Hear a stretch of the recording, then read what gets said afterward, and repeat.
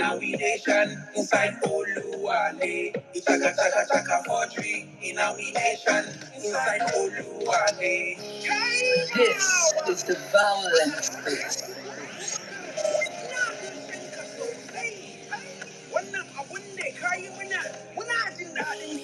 This is the Vawulence space.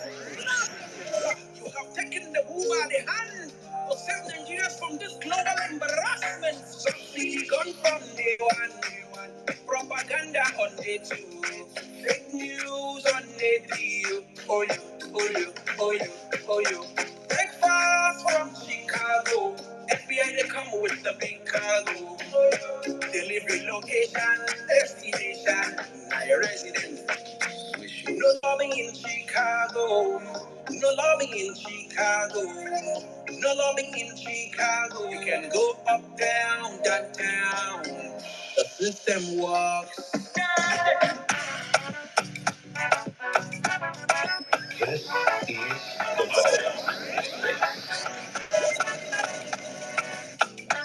This is the Vawulence space.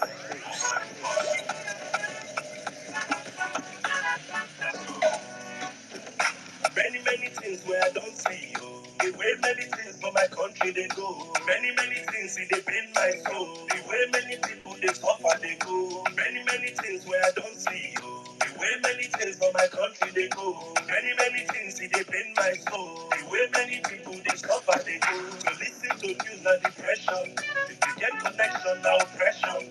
We dey pray to possess our possession. Yet the country they slip for recession. Many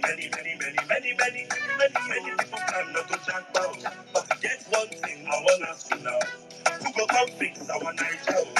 Many things where I don't see. The way many things for my country they go. Many things see they pain my soul. The way many people they suffer they go. Many things where I don't see. The way many things for my country they go. Many things see they pain my soul. The way many people they suffer they go. Everything in life na competition. Now the priest they meet us for confession. Holy Ghost I'm a go for protection. And I just go first on your progression. Many people plan not to jack out. But get one thing I want us to know. Who go come fix our Niger?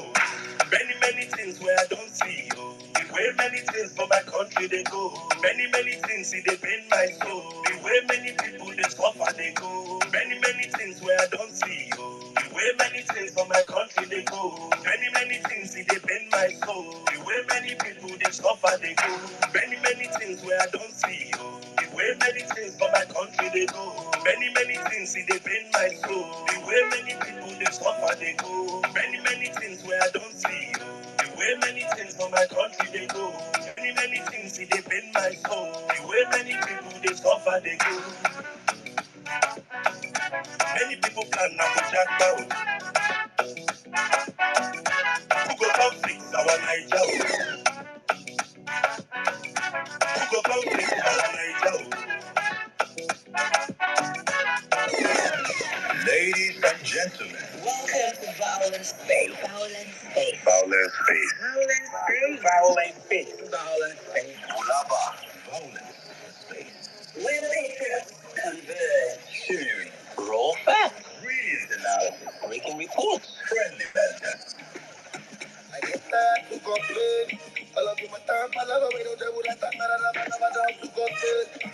How many people don't stand that great to great to but on the day, wait on go day. On the day, good up to it. On the this country now, you lo, this country now, you this country now, you lo, this country now. Every second in our process, politicians will beat us, all of the shooters above it, try to cause the hour of the they will meet sometimes, the brother turn against his brother for life, the mother turn against her daughter. Alright, good morning, good afternoon, good evening, ladies and gentlemen, mommies and daddies, brothers and sisters, friends and foes alike. You're welcome to the Vawulence Space this beautiful Tuesday from my side of the world. I don't know what to say wherever you are, but I hope you're having a great evening, everyone on the platform. Thank you for joining us one more time this wonderful Tuesday evening. We're back yet again. It's the Violence Space. And as I always say, thank you. I call you guys the first respondents. You guys are the reason why whenever we call up on this space, you guys are always here, making sure this space gets up and running. I see every single one of you on the platform. All of you requesting for the mics already. All our blue tickers, non-blue tickers, big and small handles alike. Thank you for joining us one more time. Let's have a wonderful conversation. Let's have a conversation I think and we can start having that will let's say shape the future of this nation. But with that, I say thank you, every single one of you on the platform. And I want to say thank you to the Violence Space team, cast and crew behind the scenes, making sure we stream these spaces across our different platforms. All those listening to us on Facebook, on YouTube, on the Violence Space radio station. Thank you for joining us one more time. And all of you listening anonymously, you're also welcome. Let's have a wonderful conversation today. As today's topic entails, it is straight to the people. Really want to hear from the people today. Let's hear from ourselves. As I always say, thank you guys for joining us. Before I jump into the conversation, as always, maybe if this is your first time of joining us on the Violence Space, I say you're welcome. If it's your second time, you know what you got the last time. That's why you're back here again. And if it is your third time, you are now a regular. And to all our amazing day one violencers that have stayed with us through thick and thin, through the stormy, the winter, the summer, all weather, you have been here rocking and rolling with us all through. Thank you for always staying with this platform. Thank you for bringing and creating the biggest community on Twitter. Thank you guys for sticking with us. Let's have a wonderful conversation today. I see some people that have not been on spaces for decades back here again. I think, as I always do on this platform, I say Nigeria matter, you can run, but you can never hide. When you run, you will come back home because there is nothing like home. There is always this thing that keeps calling us. No matter how we try to run away from it, no matter how we try to shy away from these responsibilities, no matter how comfortable we might be wherever you are in the world, there is this thing. I think probably is where your placenta, where our placenta was buried. Probably that is what is always calling us home. But I always say this: there is no place like home. Ask. Find out, go and verify. No place like home. And for us, it is important we shape home. We create the home we want it to be. Because as it is right now, we have no home. All we have is a place where over 200 million people are boarding right now, and they wish they are all out of that place. That is not home for anyone. And hopefully, with conversations like this, we can begin to shape it and lead to the building of that home. And with that, I say thank you to every one of you that have joined us one more time. Hopefully, I get my panel of co-hosts up again today, as we always do. But if not, we keep pushing as we have always done. Thank you guys for sticking with us on this platform. Let us have a conversation today. For those that are joining us for the first time, probably you'll be worried, what is the SOTN abbreviation up there on the topic section? It simply means State of the Nation. Today we'll be discussing the state of the nation, and if you are not from our nation, it is free to join us because we have a very diverse pool of listeners across the world. This when we say state of the nation, we're discussing our nation, our dear nation called Nigeria, and today we'll be discussing state of the nation. But before we jump into the conversation and we begin to bring up speakers, I want to endorse every single one of you on the platform to please take the next few seconds to please share the space, like the space, retweet the space. Let the whole world know that number one space on X is back up and running. And as usual, we take no prisoners. This is that platform of facts and figures. Whatever I hear or listen to on this platform, I tell you, you can take it to the bank and you can cash it out because everything we say here can be verified. All right. With that, I think I'm going to jump into this conversation real quick because it is one that I think has been brewing for so long. And I'm going to try and indulge you guys. Please be patient with me because I don't want to go off the trajectory, but I'm going to try and stay on the conversation today because it is very, very important we understand how we have come to where we are today and what we are doing today and what we have to do to achieve whatever we think in our heads or in our minds. There have to be plans, they have to be done to achieve whatever we are planning. And with that on this platform today, hopefully we begin to join other conversations, other voices across the country right now. I'm just so happy where we are right now as a person watching the country where it is right now. I feel like a mini prophet. On Thursday, we're on the violence space and we're talking about prophets. We're talking about fake prophets. And on Friday, you guys saw it. On Saturday, you guys saw it. On Sunday, you guys saw what happened. And we are back here to discuss all the events that transpired from Thursday up until today. And if you were here on Thursday, you wouldn't have been surprised what happened on Friday or on Sunday. It would have just been like a deja vu feelings for you, because we talked about all these issues on this platform. And that's what we do on this platform. Try to make sure that we really inform Nigerians the truth and nothing but the truth. So help us God. And with that, today we're going to start again on the same trajectory, my brothers and sisters on the platform today. We're talking about the state of the nation today, as it is this day. And also, I really want to know people's protest demands, because people have been coming out to say, let's hit the street, we are hitting the street. In fact, there are active plans I'm hearing. People are planning across different things. People are angry. But in the midst of the whole anger and everything, I think we have to back it up with demands and knowing why and when we are hitting the street for whatever reasons. I really want to know I think, please, and if you cannot speak today, it is very, very, very important to this conversation that I want the comment section to be filled up with constructive demands, so that whenever the people organizing go around collating demands, because I believe we will get to that stage. When we go out about collating demands, they can always have it's probably a barrage of comments of Nigerians stating out their demands. So please, if you cannot request the mic to speak for whatsoever reasons, but you want to join this conversation, please, and you know your demands, because I always say this. Many people have come, so now we have to have a common demand, and I'm like, well, what is affecting me might not be affecting you. What's affecting the next man might not be what's affecting me. And what's affecting the next man might not be what's affecting the next woman. We are Nigerians, we are very diverse. At the same time, so our wants, our needs, our problems are diverse. But one thing we can all agree as the people, I think, is that the political class has to give way. The political class has to start respecting and fearing the people. We all can reach that common ground. So whatever your bias is, whatever your demands are, whatever your feelings are, it might not necessarily match with mine. Your feeling might be probably, let's say, let me use the viral video that I've gone forth of our brother Elijah, of saying his demands is fuel going back first on day one, fuel going back to 100 naira. For some people, that might not be the problem, but his demands are valid. So it is important we create all these demands, and have them out there. So please, whatever your demands are, and if you cannot get the mic, or the mic cannot get to you on time, please put those demands on the comment section. It is better for people when they're collecting these demands, they can come out and see them and present these demands to the people. Very, very, very, very important key here.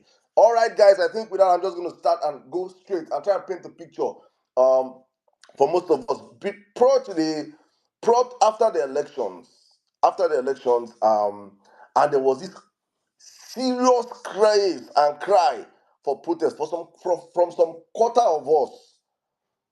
And even after when PO said we should let's go to the court and everything, most of us stood on that narrative. I know I had a whole lot of kickback. I had a whole lot of dragging. I had a whole lot of call out. I had a whole lot of attacks from many of my brothers on that we share the same leaning, and I understood then. But at the same time, I was standing on something.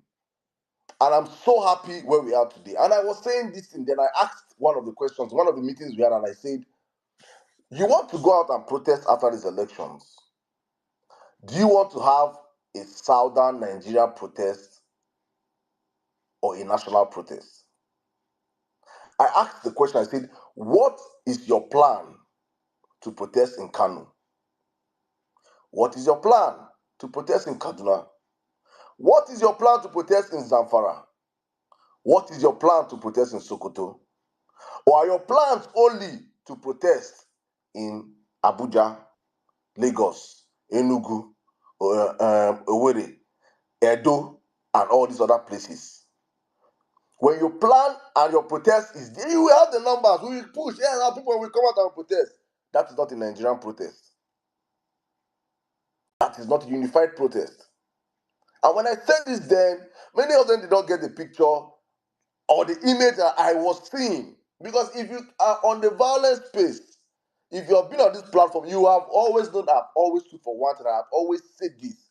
I said the protest or revolution that we end, that we take this country by storm, we start from the north. Irrespective of how you want to feel when I say these things, there are some things that are just truth. There are some things that, because of how Nigeria has been, it is not as if it is how it is meant to be, but it is just what it is. So any protest that you cannot have that touches every part of the country, it must not be every state, but every region participating in it with their full chest will never be termed a Nigerian protest. And I kept saying this because I have always known, for one thing, that the man called Bola Ahmed Tinubu was never coming into work. So when people say, so damn, how did you know that the protest will start from it? I said, Buhari had already set a landmine for every single Nigerian leader that would have come into power, even Peter Obi. Buhari had set a landmine, a trajectory that it will only take someone coming into power that understands basic principles of governance, cutting costs of governance, knowing how to apply loans. When you take loans, you really apply those loans into things. But after Buhari, Nigeria cannot survive another thief coming after Buhari. We cannot. I saw this coming from a very long mile, and people did not understand these things. Buhari had destroyed this country. He was so confident saying it that when I go, I think, how did he put that statement? You guys will be happy when I leave. He was so confident saying it because he already understood the amount and level of damage he had caused the system. Then run in comes the man that all his dreams and aspirations ever is just to be called president. He has nothing upstairs. All he does is everything he's looking at is how can I extend my grabbing from Alausa to Aso Rock to Asokoro to my Tama. That is all this man is all about. And I saw this coming, I was like, where will you? Buhari had the luxury of Jonathan saving billions of dollars. Buhari had the luxury of Jonathan not borrowing much. Buhari had the luxury of a system that was working, an economy that was projected to be the third fastest growing economy in 5 years. Buhari had this luxury. So the incoming president after Buhari has no luxury at all. You have nothing. How many financial institutions around the world will even borrow you money? Because Buhari has borrowed over 77 trillion naira in 8 years. Where will you borrow from? And if you're borrowing, what are the terms that they will give you? Enters in a Tinubu that all he knows how to do is steal and appoint criminals around him. It was a recipe for disaster. And we are where we are today, 1 year later. No improvement, no nothing. The country is in total shambles and it will only get worse. For the past couple of weeks, I've been saying, for me, where I am right now with this protest demands is, Tinubu, just pack your bag and fucking leave that place, because I know for the next 3 years you'll be wasting my time and the time and lives of Nigerians, and every single passing month, Nigerians will be dying in their droves. He has no solution to the problems. And worst of it is that he's a stooge of the Western imperialists. People that have sworn with their lives that Nigeria and Africa should never get better. People that as they live right now, their joy is to make sure that Africa stays subjugated. Africa never rises. People that all they want and all they live for is to make sure that Africa remain where we are. Low, low, low, low. We don't ever have the chance to rise. We can never progress. We can never develop. These are the plans of the Western imperialists. Then you're not bringing a man that they have I'm sure they have his nudes. They have baggages upon this man. Whatever they tell him, he must do. and enters in the story of two presidents. One called Ruto. Mind you, Ruto is a popular candidate in Kenya. Ruto did not rig. Ruto was voted in by the people of Kenya massively. Even though his past is a little bit, if you go and read his past, that's a very dark past. But at that point in time, he was their best and they brought him into power. Also a Western stooge. He went. Western has told him, as you go back, do your own financial bill. Remove this, remove that. Remove this, remove that. Increase this, increase that. The same Tinubu went to the same place he went to. They told him the same thing. Remove this, remove that. Increase this, increase that. Both of them came back and implemented. A set of people rose up and said, we will not accept. Some set of people rose up and accepted it. And their reality is what we're facing today. Kenyans said no. And Kenyans have showed Nigerians and the whole lot of Africans that actually and truly power belongs to the people. If they give you shit, it is left for you to accept shit. If you accept shit, you deserve to eat shit. And honestly speaking, Nigerians, we deserve to eat shit because all we have been fed for the past 1 year, for the past 9 years of APC is shit. And we have been accepting it without any problem. But I'm so happy that this shit that they have been giving us, many of us have looked and we have seen what people, our younger brothers in Kenya have. In fact, in Igbo land, they say is that who get money be firstborn. Kenya senior us. Kenya, our elder brothers, Kenya, and then be firstborn now for Africa. Don't forget number. All we have is number. Until we, I even saw it. I even saw a thread. Someone tagged me on the thread. My good friend, a Kenyan, tagged me on the thread, and I went to the thread. They were actually discussing this video. This viral video. That video has gone so viral. It has gone everywhere. It's in Kenya trending, and they were talking about it. And I went to read the comment sections, and many of the Kenyans were saying, "Don't trust Nigeria, so now only mouth them get. Now only talk and they talk." Ha! I was there saying, "Oh my God." I feel so pushed and led in my spirit. I was like, we Nigerians really need to stand up. And I'm going to say this because it is good to talk about events. It is good to express how much you feel about how bad Nigeria has been treated. It is good to talk about all these issues, all these plethora of problems that we're passing through as a people. But it's also important to note that the salvaging of this, whatever is going in the next couple of weeks, months, lies down to the hard work every single Nigerian will put. It lies down to the hard work every single one of us will contribute. Every single one of, and I'm saying when I say contribute, more contribution offline than more contribution online. There is serious work that needs to be done. There is serious information. We are up against the minority, but the minority have the resources that we do not have. We do not have the power or the luxury of the mainstream media or the traditional media platforms. What we have is social media. And we can always tell ourselves the truth that Nigerians do not have the numbers on social media. Kenya has showed us. I had a discussion with my Kenyan friend and I was asking, I was like, you guys, 80,000, 100,000 on the space, what's happening? And she told me, she said, in 2015, see, that is why I curse APC. I curse APC with everything in my heart. She said in 2015, you guys were projected to be one of the fastest growing economies in the world. In fact, you guys were meant to be the ICT hub of Africa.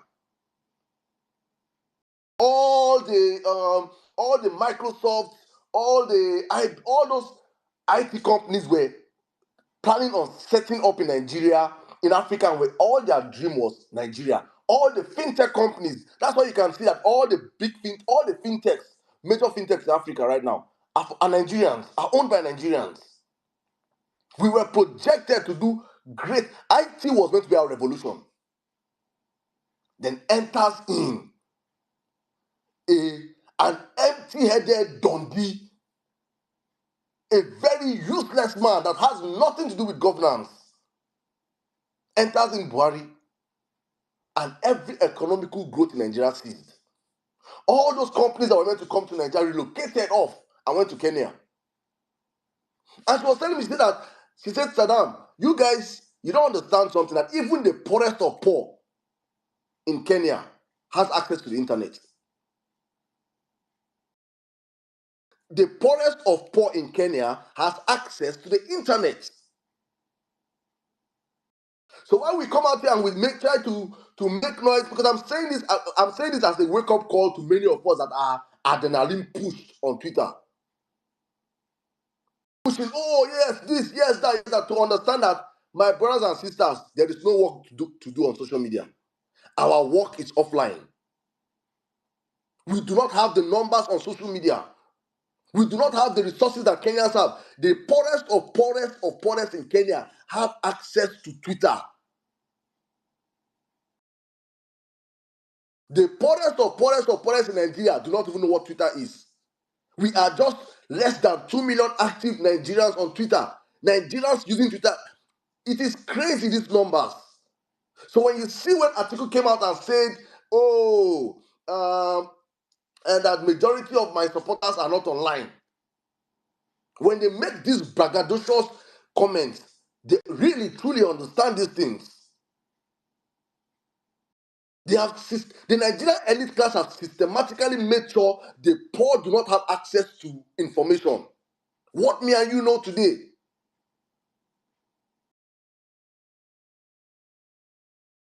I'm going to read a couple of things that Tinubu have done. I'm going to try and read it up. Just read a few things Tinubu have done in 1 year. And tell myself and tell all of us on this platform right now. I don't know how many of us are on the platform right now, but let's all of us just imagine that every single one in Nigeria gets this knowledge as it is. Because what Nigerians right now are using to judge Tinubu is hunger. Let me tell you the truth. What Nigerians are using to get Tinubu right now is hunger. When they go out to the market, they cannot afford to buy things. They do not even understand the amount of corruption going on currently in the government. Nigerians don't even understand the amount of waste going on in the government. These things that are meant to trigger Nigerians to freaking stand up and take back their country are not being discussed in the mainstream. What is pushing Nigerians out there? I go buy yam. Yeah, now I want to buy 5,000. Bag of rice now 100,000. Petrol don't go up. I hear say na subsidy. Then they'll go to the mosques. The imams will tell them, this is Iko Allah is the will of God. Calm down, things will get better. They'll go to the churches on Sunday. The pastor will tell them, this is trials and tribulation. Pray harder. And they get brainwashed. So I'm saying this to all our brothers and sisters on social media as we are going up on spaces, as we are making our stars, as we are tweeting, understand that for Nigerians to really hit the street and take back their country, the work needs to be done offline. If you're not doing the work offline and all you come and do is tweet, hey, this, you are honestly setting up yourself and Nigerians to fail. We have days, we have weeks as we build up to this protest, as we build up to whatever this revolution, whatever you want to call and tell me. Please remember that your natural constitution is offline. Please remember these things. Do not get into your head. Let not get into your head. We will do violence space today. Highest thing we go come inside here on the road, maybe around the mosque now, we get them in the hundreds, now 1,000. Highest thing. Don't go look there at 1,000 people now. 1,000 people and made up, if you can't have half, we did diaspora. Let us face our realities and understand our problems on time, because I'm trying to paint all these things out there so that we understand. Not I saw David's tweet when David made a tweet and he was like, after all the noise Nigerians made, They say they'll come out and end EFCC, and nobody came out. And I made this. I said, how many Nigerians are online? You can make a tweet and make a poster now, and I make a tweet and make a poster, and we have thousands of tweets and likes. It does not translate to reality. Does the shoemaker in your street know that Nigerians are about to protest? I already know. These are the questions you start asking yourself. Does the wheelbarrow pusher in your street know that Nigerians, and the reason why we are protesting? Not when they start protesting now, we will not start finding people that because they're uninformed, they're not knowledgeable, they don't have this information that you have. We start eating poor because Nigerians, we sabi tackle ourselves, poor people. You will see a poor man now, steal Maggi market, we go beat and burn him. The man where they steal all the money, go use drive it in convoy. They go like, hey. We are very good at that. So it is important we pass this message that nobody is going to talk about. That's what we'll talk about on this platform. These key informations that we are not talking about. Please, social media in Nigeria is not reality. We have less than 1% of Nigerians on social media. Let's do the hard work. If we want to work, if we want this protest or revolution to work, because one thing I'm certain of is that I hate associating myself with failing.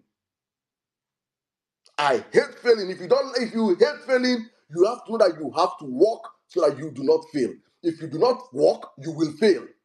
If we do not work, we will fail. Alexa, volume 5. So please, guys, it's very, very important why I'm saying these things for us to understand what we have to do going forward. Very, very important. So we don't get carried away by retweets and likes and this and that, and at the end of the day, we lose focus on what we are meant to do. Information is key. Awareness is key. If we do not, you see how hardworking Tinubu has been over the past couple of days. Sharing rights. That is how useless APC is that they don't even rate us. Oh, Nigerians about to protest. Give them rights. Give them rights. Give them rights. Then go chop rice, calm down. And you know why I like these people is that, I like them is that Nigerian politicians, I love you guys. I love you guys. I love you guys. Because even as they share this rights now, our politicians, our governors will still go hide up. They go hide up for next elections. They're not going to share the rights. They go hide up, go resack them for next elections. That's why I love them. They will not give it out. So whether you like it or not, someone said that so now you don't know Tinubu is going to be. I'm going to try as part of my submission right now. I'm going to demystify Tinubu to all of you here. So if you're scared of Tinubu, please don't fear him. No fear. Tinubu is at the worst position ever. Any man occupying that. I can never call him my president because he's not my president. Any person that in Nassau Rock, no one is at the lowest position Tinubu is at currently. Forget that he has stolen all the state apparatus. He has stolen the judiciary, stolen the army, the police, the this and that. Yes, he can steal all those ones. But the truth is that power truly do not rely on those people. The power lies in me and you.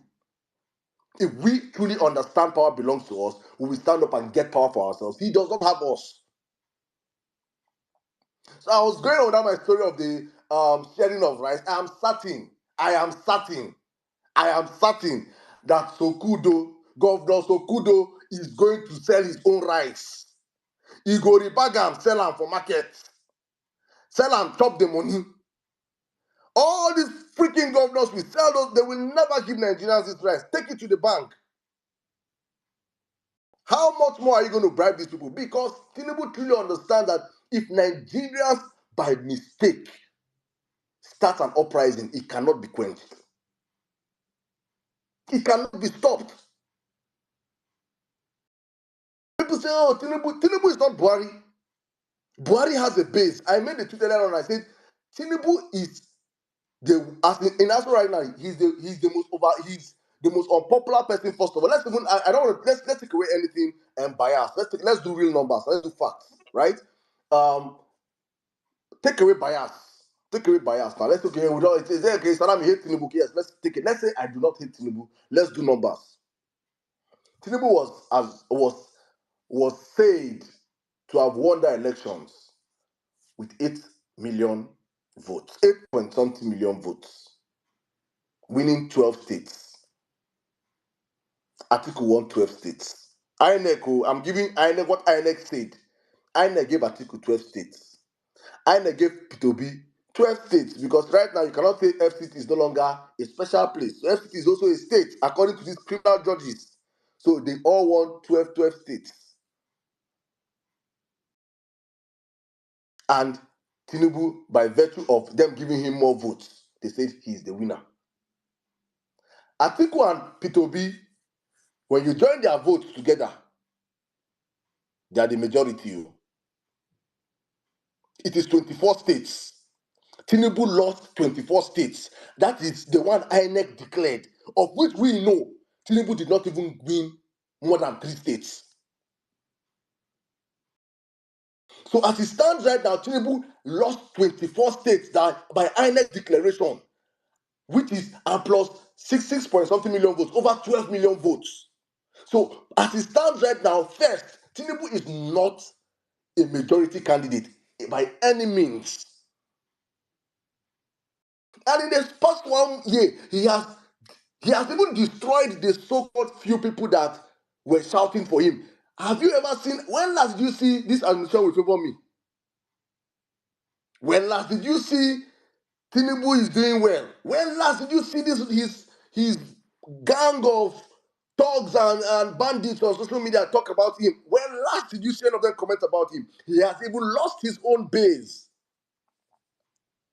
Nobody, I can bet it, even those that Tinubu pay and they are under his payroll, nobody is willing to die for that man. He is not a Buhari that there are so many, there are till today, so many stupid, dumb people are still supporting Buhari. He still has a court followership in some places.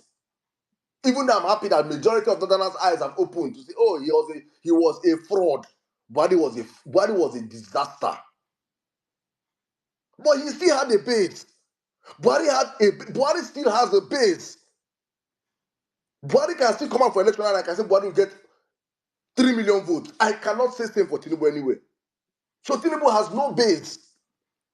So his greatest fear is if these northerners, southerners all stand up and start coming against me, there is no way for me to run. There is no way for me to hide. So as a man, as a master strategist, where they call him, as a man of dark arts, where they call him, all he has been doing for the past 1 year is fuel, instigate, pumping money into the industry of tribalism and religious bigotry. That is where all his major funds have been going into. So when you see all these artificial voices rising up, these Ronu terrorists and the rest pumping in and doing all this nonsense on social media, it is because they are highly financed by this man. Because that is the only way he can keep us down. But I'm happy that it has started. People have risen up from different parts of the country and they're saying no, enough is enough. Enough is enough. And I'm wishing Nigerians, as I wrap up my submission right now, to please,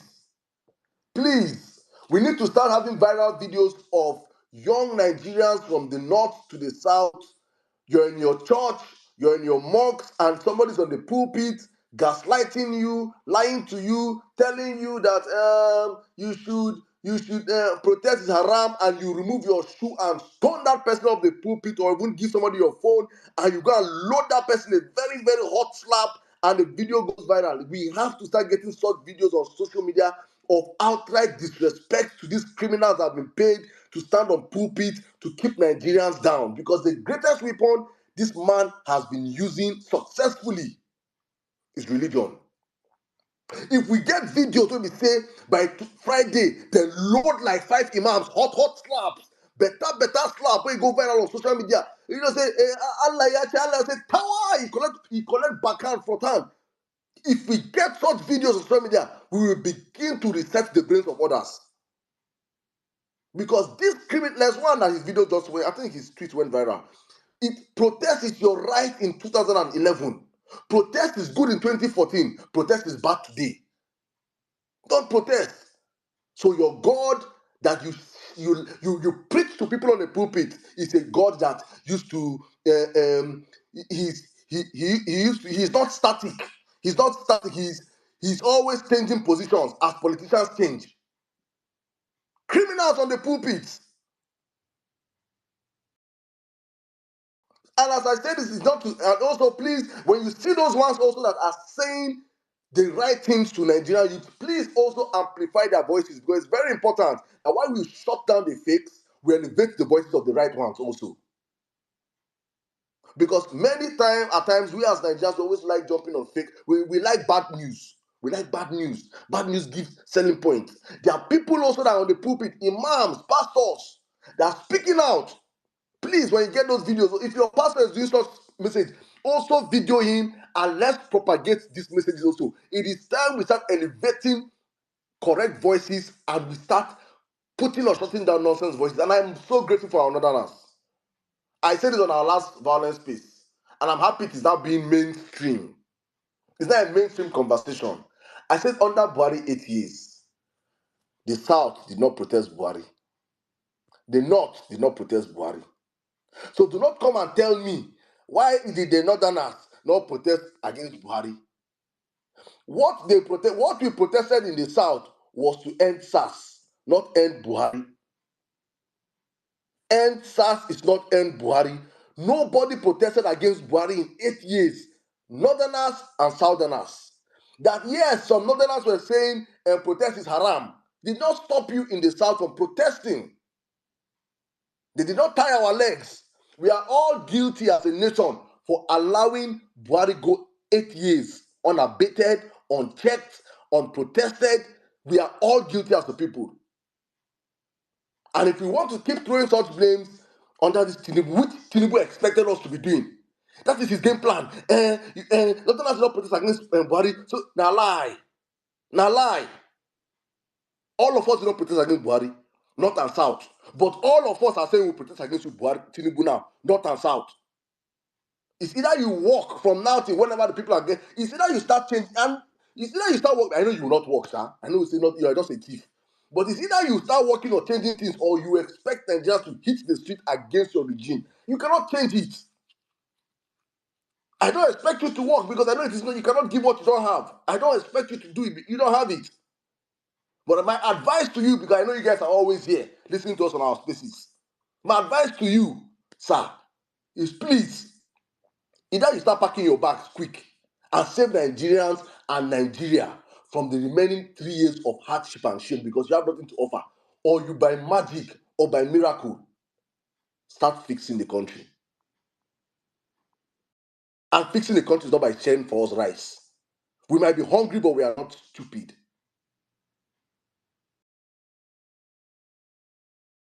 Thank you.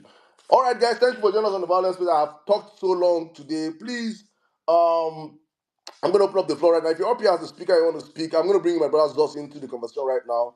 Thank you very much. And also, I'll just run up with Edo State, Edo State, Edo State, Edo State. Please, I'm going to post on the Jumbotron how you can support Olumide Apata. Please support that man. He needs enough help and support. It's very, very important. Please reach out to him. And also, I want Nigeria. I will love to have majority of Nigerians in Nigeria on this page today. If you're a Nigerian in Nigeria, the mic is not reaching you, please enter my DM. We have a couple of requests right now. I'm going to try and make sure everybody gets a chance to speak. But if you're a Nigerian in Nigeria, I want to give priority takes to you guys today because it is important. Even though I am half happy, I don't want to say some things, but I know many Nigerians in diaspora that are already back home. They are already back home for this. And many of us will still come. This will not be talk. You're not going to see show. You're not going to see doings. Men are coming back to take back their country. So it is very, very important. Very, very, very important what's about to happen. This next phase in this country. Very, very, very important. So please, I want Nigerians in Nigeria. I want to understand the nature, what is happening around your area, what is the feelings, what are people saying, are people in tune with the conversation right now? Are people here, are being only us online? They talk am. Is it only 4 people sitting in a room? Or truly, Nigerians are feeling the effect of what is happening and are ready and willing to go. And if they're not ready and willing to go yet, That means we are still lacking in the aspect of information dissemination, and we have to do better. Because for me, we have to do better. If this movement or whatever starts and it doesn't go well, it is because we did not do the work. We did the talk, we did not do the work. And doing the work entails us making sure our awareness level is at the highest maximum frequency ever. If we don't do that, and all we come and do is to shout on Twitter, shout on Spaces, make tweets, make that, we are just wasting our time. And for me, I can never be associated with anything failure. But I know from the northern side of this country, they cook the food that is coming, the meal that is coming. It is well sumptuous, it is well cooked, and it will be served a la carte. With that I say, guys, welcome to the Vawulence Space. As always, if it's your first time of joining us on this platform, I hope you get a wonderful conversation. Please retweet the space, share the space. Let's get Nigerians into the conversation. I want to give priority to Nigerians in Nigeria today. If you're a Nigerian in Nigeria, please, you can tweet it on the comment section or come to my DMs if the mic doesn't get to you on time, and I will do everything possible to bring you up to speed. Thank you, my brother Ensis, for joining us. Let me run to you, Zos, right now, if you can come to the conversation, and then I'll come to you. Please, if you're up here on the speaker section and you want to speak, please, if you requested the mic, pay attention to me, pay attention to the conversation, make sure you're seeing what is happening, because you might be up here, and if your hands are not raised, I'll have to drop you, because we have numbers of people requesting for the mic, and everybody's voices has to be heard today. So please, if you're up here as a speaker, please do us the honors of raising up your hands, and we'll bring you up accordingly. Thank you very much. All right, let me run on to you right now, my brother Zos. Zos, please, if you're free, I don't know if you're free right now. If you're not free, let's jump real quick into the next speakers. Thank you. Yeah, I'll just give my take. Emia, good evening, Sizzle, good evening, everyone on the space, the listeners, the Agbadorians, the PDP-tarians, all the useless politicians, the DSS people that are listening, all of you now, God will first punish you now. The pastors that don't want people to go out and protest, God will punish you now. So I'll start my submission with the state of the nation. We all know how terrible the Buhari government, the Buhari regime was for the past 9 years. However, we can comfortably say that he even did his best, as he tried 800% better than what we have today. And this man has been in office for just 1 year. For just 1 year. It is not news how this man got into power. It's not news. It's due to the incompetence of the last government, the weakness of Jonathan, and the uselessness of the PDP government that ruled from 1999 up till 2015. It's a shame that we are in this country where we have so much resources. We have so much mineral resources, crude oil, we have in abundance, but Dangote cannot get crude oil from the land where he has built his refinery, where he has invested billions of dollars. Dangote can't get crude oil from that same land. Imagine how many 100 kilometers of pipe would need to be laid from the farthest source of crude oil to Dangote's refinery. I'm not talking about the closest source now. However, we still live in a country where people, criminals, are laying illegal pipelines and stealing the same crude oil and putting it on ships and exporting them to the international market. We live in that same country. We live in that same country. But yet, people are telling you that you cannot come out and protest. And these are the same bastards that came out in 2012 when subsidy was removed by Jonathan. They came out en masse and said they were going to shut down the country. They shut down the country. I was part of that protest. I participated actively because I didn't see the reason why there was so much corruption in the land. Nothing was being done about the corruption. Rather, they were transferring that burden onto the citizens by increasing the cost of petrol. I didn't see reason with that, and that's why I hit the streets then. I didn't see reason. But today, with the gargantuan stealing, people are telling us not to come out and protest. The the thunder will go fire you now, papa, for grave. That thunder, see the gene. It a gene. It never even warm up yet. It's still a gene. Because it is unimaginable. A country like Kenya that is better than Nigeria, the citizens are coming out and they are protesting and they are standing their ground. Yet, we are in a country where things are so bad and the best we can do is to adjust. Because you can't afford a tuber of yam that is 5,000 to 8,000 naira, you rather go and buy 3 slices for 1,000. How long can we continue living like this? And how low can we go as a nation? I watched that video of that Imam that was collecting slap, and I was so happy.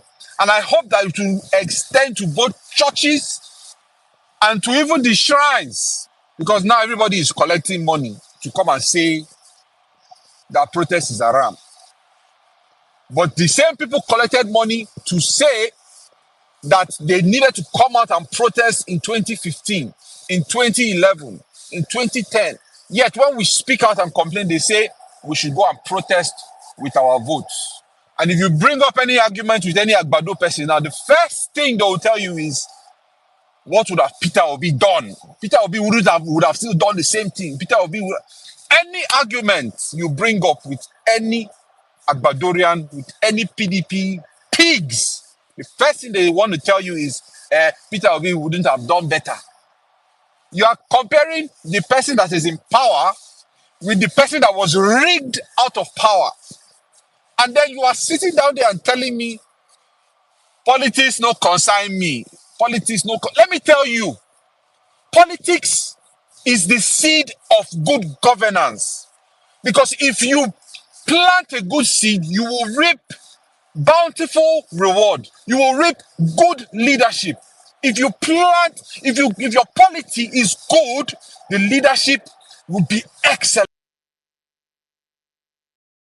Things are hard though. We are just managing. We are managing in the country. And I'm trying to tell you that we will warn you people. We said it on this L6. I was listening to one of our spaces where L6 was saying petrol will be 1,000 naira. Like play. Is that not what we are facing today? Bag of rice, 100 and how many thousand? You are complaining as a poor man. You are complaining as a pseudo middle class. Dangote is complaining as a billionaire in dollars, not even in naira. Dangote is losing billions of dollars monthly. Dangote is complaining. Yet you are there telling us that Nigeria is at its best. We should give that useless, uneducated, God-forsaken bastard of a president that we have. He's a bastard, and I've said it here. Record my space and play it for let him hear. He's a bastard, and I say he's a bastard because nobody knows where he came from. He should show us his father, he should show us his mother. Then we'll know that he's not a bastard. Telling us that that bastard is delivering Nigeria from the shackles of PDP and we should allow him to walk. We should allow him to walk. Nigerians, if we seize this opportunity, don't have fear. If we show them that we don't have fear, this shenanigans, it goes stop. It will end. This rubbish that we take every day will end.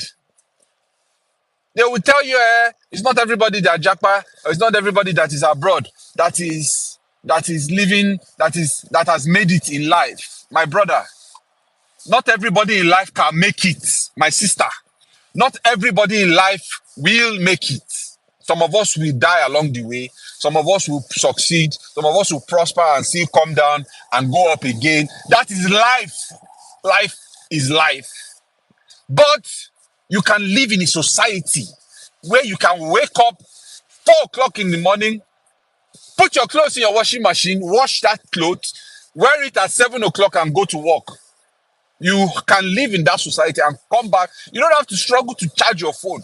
But that is not the reality where people that people are seeing. They are seeing a reality where for you to live a good life, you have to have 100 million naira in your account. No! The fuel attendant can afford a 2022, 2023 car. He doesn't have to bring out cash. If he has good credit, the credit companies are more than happy to facilitate his credit and give him cash. He doesn't have to go and queue on the petrol station to buy petrol.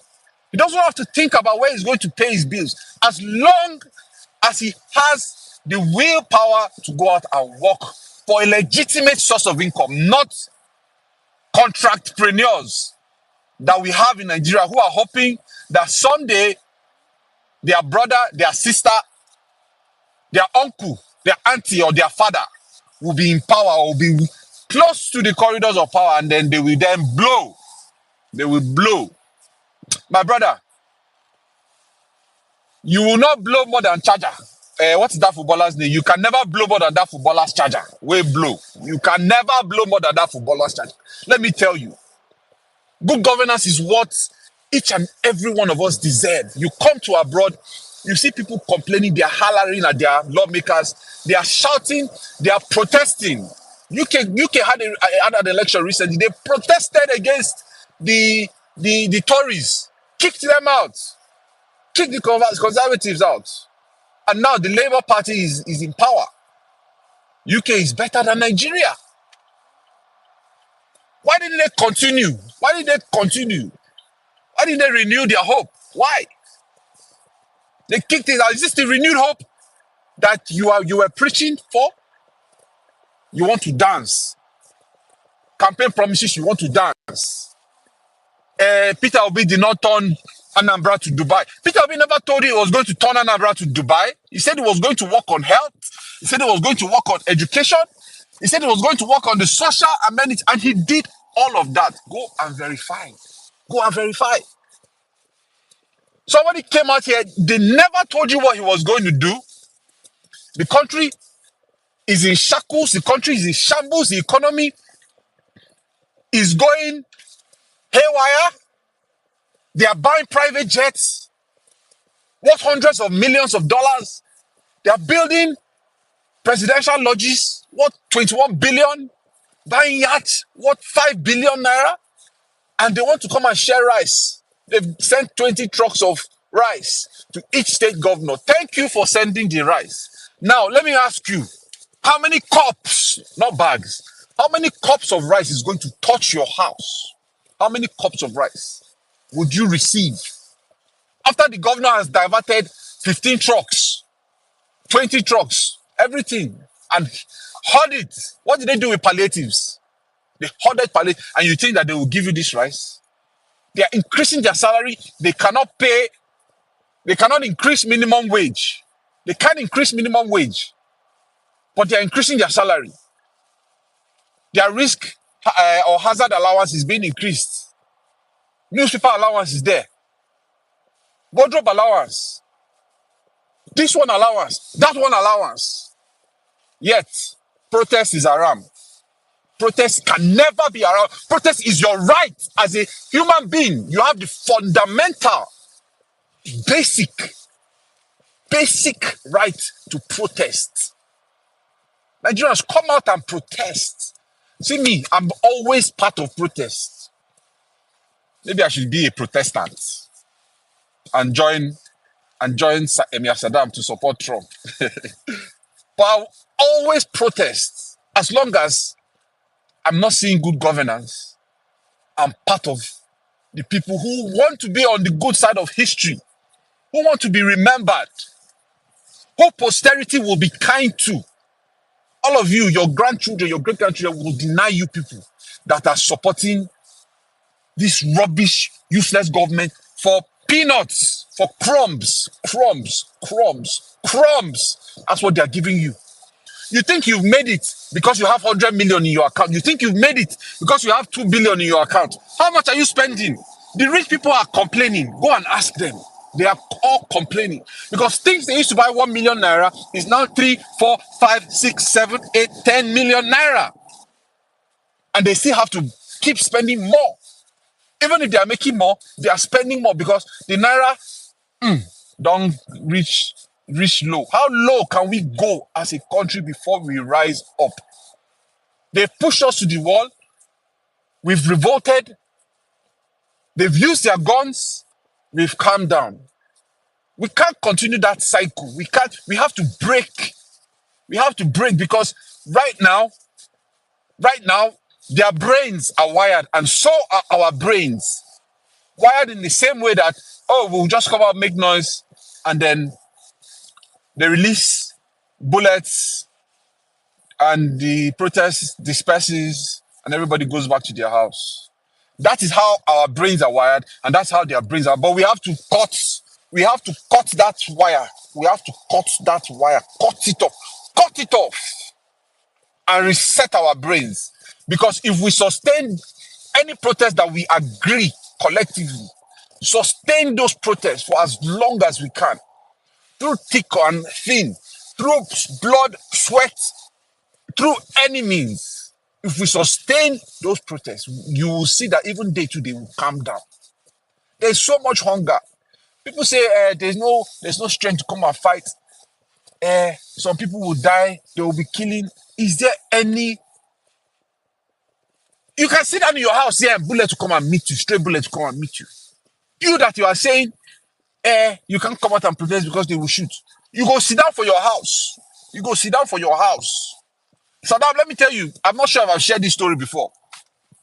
The major reason why I made up my mind to say I'm leaving Nigeria, the major reason was because I woke up one early morning and I saw a live bullet round on my fridge. My children were sleeping in the next room. My children were sleeping on the bed in the next room. I don't go ball. Don't go. I my fridge. My fridge clear. I carry water. Drink.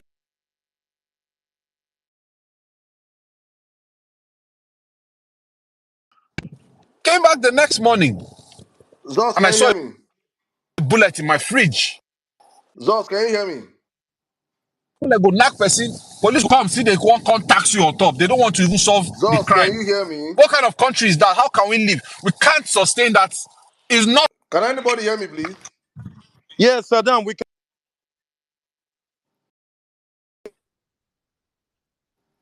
Zos, you're breaking up. I think that's why Saddam has been calling you. You're Speaking. actually breaking up. All right. Zos, I'll drop you and bring you back up. Guys, thank you very much for joining us. We are still up on the violence space, and we actually just starting actually right about now. We are discussing the state of the nation. If you are wondering what SOTN stands for, it simply means the state of the nation. And today we are talking about your protest demand. Just I'm going to bring you up so you could quickly round up, please, in a minute. Let's take we have speakers today. I want everybody to be able to contribute to this conversation, and you know our time is really limited today. So Zos, are you back up? Can you hear me? Yeah. Sorry, my network just if I just round up quickly, please, guys, go out and vote for Olumide Akpata, and don't just go out and vote. Please let us go and defend our votes, because me, I'm a proponent of defending our votes. I said it during the last election: 2 by 2, 4 by 4. Carry and go any polling unit. Carry that 2 by 2, go collation center. Carry that 2 by 2, go rec center. Carry that 2 by 2, go to the last announcement center where they will announce those results. Because if they don't see us in numbers there, they will do anything they want to do. Go out and defend your votes. Go out and defend your votes. And I rest my case here and I hang my boots, Saddam. Thank you very much, please. God bless you very much, my brother. Thank you so much. Enough information you have dropped on the conversation today. Thank you so much. Guys, let's get this conversation up. Please, I said I'm giving a priority today to Nigerians in Nigeria, because I really want to feel the mood of Nigerians. I really want to understand what are behind the whole economic hula balloon, behind the whole truck, everything passing through right now. I want to know, wherever you're in Nigeria, let us know. If you cannot get the mic on time, please, on the comment section, let us know the state of the nation, wherever you are right now. How tense is it? How are people really feeling what we are feeling online? Because I honestly understand that offline and online are two different realities. I really want to get into that conversation. But before we run into it, I'm going to bring in my mommy Bolanle, in the spirit of diversity, in the spirit of gender equality, in the spirit of let's when in the you know that spirit. Thank you very much. That man, that one, my woman, leave that man for me, please. When he start, please leave that one for me. When I know who I talk about being. Thank you. Hitler phobia. But let me bring in my mother, Mommy Bolale. Mommy Bolale, good evening. How are you doing today, Mommy? How are you doing today? Good evening, Emir Saddam. Good evening, N6. Those everyone on the speaker section, those who are listening to us from not so sunny UK. Yeah, state of the nation. Saddam, it's Monbolane speaking. I can't hear anyone speaking. Just, I think you have to drop down. She's speaking here. No, it's Andre that is asking. Andre Bloom. Okay, she's speaking. Please drop and come down, please. Okay. Thank you. Okay. Go on. All right, so I wanted to talk about protests, not so much demands. I want to touch upon. I'm sorry, please, Mombolale, please, sorry, please. Very important. When you come up here to speak, in the midst of our host submissions, please state your protest demands. Because many people that are yet to jump on this whole protest conversation, the way they want to jump on it, say that they are not yet hearing Nigerian. People are angry, people are expressing their anger, how much they want to talk, how much they're angry, but they're not talking about their protest demands. N6, please also, whenever you want to come into the conversation, please feel free to jump in, my brother. You're now relevant on the platform. When you're free and you want to come in your submission, please always open up your mic and speak. But please, it is important we circle our conversations and redirect our focus on your protest demands. Very, very, very important. Thank you, Mombola. You have 5 minutes. Good evening. Take it away. Okay, yeah. So in terms of protest demands, I know a whole lot of people have talked about hunger, which unifies a whole lot of people. Me in particular, I think it's about this cost of governance. You know, we already knew that things were difficult in the country, and yet these people are buying jets, buying yachts, buying this, buying that, borrowing more money, which our great grandchildren will have to pay back. Right. But what's really annoyed me is this: if you as an individual have decided that you are not going to protest, fine. At the end of the day, you can't drag anybody, if it is not touching you like it's touching your neighbor, well, congratulations. But how about you keep that to yourself? Those that are fed up and want to protest, stop discouraging them. What's it concern you? At the end of the day, I heard one space today, oh, the middle belt won't because people didn't protest. I beg your pardon. When it came to the issue of the middle belt, of this space, I be Saddam, they're here. We were protesting. We didn't think about where we came from in the country. We did. Even those of us in the diaspora, we carried it to the streets, right? So it's like this. You're falling into the trap of this government because it has always been divide and rule for them. Right? If they do, that is why they decided to pay your religious leaders, fake imams, fake pastors, money. And as soon as that news leaked, we started seeing them come up and say, we're not this, we're not that. These are the people, those, in fact, people that come from those regions where people have come out, these religious leaders have come out, those people should be your targets. Those people should be your target. In fact, what they said should actually get you more angrier to hit the streets and deal with them decisively, right? And here's the thing. Well, I take Saddam's point about not a whole lot of Nigerians are on Twitter. However, what we know we can do is take the message from Twitter and take it to the grassroots. Those million man marches that we did started the conversation, raised funds, and then deployed people on the ground. That strategy worked. It can work again, but just leaving your conversation here on Twitter will get you nowhere. So I take Saddam's point, but I also know that if you deploy what you do on social media, take it to Facebook, take it to TikTok, take it to Instagram, take it everywhere, and then take it offline to the man on the street who understands what it is to be hungry. Right? There's that. Right. And it's just, I mean, I myself, I'm not even in Nigeria. Here's me. I said to the group of UK obedience here, I went into the strategy group and I said to them today, I said, I'm thinking of going to protest in front of the Nigerian High Commission again, because this one that this police man will come out, but you're banning protests. This one will come out. I said, look, Nigeria signed up to the Convention for Human Rights, right? And one of those rights, right, is the right of peaceful protest. You cannot be telling people they're not allowed to come out.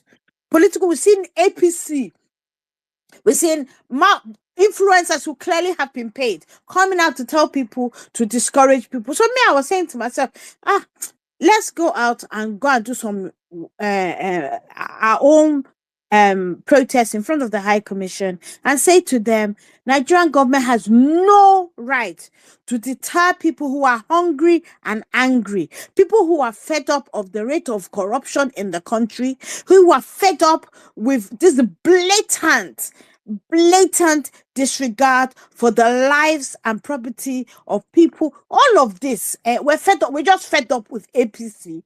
They have a right to complain. After all, APC, when they were in the opposition, they complained about absolutely everything, and they didn't do it nicely. In fact, they were ready. They were actually ready to have a parallel government if Jonathan insisted that he won. Right, and they are the very people now telling everybody don't protest, and things like that really get to me. And I don't, me, I don't like just saying things on the internet. I like bringing it to the streets, right? Albeit the streets of London or the UK. So I was still like saying, okay, when should we go? As long as it's before the 5th of August. Me, if it's only me, but I wanted to give others the opportunity. Like, this is about defending the rights of Nigerians to protest. Like, you cannot begin to deter, bring out this, bring out that. No, people you're telling them, oh, you're beating a child, and you're telling a child how to cry. Or you're even actually saying, I'm beating you, you're not allowed to cry. What nonsense. But that said, the other thing I wanted to quickly speak to is, I don't have two gentlemen. I don't see them on the speaker section. Like, so those, I don't know if you're aware, those of us in the UK, Olumide Akpata, who is Peter Obi's candidate in the gubernatorial election in Edo State, is coming to the UK for town hall. He was going to have a town hall in London and in Manchester. So I think the London one is the 26th of July, and the Manchester one is that weekend. I haven't seen. I know he was up here earlier on at Edo Perspective. If you want to ask for the mic again, because come and speak a bit more about that event, right? I have put on the Jumbotron already. The Eventbrite link, so that you could go and you could go there and reserve your seat for those events. Let us turn up big time for Olumide Akpata. And once more, this one, this is just me, and it's beginning to annoy me. You see, you people who claim to be obedient and you follow PO, but you don't follow his candidate, please put to articulate team and stop all this nonsense that you people are doing on the timeline. We've tolerated you enough. If you are PDP and you're saying it is your candidate, go articulate. Do not use obedient name to be campaigning for a flipping PDP candidate. What's wrong with you people? Enough of that. The gloves come off, and yeah, Saddam. If I want to speak for the next 10 minutes, pata you drop. So let me respect myself as well. Anyway, let me use the mic at this point. Thank Thank you you. very much, Bobby. Thank you very much. I'm just trying to make sure let's understand. We have speakers in their numbers here today. And honestly speaking, please, if you come up here to speak and your hands are not up, I will drop you. I know I'm not looking face today because we have enough speakers today. And if I drop you, it's because your hands were not up, and you have to please wait for another turn because we have people that really want to speak. So thank you very much. Anthony, I don't know if you want to come in. Anytime you want to come, my brother, please always feel free to jump into the conversation. But right now, let me run to our first come, first serve. Irefu, you came up here, my brother. It's been a very long time, so I think I'm going to allow you. Please, you have the space in 5 minutes. Thank you. Good evening, my brother Saddam. Good evening, everyone. Hope you can hear me clearly. Loud and clear, bro. You have the space. Go on, please. All right. Thank you for this opportunity again. Even though I'm not much of a speaker on violence, I'm always tuned in, though anonymously a lot of time. Now, the issue at hand is the planned protests. And this protesting has been tricky the past couple of months because personally, as an Igbo person, you know, we are kind of in a dilemma if we should join the protest or if we should sit back and let other people do because of obvious reasons, the collateral damage it has always had on Igbo people in the past. We saw how they termed the Lekki toll gate incident as an Igbo uprising, though the whole world knows that is false. But then when they keep reiterating this false news every time, sometimes it's a lot of people tend to lean into it, and before you know it, they somehow a lot of people believe it. So this protest, there's an Igbo adage that says "Ubumma adekwe ka mma gaa ya n'azụ." It simply means that a swordsman doesn't let a sword wielding person walk behind him or go behind him. This literally transcribes to, one who understands certain things, one who plays a particular game and knows its intricacies, would not let an event that could jeopardize his life or his stance, he won't let that happen. Now, we all know that Tinubu is the father of protests. From the days of Nadeko and all of that, he has always been a big face in opposition. And one thing that opposition use as a tool, as a democratic tool around the world, is protests. There are some things you dialogue on. There are some things you request for policy reforms on. And there are some things that you just have to hit the streets. Now, APC knows this, and that is why they didn't spare Goodluck Jonathan while he was in power. And that is why they are trying so much to stifle every effort we want to put into the forthcoming protests. Now, I think it was 2 days ago I made a post about Igbo people getting involved in protests. 3-4 months ago, I was of the opinion that we should not involve in the protests. And just like the reason I stated earlier, for the sake of collateral damage. But it gets to a point that you cannot just sit back and watch these guys keep doing these things, because we are playing into what they want. Politicians want the people they lead to be divided.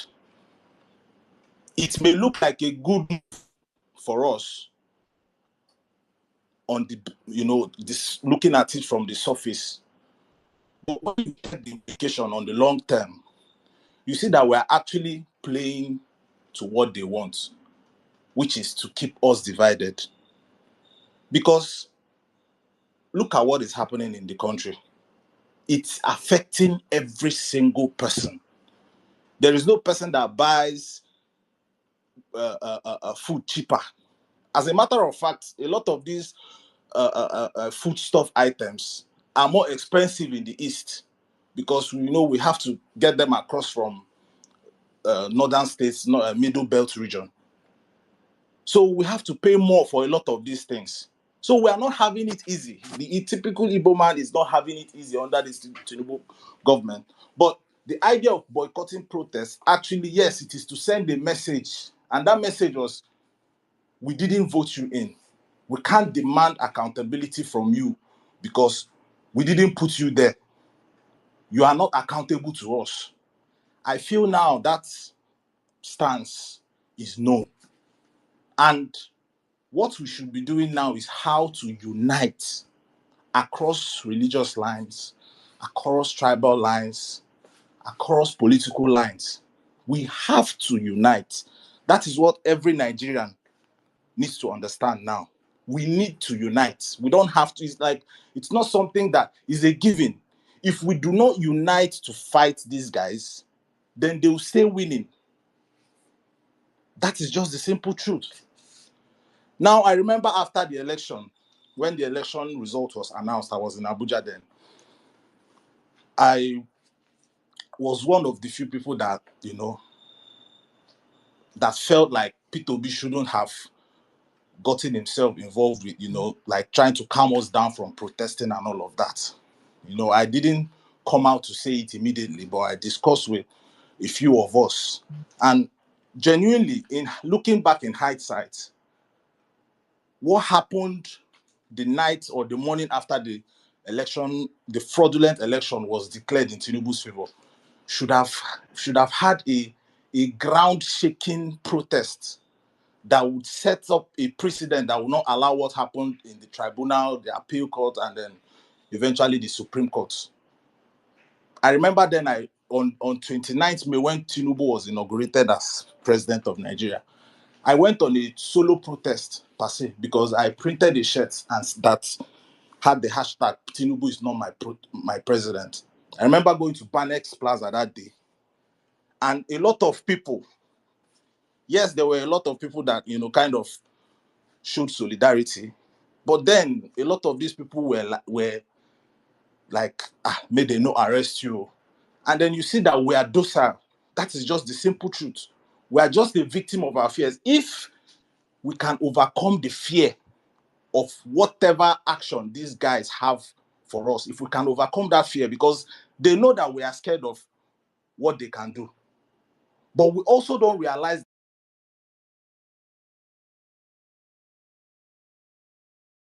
that we have the power, because how many people do they want to kill? Talking about, look at Kenya, but it didn't deter the Kenyan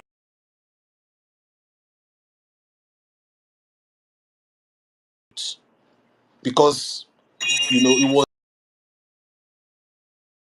the policies that were being put in place by their president was either we're going to kill them, whether immediately or gradually. So I have a lot of things to say, but because of time, I'm going to yield the mic now. Maybe in a few hours, when a lot of others may have spoken, I'll still come back and say a lot of things that I have in my mind. So I'm going to yield the mic for now. Thank Thank you you. very much, my brother. Thank you very much. Wonderful submission. But please, I will love, because you see, I always say this, and with Nigerians, we know our problems. Our problems are enormous, and while we discuss these our problems, I want us to also, if at the end of the whole day you have made up your mind for protest, what are your demands?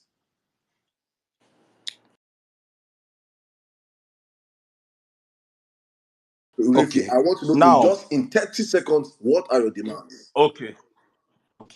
Now, that is another problem that we have Not we have. because What are your demands? no, No, I'm taking. It's a just say business. I'm going. It's a no. Let me. I no, please. It's not. If Refi, wait, Now, okay, wait, wait, that's wait, what I'm please, trying to answer. please. I will allow you go on. I want to narrate this because I want everyone that's coming up to also focus their submissions and wrap up with their demand. It's a personal choice right now. Solutions, right? Yes, I want to know what are Exactly, your demands. exactly. If you're hitting the street tomorrow, why are you hitting the streets tomorrow? Let me know, please. Thank you. Okay. Why I'm saying that is a problem is because when you look at the Kenyan protests, it was Ruto must go. Even if we are And when Nigerians, you tell me your demands. relax, Forget no, just allow please, me please, land. no, no, no, no, no, Allow no, me no, no, no, land. no. Let's not do You are this. going to understand. Don't worry. When I land, you will You understand have what I'm 30 saying seconds to clearly. land. That's why I want you to just go straight, Okay. please. Okay. Now, why Nigeria's situation is different is because we have a Shetima as vice. We have Akpabio as the Senate president. So we cannot actually say Tinubu must go because the truth is that Tinubu has to go. But then what is the alternative? Only if your 30 seconds So is at up. the end of Simple, what I leave want all this is a English. complete Tell me what you want. what Why? I want is a complete reform. What I want is a complete That's reform of the Nigerian institution, thank you. That which and should start by first of all Tinubu sacking his entire cabinet, or maybe 99%, because I cannot actually pinpoint any. There's a whole list of what has to be done. please, Irefi, If you as want, you wrap up with this, please, I will love you to please on the comment section, please post your demands. Articulate all it right. down on the comment section. Let people be able My to. own demand: scrap the Senate, leave only the House of Rep, and every elected official goes to minimum wage. That is really what Saddam is asking you. Just tell I me hope your you demands. understand. Don't forget Okay. what people are. My demands is Tinubu must go. Don't you must not agree with my demands, right? But you Yeah. agree that we have to protest. Abi? Of So course, that's why I say definitely. let us state because at the end of this whole stuff, we are not yet protesting. We have to get to the point where we have a list of demands. If Okay. we have 20 people come up to say the same thing, your demands are like their demands, that means you are in the majority. So we can now start working towards your demands because your demands is what resonates with majority of Nigerians. Majority of Nigerians may not resonate with what I want. What I want Nigerians to hit the streets. Right? So I want also that we just don't come out here and talk and shout, and at the end of the day, we take nothing back home. Let us state our demands. Everybody coming up here, you want us to protest, right? Let's hit the street, right? Do you want revolution? Sowore just published his own list of demands. That is what we're Absolutely, talking about. What did he say? Did it's he like say they should arrest him 80% first? nonsense and half of obedient talking points. Did he say they should arrest him also in his Just demands? free Nnamdi Kanu and some one or two. Anyway, I'll post it on the jumbotron. All right, thank you, Rafi. Please, my brother, I really want to because I know you're very articulate, but let's please put it in writing so that we and everybody on the comments in the listeners, please. We'll do that. We'll do that God bless you, immediately. my brother. Please, if you're in the listeners and the mic is All not right. getting to you yet, please be patient with us. We have over 30 something people requesting for the mic now. We'll have to make sure everybody comes up here to speak. And please, I'm going to try and limit the submissions to 4 minutes so that we don't go all rambling.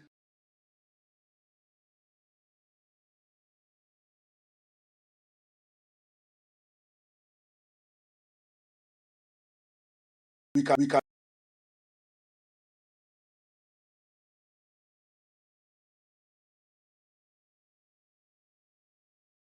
make these tweets with your demands with the hashtag end bad governance in Nigeria. Very, very important. Thank you very much, my brother Rafi. I'm going to drop you and bring you back up when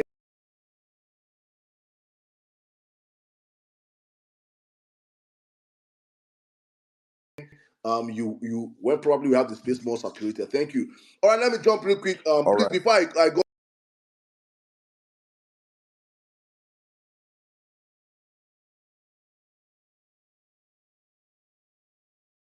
you can hear me. Please unmute your mic and you have the space in 3 minutes. Thank you very much.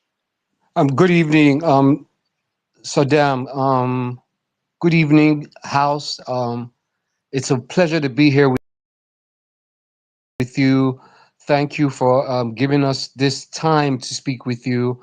I will not keep much of your time because I see that we're having very be exactly why Nigeria is where it is today. And the third thing will be our candidate for the LP, Barrister Olumide Akpata. On my demands are simply this: the INEC chairman, Yakubu, and his entire team need to resign. Yakubu and the INEC team are not fit to conduct any election in this country. How they can still have a job and how Nigerians can still listen to anything coming out from the INEC office is mystifying to me. So that is my priority. I think Nigeria cannot even move forward with these same individuals in INEC, operating INEC. It's impossible.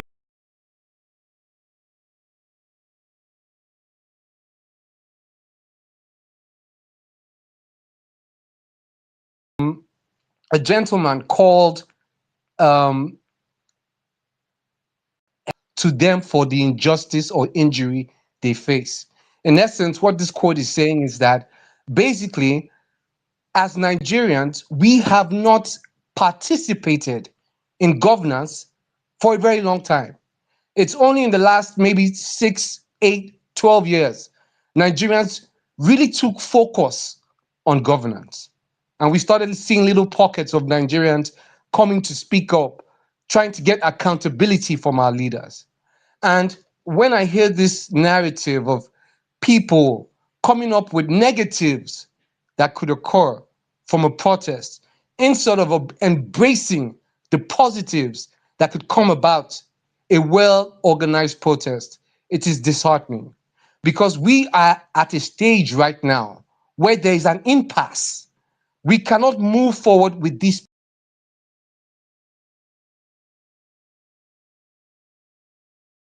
people.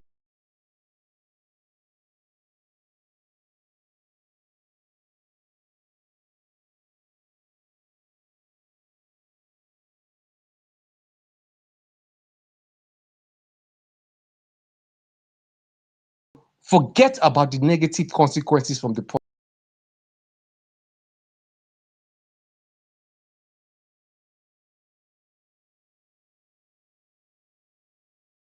protest and forge ahead.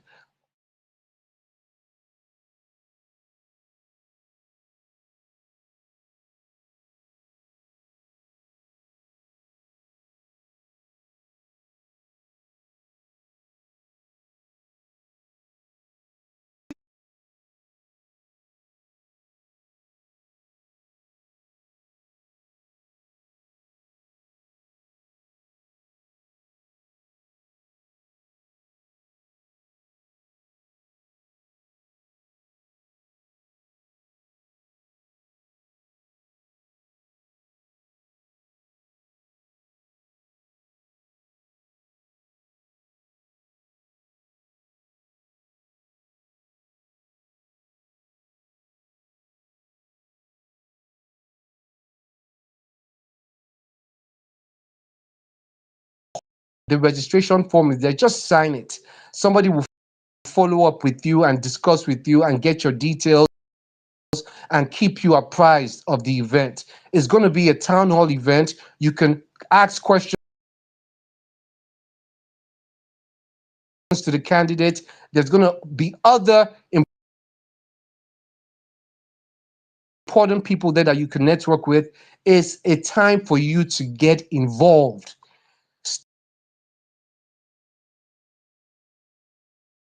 Believe it. The elite are working twice as hard. These people that hold power, they are working assiduously to.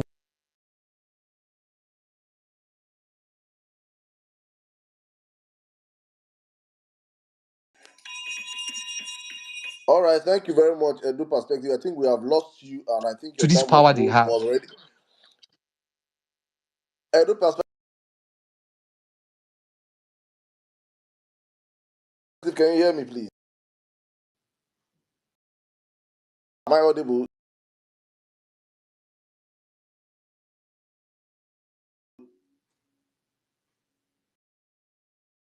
Can anybody hear me in this? Am I? Yes, we can.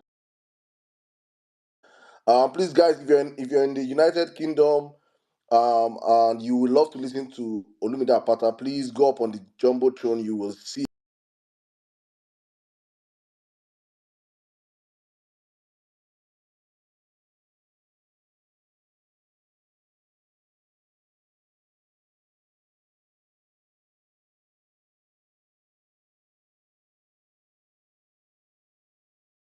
27th of next month, right? Of this month, sorry. Thank you. All right, we're gonna go on real quick to the next speaker. Thank you.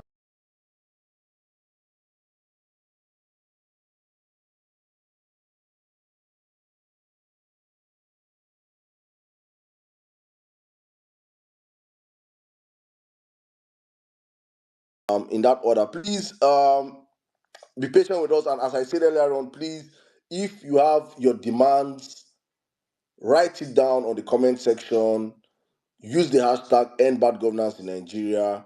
We're going to be following up those hashtags, and probably when voices behind start collating demands, we can use that hashtag to get the demands and put it out there, because it's very, very important. For me, my greatest aim, why I want Nigerians to really come out, is because of the audacity of the political class of Nigeria.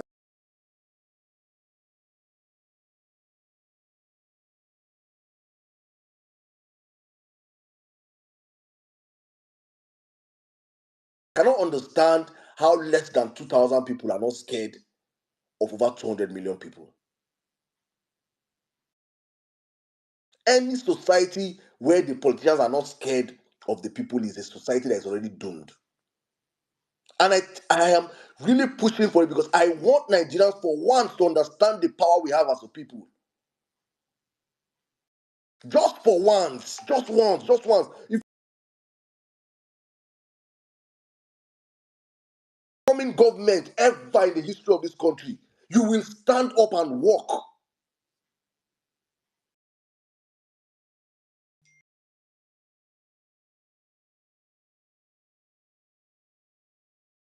Stop wasting our time, please. If you steal your way to power, you will walk. If you're elected by the people, you will walk. You must walk. All right, thank you so much, Adam. Good evening, everybody. Good evening, Sizu. Women in Nigeria, good evening. Good evening, everybody on the mic section. Thank you so much for the opportunity to speak on that.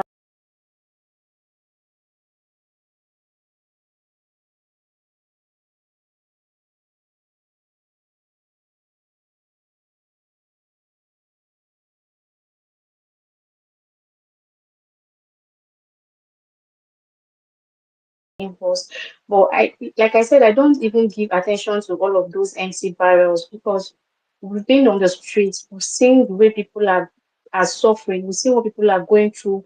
We get first-hand information from the citizens on ground, not all these noisemakers on Twitter, on social media, that they don't even have anything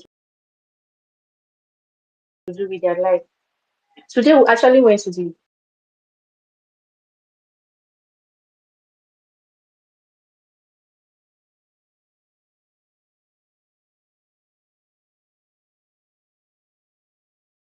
now. What are your demands? This is a question I was asking. What are your demands from the federal government? You need to hear these people. These students, their demands is a lot. We have videos of them. We recorded the videos, which we're going to put together and also post it. These students, they don't need this. The increment of school fees had made some of the students to drop out from school. They don't have enough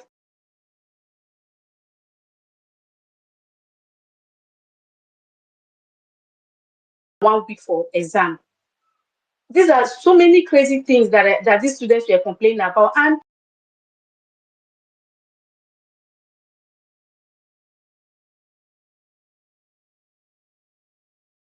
you see a lot of them, the moment they see this,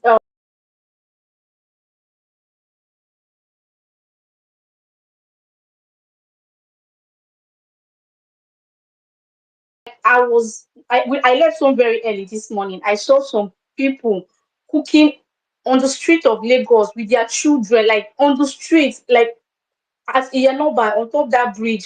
This is where people put canopy. This woman with her children. I recorded that scenario.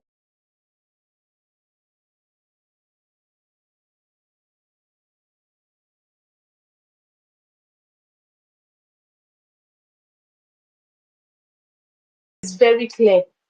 We want to reshuffle all the whole people on that seat because they have ruled for how many years? Nigeria is still the same way it is. So I think my demand is that if all of them must go, they should just leave that seat because I don't see what they are doing. They're just sitting on our destiny, on the destiny of our children. So the whole thing is so tiring. And I want to urge us to stop giving attention. I keep saying this thing. We should stop giving attention to all of these people. Anytime you see any space that is going to kill your morale, don't even attend that space. If you even see a post that the person is not even, because the moment you start giving them less attention, you will see that they don't have any other thing to do. So I think it is high time we start the post, they comment on my post. I'll just ignore their post and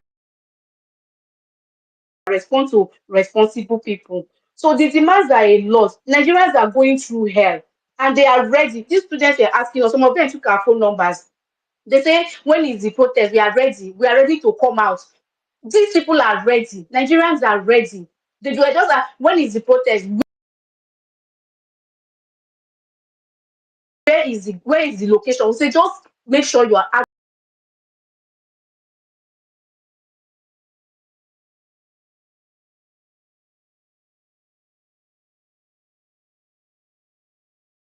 Nigerians to know how they are feeling.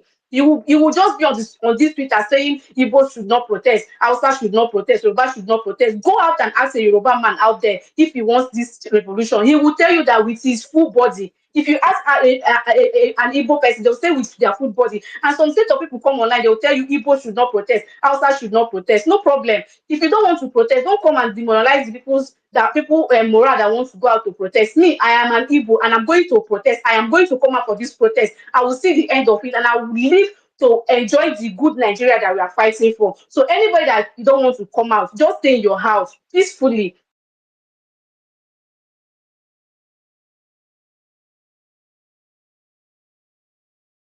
But don't come out on Twitter. But don't come out on Twitter or any space and start killing people's morale, telling them, remember what they did.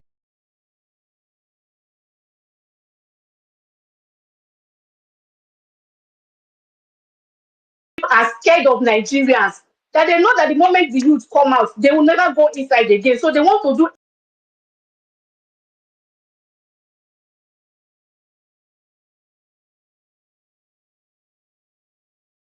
everything possible not to bring the youth outside.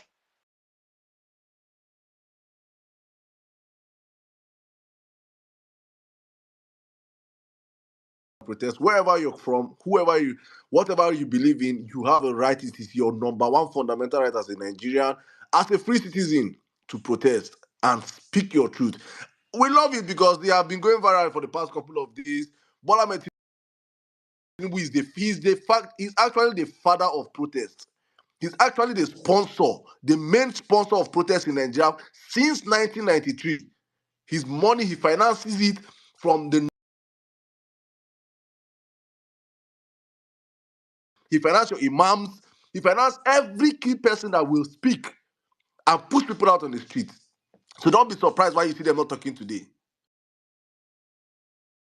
Don't be surprised why you can see the Soyinkers of the world that were key protesters not protesting today. Why your pastors can come out and comment on events happening in America and quiet of what's happening in Nigeria today. He has been financed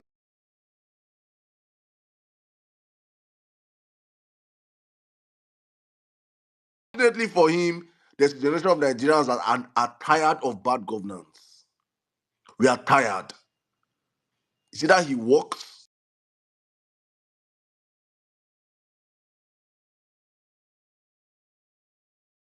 I'm bringing to the conversation right now. I think from Victor, we'll come to Onimale.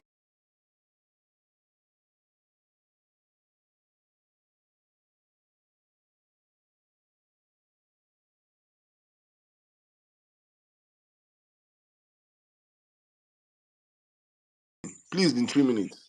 And please state your demand. Good evening. I really wish I can do this in 3 minutes, but I'll try and wrap up as soon as I can. First, my demand is somewhat close to what Sizzle said. Is actually to scrap the Senate. Nigeria can do with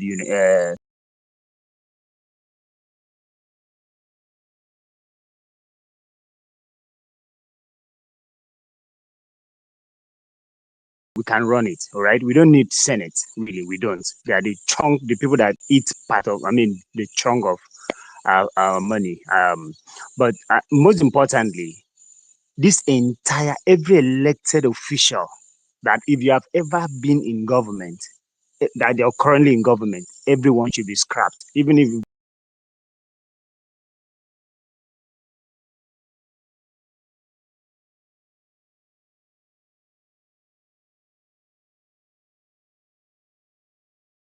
in particular is because a lot of Nigerians do not understand that it is the only way. If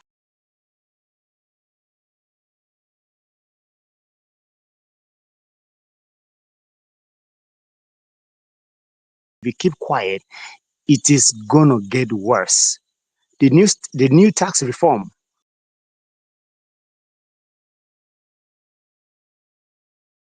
they will reel it out very soon. So it's gonna get worse. What they are trying to do now, Tinubu is a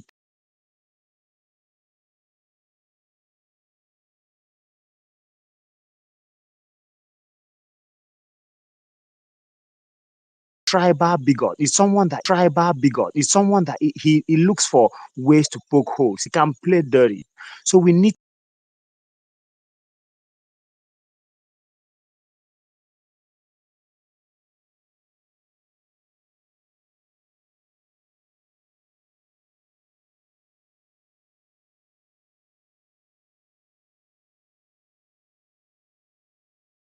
to plan properly.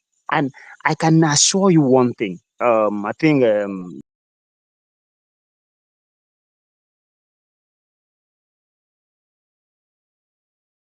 make that movement was there. From the charging point to food to everything, logistics. So they were shocked that youth can pull that through. So guess what? That unity is what they're afraid of. So what they're trying to do now is to throw the tribal sentiments and the North to North protest, the Lady Igbo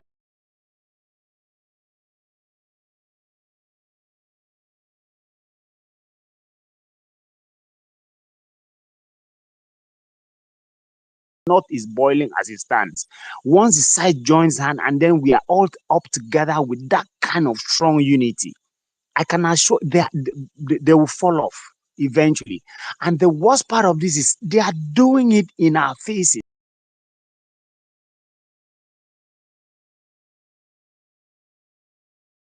You're going to do, and he doesn't have anything more better to offer. Sincerely, Tinubu doesn't have it. You can't give what you don't have. So the point I'm in driving this home, every youth that actually mean well for this country, once everyone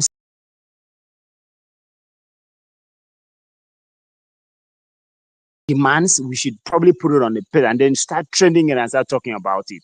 But the bottom line is there is nothing more.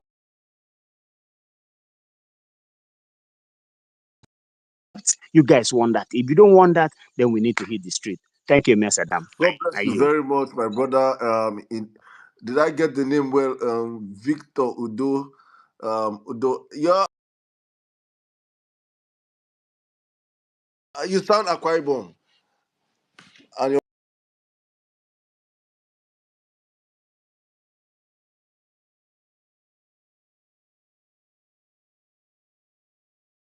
First demand is to remove Akpabio. You want him to fight you? Let him go. Let him go. More men are fighting for Akpabio here. That is good. I want It is beautiful. Please go on.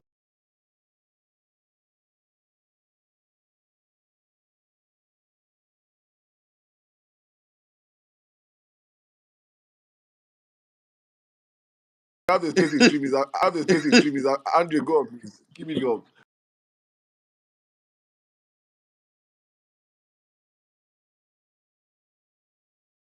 can see figures coming out that was given to keep a lot of people short, and more figures will still be going out. You can see someone who is from my side.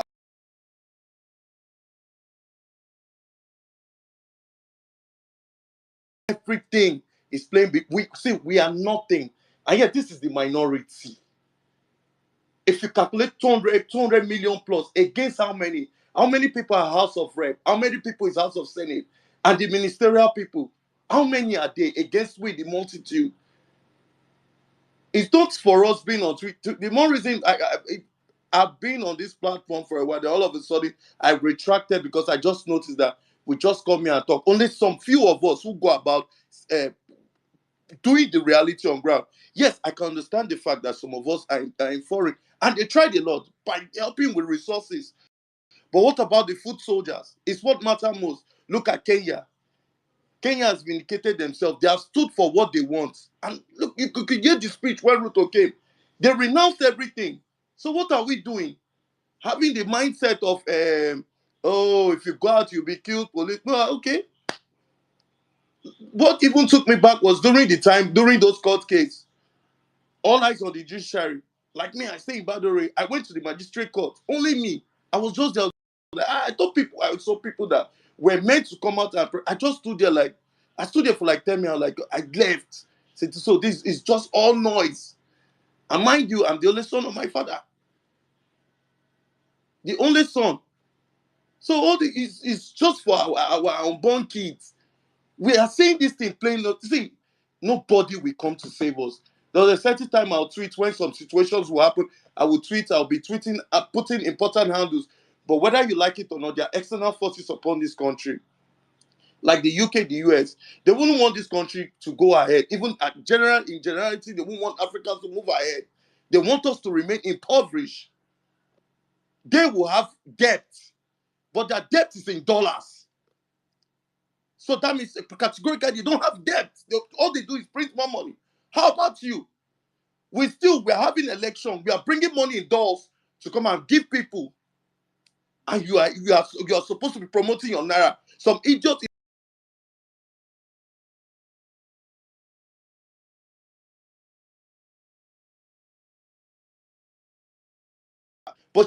But shows are too bad. Most of them, some of them are in the foreign land.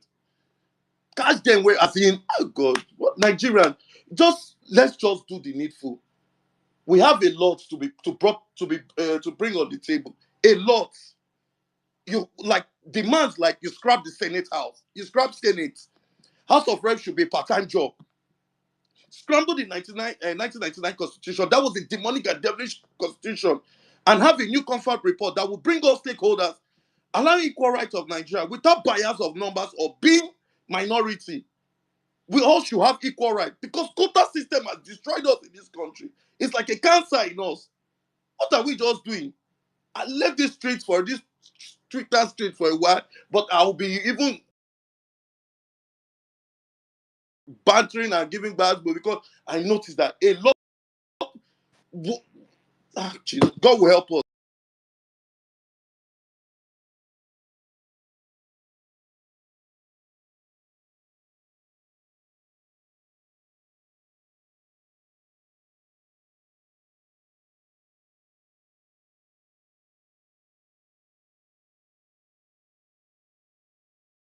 for their crimes.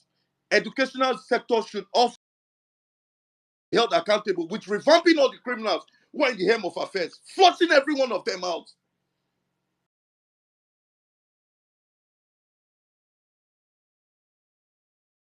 Look at most of all these people, they are living in the same climate. They know what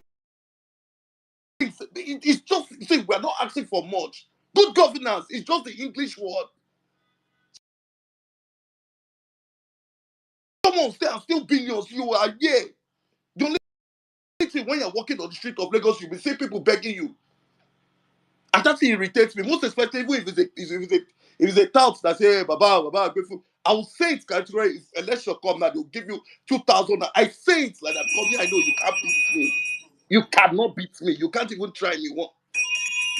Please, I yield the mic, Emir Saddam, please. Thank you very much. God bless everyone on the space. My brother Andre, And thunder fire all those Ecuadorians too, with every other people thank you very much. that wants to destroy this country. Thank you very much, my brother. Thank you. I think the space is massively being attacked, but that's not a problem. It is normal. What you expect when conversations like this setting, because I say this all the time. The greatest fear of this administration is Nigerians uniting and saying enough is enough. I'm just going to read something real quick before I jump into the next speaker. I saw an infograph on social media, and I think I had to jump on it, and it is simply titled "This is why you suffer. This is why you still suffer." But I like putting all of us inside the same box. This is why we suffer as Nigerians, because suffering they touch every single one of us, and it starts with it's a chronology of events, just few events that have happened in the past 1 year under Bola Ahmed Tinubu. May 29, 2023, subsidy is gone. Meanwhile, he kept paying subsidy in secret. Subsidy is gone because he was forced by the IMF. These are the people that control him. He's a puppet of the Western imperialists. They control him because they are in possession of all his criminal baggage. If he messes up, they will release everything. So if they tell him to peace, he will peace. Tell him to sit down, he will sit down. And they told him, remove subsidy. And in day one, that was what was signed. He said subsidy is gone. Meanwhile, behind the back channel, he was still paying some subsidy because he wanted to deceive IMF. And he successfully deceived them for like 5 to 6 months till they found out, because if he had removed subsidy originally as it was stated, as we speak right now, of which he's going to do in the next couple of weeks or months, except our protest, which is going to make sure he takes it back. The real landing cost of a liter of fuel in Nigeria is above 1,000 naira. The real landing cost. So for you to be buying fuel at 700, 800 is because it is still subsidized. These are the truths he did not tell us. Day one, subsidy is gone. From May to October, he bought 66 billion. He spent 66 billion for SUVs. Buying SUVs for 150 million naira each for senators and House of Rep members. Why Nigerians were suffering penury. November, he spent 5 billion on the presidential yacht. See kidnapping going on within that period. All these things were happening under Bola Ahmed Tinubu. No comment, nothing done. It was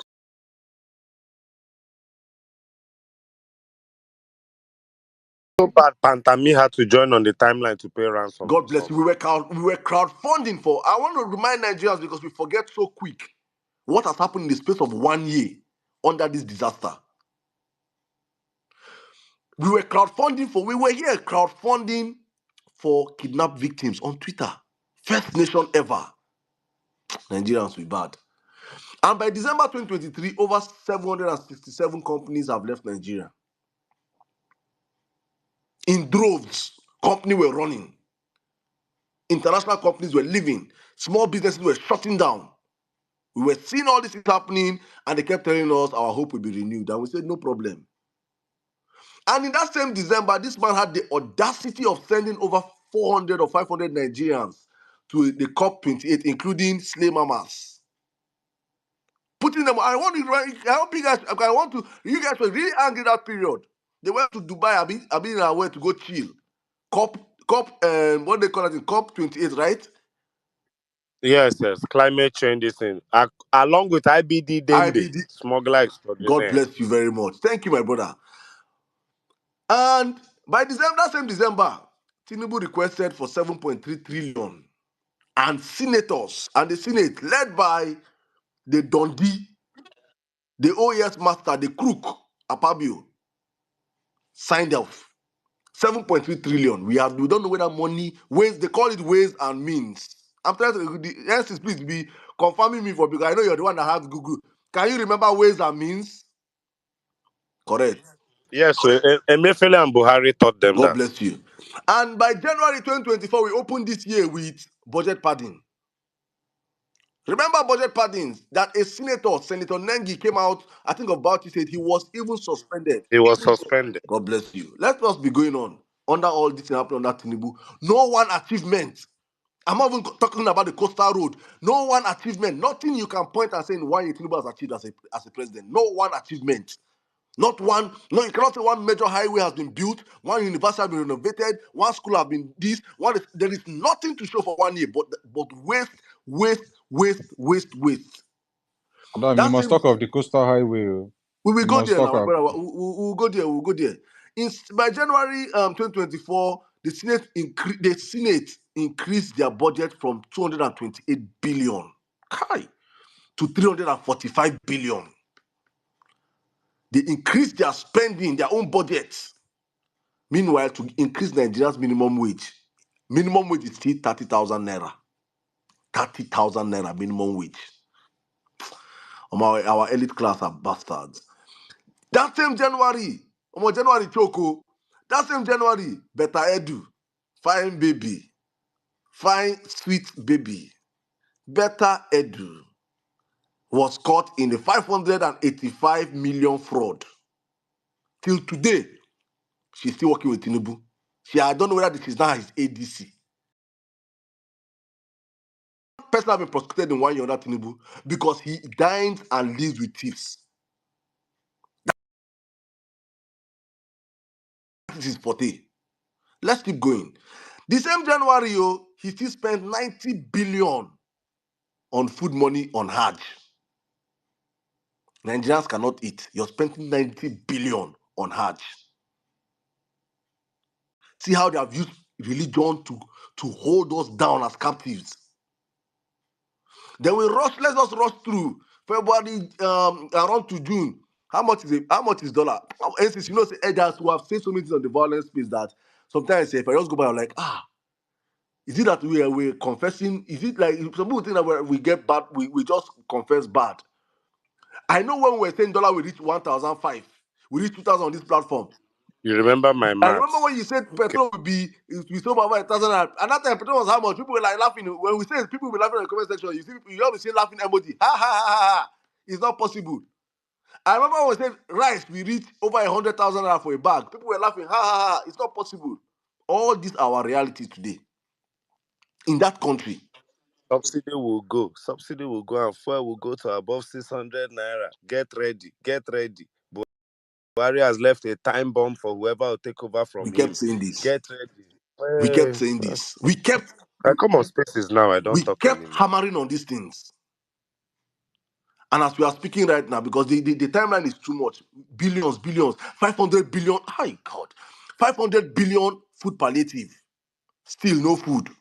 As of June, just last month, they said they spent 500 billion on food palliative. That's probably the 2020 trailer of rice they gave. 500 billion.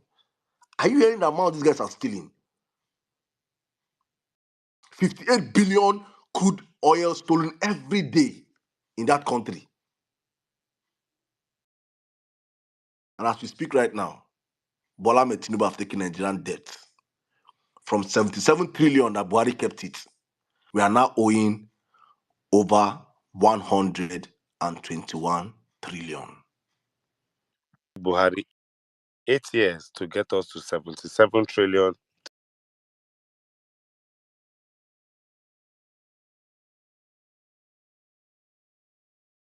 Tinubu has doubled that in 1 year.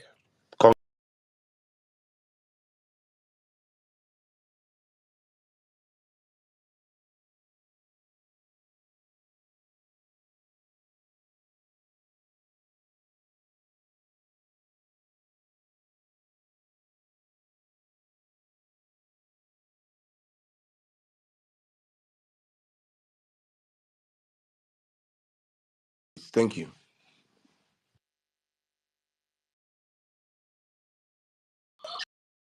Onimali, are you there? Yeah, I'm there. Can you get thank you, Saddam, for the first time I talk.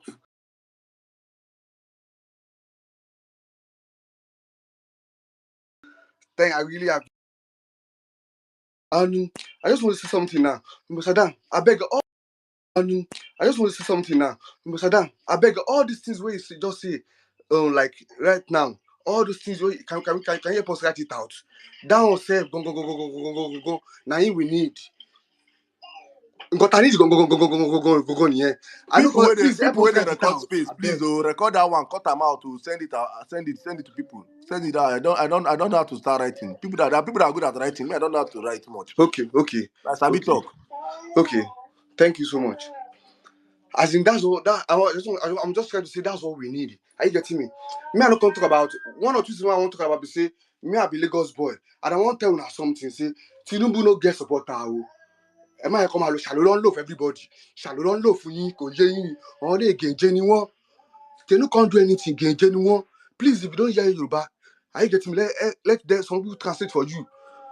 Genuine. There be 19, real life 19. See. December I put him 1,000. Next year, yeah, I'm a pogon. I got it once. See, you don't get one supporter like this. See, make I tell you something. There's so many difference. Make I tell you, during Buhari time, Tabani Buffet protest last one. I'm saying, I'm going alone, you know. You be my daddy, wow. I want to one bed. Talon daddy for Tinubu. Asari go to loan by a gun. Asari to loan by a gun. Asari to call a year. You know, Sherry now. America Sule wọn bá yo ọdà ọmọ kò sí ṣáàdì bọ́ ọmọ yẹn pa wọn Kenya náà bọ̀stì náà Sule nǹkan tó mission wọn sì ń lọ lórí mission wọn náà kò sí òun náà sọ pé justice is not serving alakai ẹni tó kú máa bẹ́ẹ̀ ni iṣẹ́ mi máa gbàgbẹ́ gbàdúrà kó tó travel nǹkan tí Nàìjíríà náà ní amálájì dúró tì náà ni tógún ti jà amálájì dúró gbà padà lọ́wọ́ wọn náà ni àwọn àlè máa lọ báyìí o. We can't be going on like this. Make I tell because see, ṣé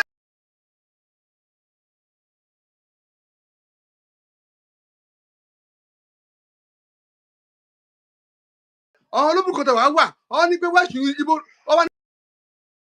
should Igbo join protest? Abeg make me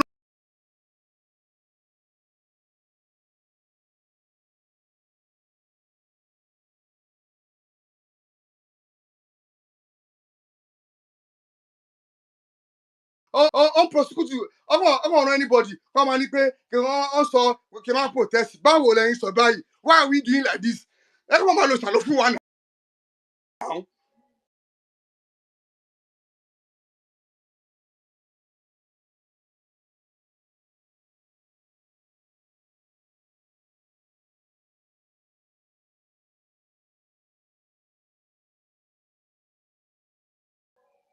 Ẹ kí wọ́n máa lo ṣàlọ́ fún wa. It's time to do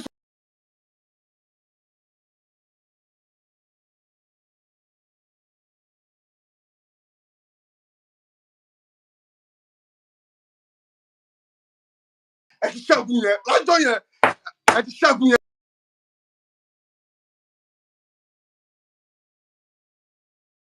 Lọ́jọ́ yẹn kò sí yàn bẹ́ẹ̀ any day wey dem throw that tear gas. Kí ọ̀rọ̀ wọn ni. They no get now make I just chop out. They no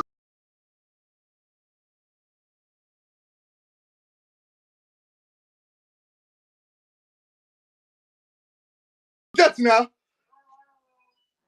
Ẹ máa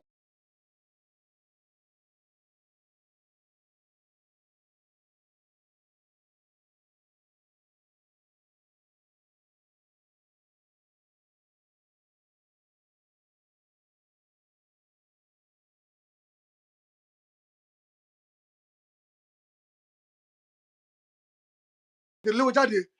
And now people what Yansin, people where they are abroad, what they send you £200 kò ní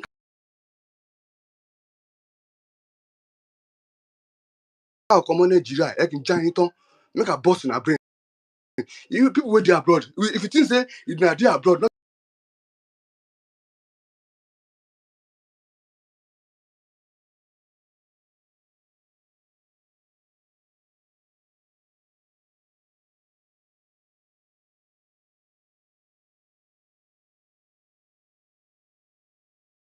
I don't do that more. They do more familiar. Oh yeah, familiar. I don't do that more. They do more familiar.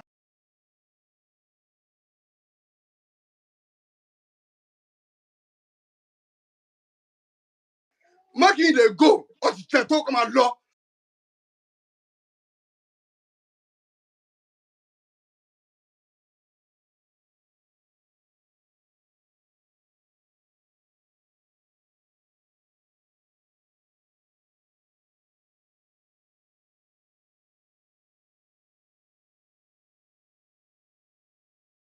I think one thing again. I want.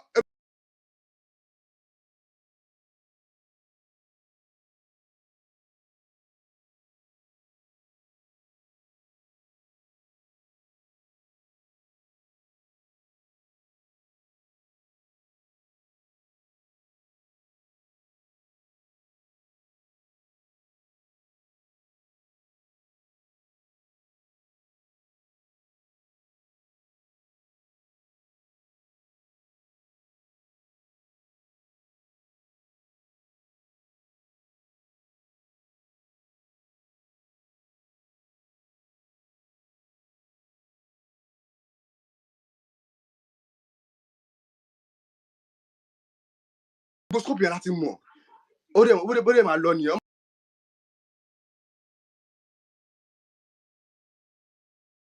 I'm gonna let everybody let it.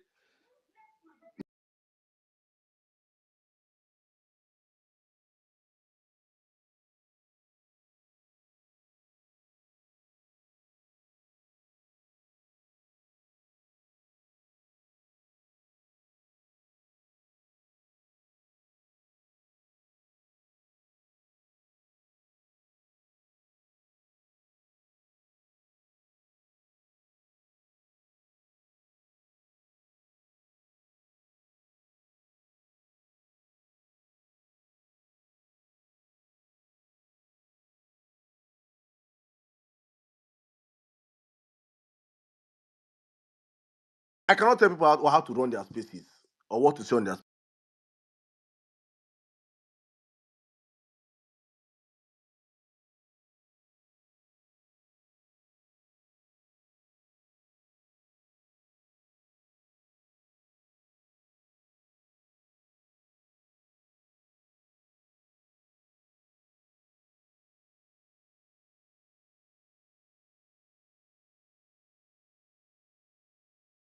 Spaces. But one thing I will not do, I will not join.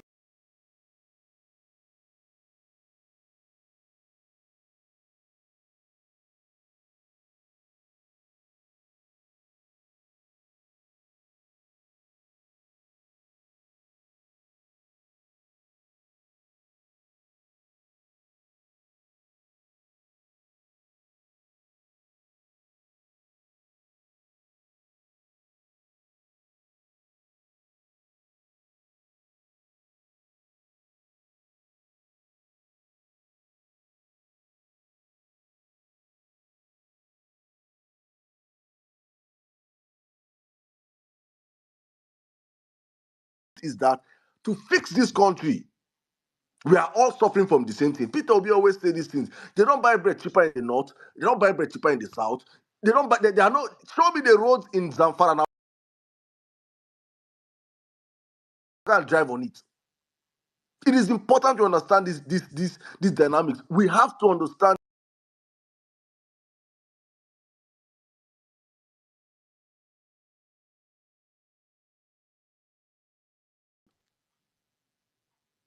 and that is the only thing he has to play.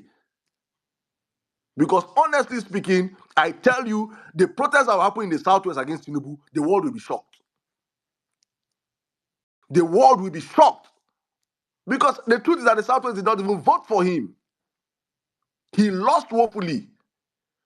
And 1 year later, his ratings in the southwest is worse off than it was before the elections.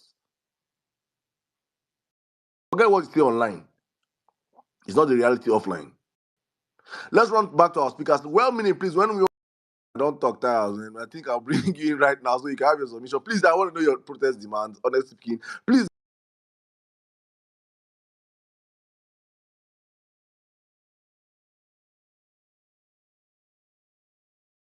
Guys, also go in the comment section, use the hashtag and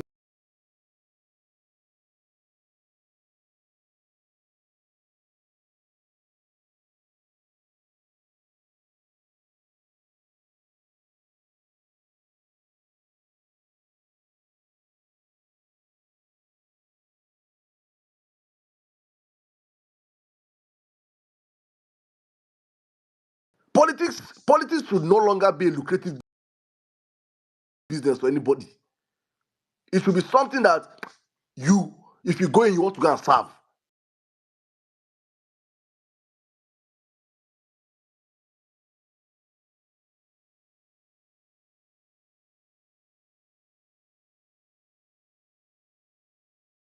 You'll be opening in 4 years, you have companies in abroad, and Nigerians are suffering. All that nonsense has to stop. Well, Nigeria, please come in right now. Thank you very much. Yeah, I good. think let me take an order of speakers for you so you can understand how we are going from here. I think from now we're going to take a lady, so we'll take there are two God's wheels. So you take the first God's wheel and the male God's wheel, then you take a lady, Hey Franny, up there. Then you come to Alien X, then Osaro, then Kolade, then Ambassador Israel is the last to come up here. Thank Oh, you. okay. Uh, all right. Thank you very much, Saddam. I mean, and good evening or good night, good morning, good whatever time it is on your end to you. I actually, so I've been having to do some tasks like that. It might be difficult for me to multitask. So, but I've pretty much listened to the conversation from the beginning. And let me just, say hi to everybody on the space again. I know normally I would have said repost the space, but I will say it again. It's important for you, if you are part of this space right now,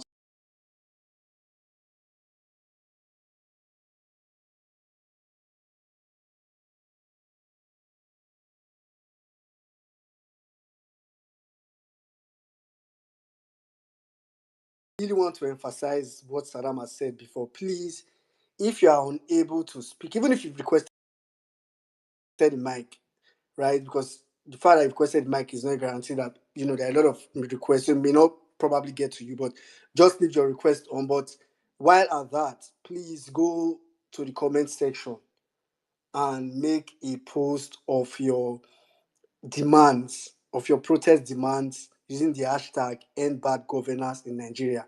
Please go and do it. And if you are a listener, you don't want to also come up, go ahead and do it. It is important because this space for me, I think is going to be a reference space. It's going to be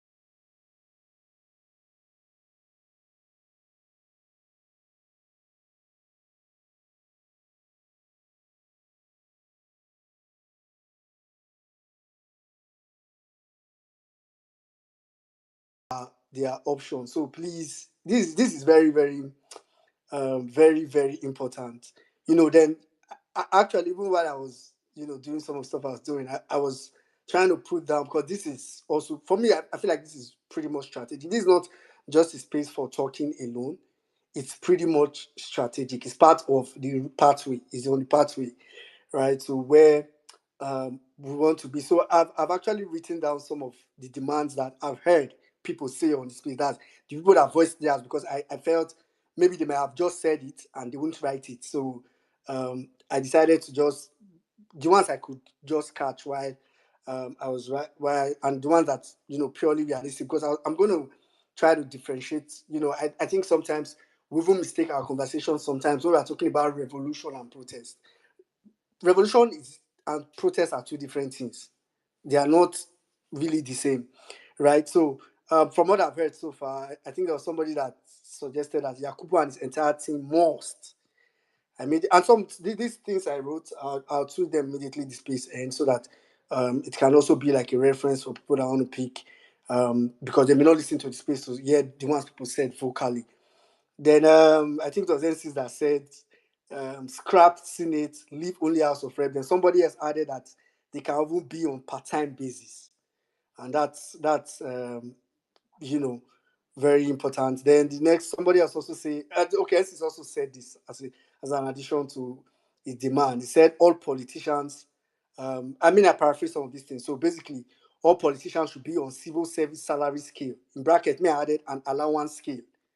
They must be on civil service. So if by civil service scale, presidency, someone that is president, which I don't think a president can be more than level 12, because I think for you to pass level 12 or something, you should have more than WAEC. I don't really know that scale, but believe me, if that's the case, then who is level 12 should be level 12, who is level 14 should be level 14, and collect that salary gladly.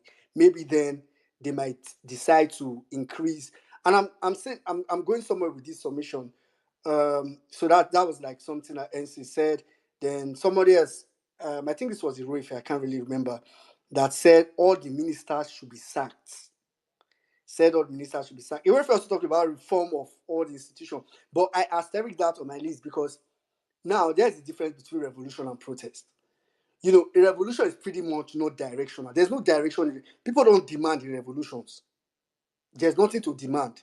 You only demand in protest because there's somebody to answer. Because the truth is that if we are going to start protesting, which the truth is that we don't also have any other option, since nobody is, really, even protest, most Nigerians have not been bold enough or courageous enough, let me put it like that, to want to protest. So I think revolution might be a fairy. But the good thing is that, it could start from a protest. A revolution can pretty start from anything.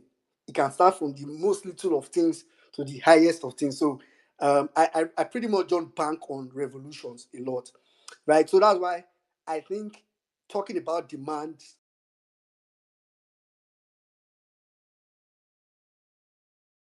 and they will need to demand something. And now here's the thing, when the problem a lot of the time is that as people,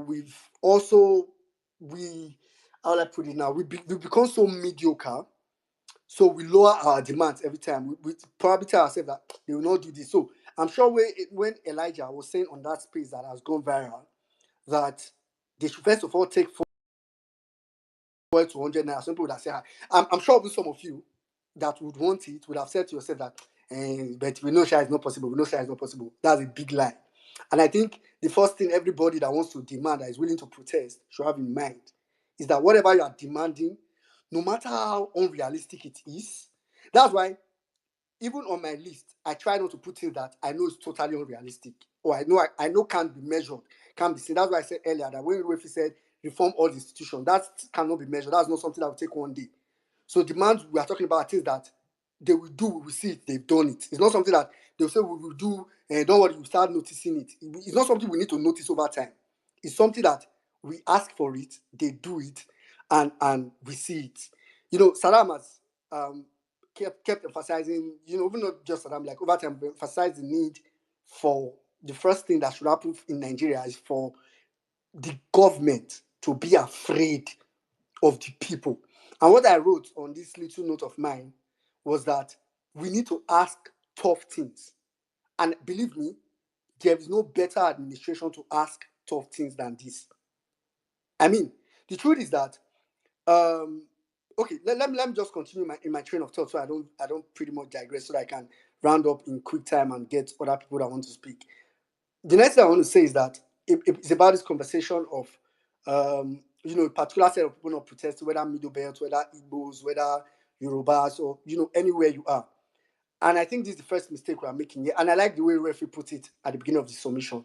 First, you will be a proponent of the division in Nigeria. And I think we've emphasized it a lot. The only person that benefits from Nigeria's division is the political class. You don't benefit from it. I wish you benefit from it, but you don't.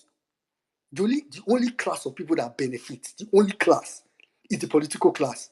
And that is irrespective of where the division is coming from.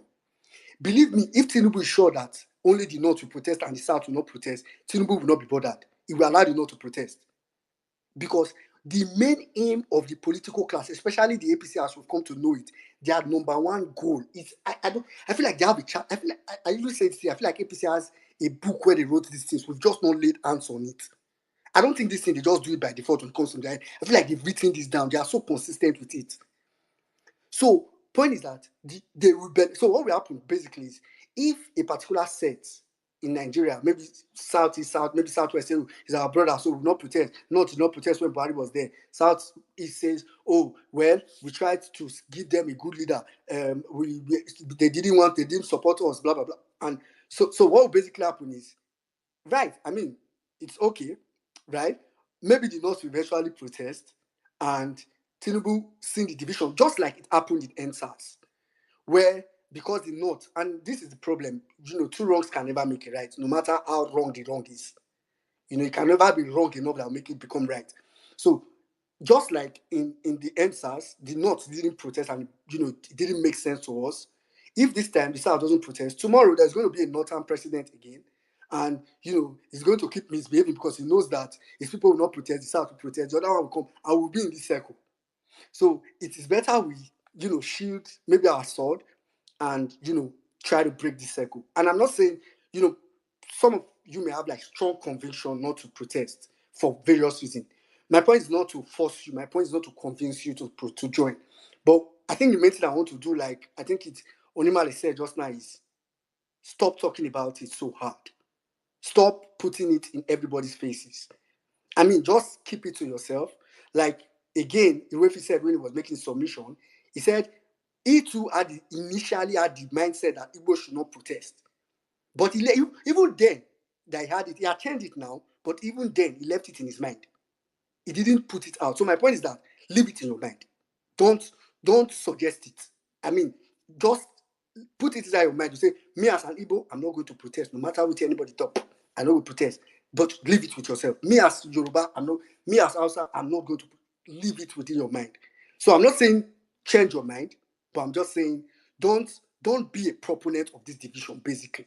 Because the moment you become a proponent of that division, you are, as far as I'm concerned, you are working for APC. You may think you are obedient, but the way I see you, in my eyes, I see you as an APC stooge.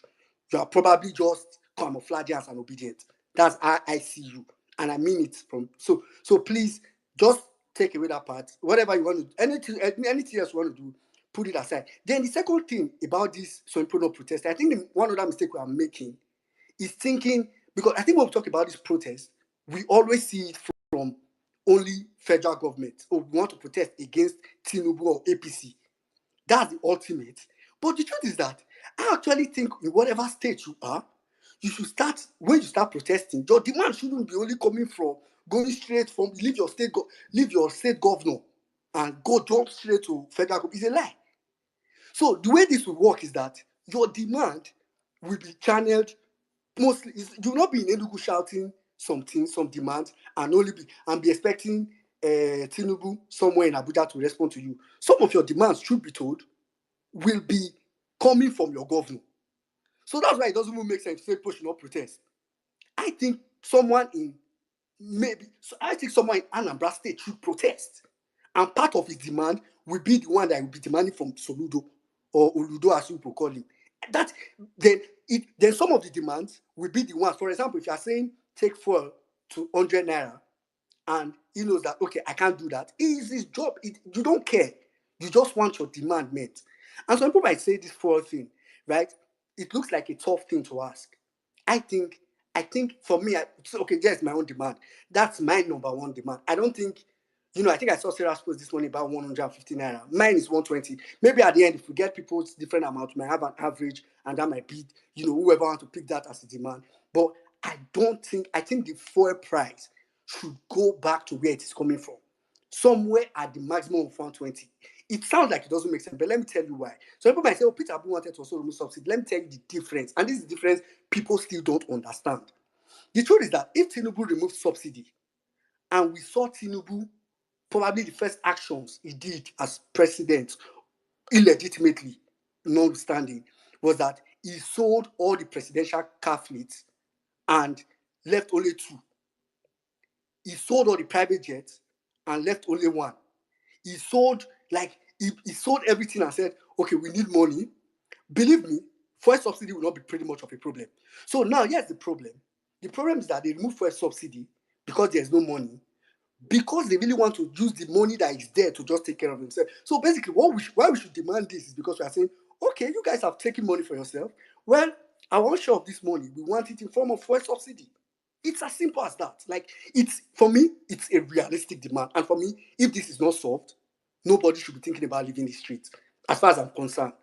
If fuel cannot go back to 120, then we should forget about it. Maybe that's where the revolution will start. That, for me, is a principal demand. Then, there are some other demand I was, I had written down.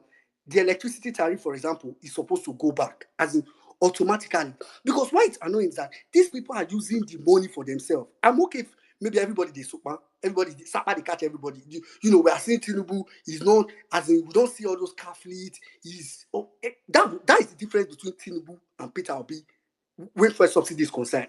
The truth is that if Peter Obi had removed fuel subsidy, of which he has said he wanted to remove only 50%, but I can bet you that Peter Obi would have removed fuel subsidy, we will be seeing him, will be pitting for him.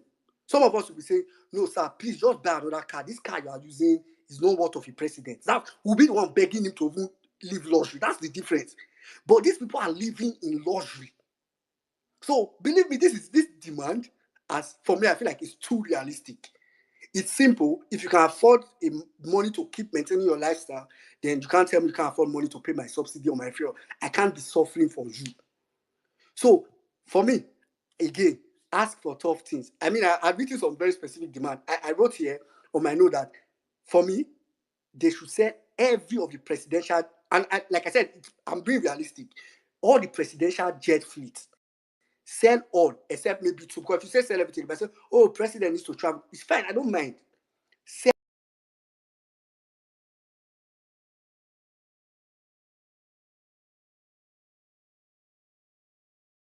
the cars in his car fleet. Then every of the police, every of elected official, every elected official except maybe the president, vice president, governor, deputy governors, every other one should not have any public security detail. Every of our police, army, whatever, should be deployed everywhere all over the country to go and protect the country. So we want to see that from today. If you are a senator, you like security so much, take from your salary, hire security men. If you really like, you want to be secure, you don't feel secure, take from your salary, hire private security. In fact, that will boost the economy. Because if senators and House of Reps start hiring private security, that will become job for people. Some people will start opening private security firm. But all our police, whatever, every security outfit, aside from president, governor, every other person should not have a security outfit. Every security outfit go to where there's insecurity. Let's start dealing with this problem. Maybe if we go there, we might solve the issue of of food shortage and all that. So for me, these are like realistic. These are demands that don't hold back your demands. The way I'll just put it is, I like, and this is where I'm going to round up. I like the way I've been seeing this protest. Like Saddam said earlier, I've seen different approach. See, I don't even want to talk about, oh no, let's come together and have one demand. I don't think we should have the same demand. We cannot have the same demand. I think every state has their peculiarity. I think, everywhere has their peculiarity. I think every part of this country should be protesting according to what their demand is. Even within a state. And for me, the truth is that what I just want to see in Nigeria is multiple protests happening in different places. 20 people here, 50 people there, 100 people there. Some people might say, it's in futile. No, it is not going to be futile. Because at that point, let's see how, the police will be scattered all over the place looking for who they want to chase somewhere all over the place. So for me, first of all, I'm not going to push for, every group, let's come together, let's have the same demand, that's why I said on this group, on this space today, I want to believe that if you can gather 20, 30, 40, 100 people in your street, in your area, in your zone, to say, go out, go protest. But I will go find demands, what you want demand, based on what you get for this, what you need for this area. All of you will do it and go. Every other person will go. If at the end of the day, you come across another group that say, we have similar demand, we want to merge, fine.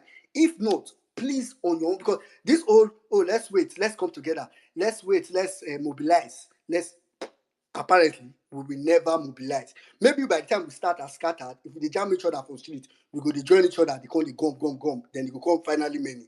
But for me, in summary, Nigerians should start protesting right away as soon as yesterday. As in, Nigerians should start protesting right away. Because at the end of the day, I know the solution, like I always say, the guaranteed solution to Nigeria's problem is a revolution. But because I can't expect it. I can't be here hoping. I feel stay here for revolution. Man go live, reach 90 years, 100. No revolution will happen for this country. But maybe, if we start from this point, there may be a solution. So on that note, I really want to encourage everybody again. This is a serious conversation. Go to the comment section. Any demands you have in mind, even if that's been written there before, put it in the comment section. If for those that are going to come up to speak, it is important for you to state your demand. I don't think there's no need telling us too much of the problem. I don't want to be hearing, oh, food is expensive. Hey, I buy Gary today. I think just be telling me demand, because me, I'm going to be writing as many that I understood and that I think is realistic. And after this space, I'm going to also tweet it in the comment section as those that spoke it and probably did not write it. So please, it is very, very important. So on that note, I'm going to continue our speakers for today. I'm going to start with, I know Saddam had said God's will, right? The first God's will, female, then God's will, male, then Afrani. No, we'll take it from there. All right. God's will, please go ahead. You have 3 minutes. All right, thank you very much. Greetings, everybody, wherever you're listening from. I bring you greetings. My protest demands. Fellow Nigerians, we can no longer have people parading themselves as leaders, yet have no single idea on how to create an enabling ground or environment for we, the citizens, to thrive in spite of our large human and natural resources. If Tinubu, with all the borrowings that is borrowing, Tinubu is borrowing in trillions and spending in billions. A country where investors are running away. A country where you are not producing anything. You are there as the president. You are borrowing in trillions. Instead of you to invest it, you are spending 150 billion on one private jet. Fellow Nigerians, una no know how many hundreds of millions when they inside 150 billion. You're using it to buy one private jet, a jet that will not bring any income, as in no return to the country, in a place where citizens are dying of hunger publicly. Insecurity. Farmers can no longer go to farm because our farmlands are no longer safe for them to go. You are spending 21 billion naira to build mansion for one human being in a country where some people are sleeping under the bridge. G-Mike is a world-known face. He slept under the bridge in Lagos before destiny smiled on him. In such a country, you're spending 120 billion naira to build a mansion for one person. You're spending billions of naira you are allocating billions to the office of the first lady that it's unconstitutional in a place where people are dying in stampede because they heard there's a cheap price somewhere. My demands are simple. If Tinubu and his cabinet cannot use their God-given brain to create wealth in spite of our large natural resources that God has blessed us with, they should jejely pack their loads and leave so that those who knows how to use the brain God has given to them can come in. For crying out loud, the monies they are going to borrow, now human being like them with one heads, now use their God-given brain, produce those money where they put for those World Bank, IMF that they are going to borrow. If those people were borrowing and borrowing and borrowing, there would be no money anywhere for anybody to even borrow. Because money no go there at all in the first place, let alone going to borrow anything. So that is my simple demand. And for you, my co-protesters and co-sufferers, This is the time for you to drop anything religion. Your religion is between you and God. Because right now, your elites in the north who are Muslims, they are living a good life with our money. My elites in the southerners who in the south who are Christians, they are living a good life with our money. If these guys can cooperate despite their religious differences, despite their ethnicity, why can't you and me, who are more in numbers, why can't we unite for once? Because we are both suffering the same thing. Why can't we unite as one and speak in one voice to make these people know that we are done with this? We can no longer continue as a nation. Please, please, please, and please, I am begging us, drop whatever that is dividing you from me as a southerner, and I drop whatever that is dividing me from you as a northerner. Let's demand and fix this country once and for all. Even you, the way if you say you go feed Jackpa na no easy. There is no money. Everything is expensive. So we have to put hands together and fix this country. Because even if you Jackpa, home and abroad, home is home. Thank you All very right, much. I thank you very yield. much, Rita. Thank you for that submission. All right, quickly, let me just go straight to Mr. Gosu. Mr. Gosu, what's your demand? Oh, okay. Protocols observed.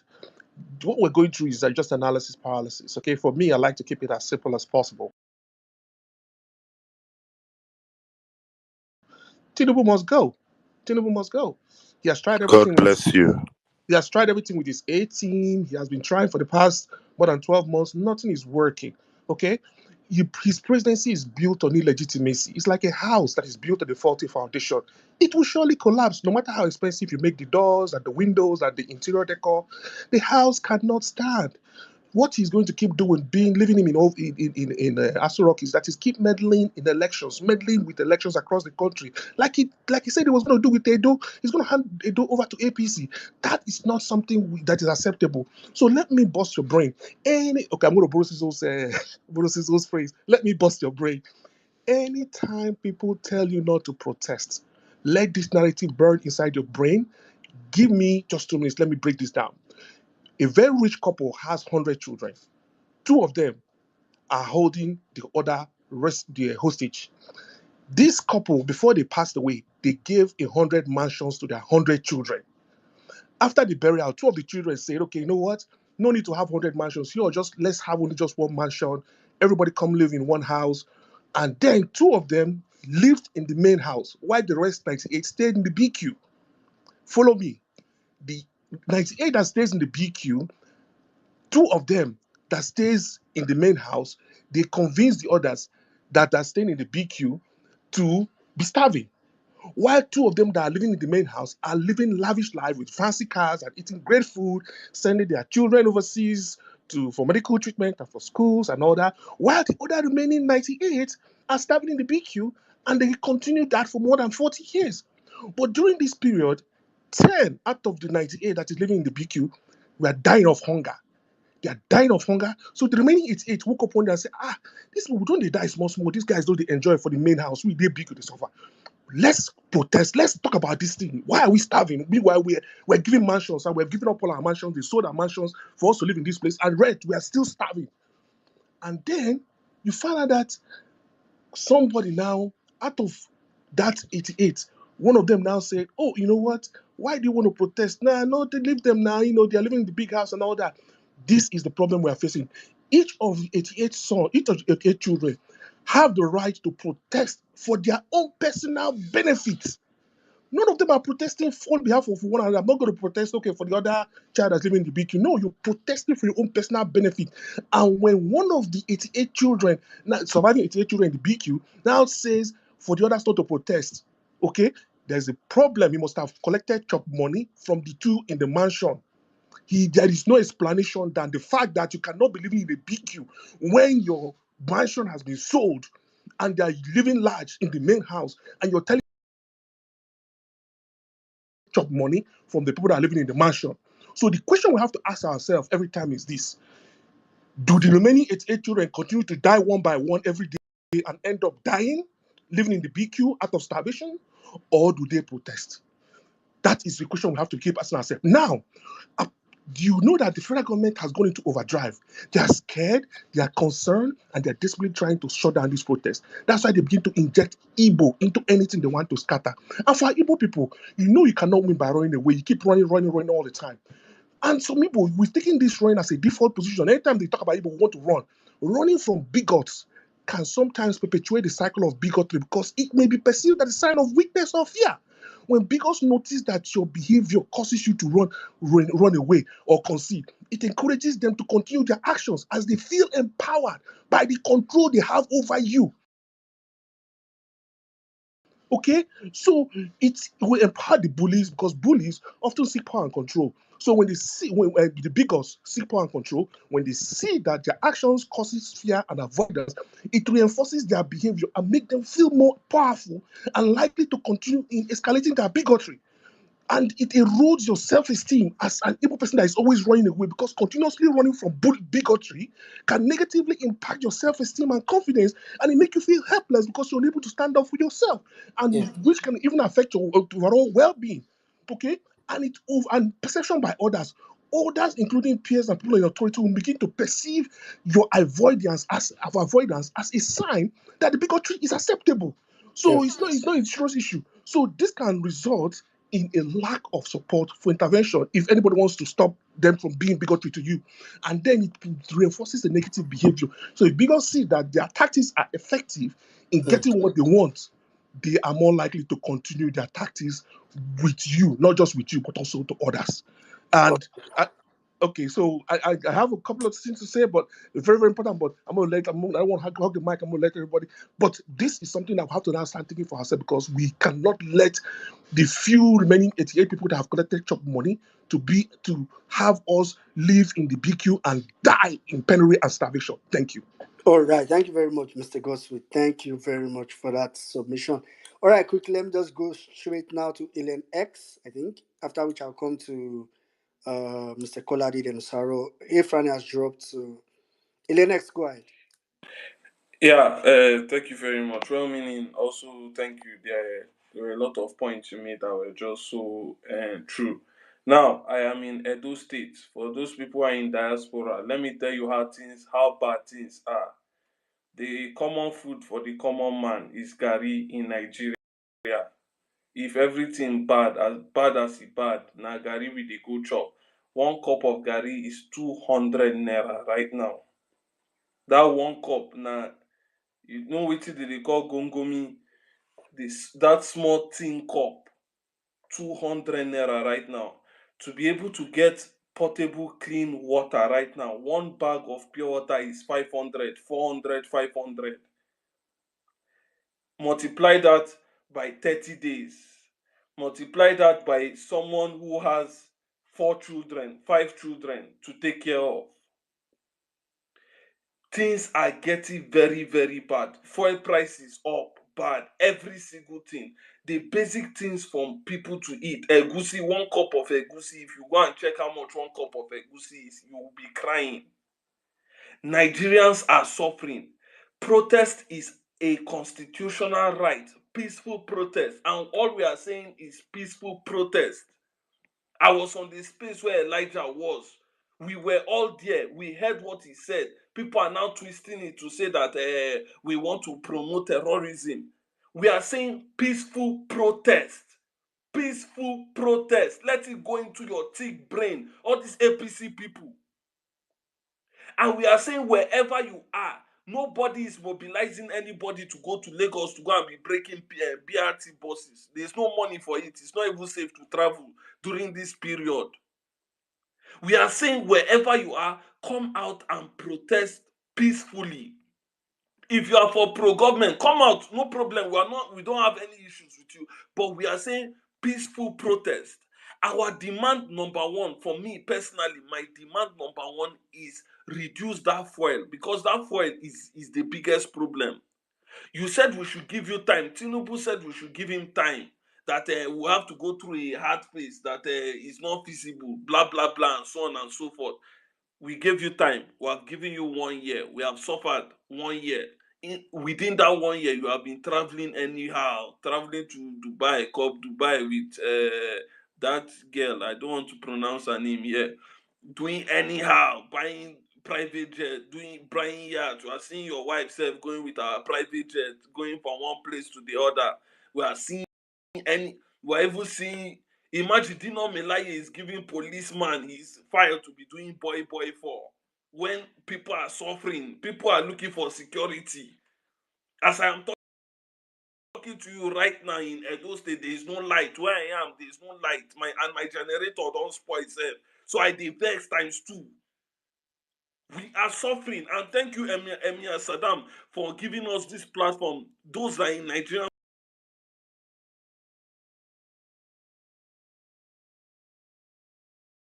go match, where you go match, so that you know go this thing. Shoe self go.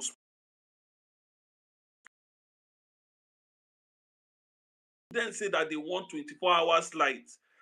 School said that it is an unrealistic demand, so everybody should shut down. Postgraduate schooling, the same Uniben, those ones say they have not seen their remunerations for how many years now, so they are shutting down. Everything is down. People are suffering. Please reduce that for it. Number two, I want electoral, in conclusion, number two, electoral reforms. That election reform, that is my number two thing. Mahmoud must tell us, after spending billions on what you call beavers or whatever technology, on the day of election, presidential election, it went up. Come and give us reasons why that thing had a glitch. You cannot spend billions or trillions of taxpayer money and then nothing. He must come and give us electoral reforms. How is the INEC president even brought in? I use the mic for All now, right. but for please foil and electoral reforms, and that minister of power should resign immediately. As I enter road, me they just resign. That guy doesn't even know how to define power All self. right. So I use the mic for now. All Thank right. you. Thank you very much. Thank you very much, Ellen X. And it's important for me to further emphasize this. Everything that we are saying, for me, I really wish I can just make a PowerPoint presentation of how I see this. The truth is that Saddam has been emphasizing something the political class needs to fear Nigeria. The way I see this, if we are going to protest, because for me, if we want to protest, the normal, we just come out, just okay. The kind of protest I'm talking about is a protest of someone that suddenly woke up and knows his right. Like he's not holding back. He's not. I'm not talking about. I'm not. And when I say hold back, I'm not talking about peaceful or non-peaceful. Truth be told, I'm not very interested in all those kind of. For me, if you don't want to protest, they not born you well. Make you tell me, say, oh, make I not come protest. Hi God, I beg go. They not born anybody well. Say, so I can't tell you, say, oh, like Elias was trying to do and say, oh, we are saying peaceful protest now. Please allow us to protest. We are saying peaceful. Please now allow you demand. If you don't, all this demand I want to go and demand. If you don't like them, go and kill yourself. It's not my business. It's the same right you have as cities that I have. I want this demand. As a matter of fact, if I was going to protest in Edo State, I would draw a list of roads and demands on a table and tell Obaseki in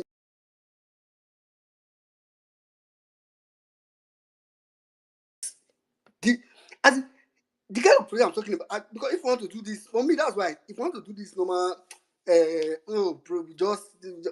I want us to protest from a place of we have our right, because the first objective for me, the first thing we gain from this protest is for the political class to know that okay, these people don't live vex, so that they'll be the one saying that some of these things that people ask, because what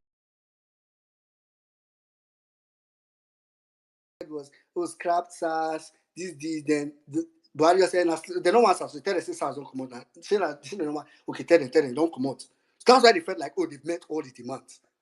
This one should be outlined. Like I should see it when you've done it.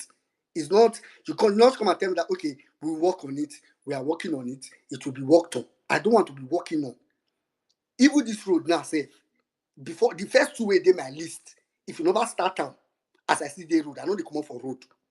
As I see the street, if you never start the two way they my May, if you want I put for July, the 2 road for July. If I never see people don dey work for those 2 roads, we know they come up for street. If by August don't come, you never start.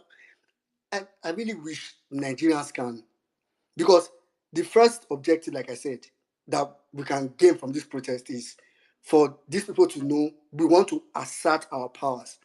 Then let them be the ones to say, this thing you asked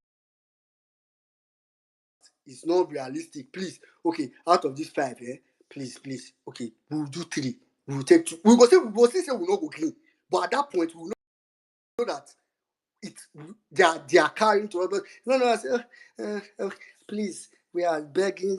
Oh God, I not be like I protest. I want to hear. Now that one I'll do. Maybe we just spend the first as we did. It has to be a protest based on vehement citizens' power, strictly. Anyway, quickly, let me go straight to Mr. Caller T9. Hopefully, before then, maybe Sarah will come back. Mr. Caller, go ahead. My brother, thank you so much. Let me ask Adam, I greet you. Sister B, I greet you. I greet everyone out there. I greet all the comrades out there. Well, for me, let me start by saying my own demands are very simple. I don't like no long story. Demand number 1, just bring down that fuel price to 100 naira. How you want to do it is none of my business, but it's doable. So just do it. Number 2, both the executive, legislator, and judiciary, they should be on minimum, as simple as ABC. So they too should feel what it is to earn what the civil servants are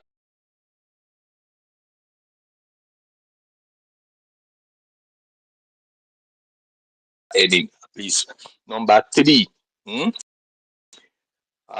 the office of the first lady, that illegal office that they are using to siphon money,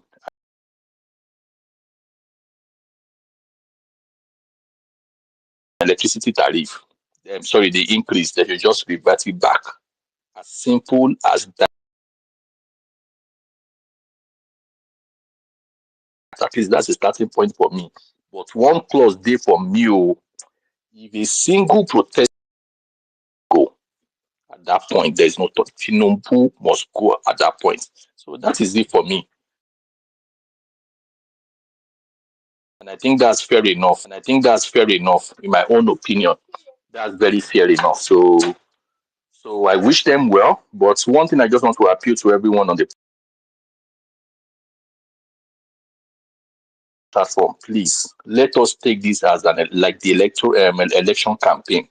Let us say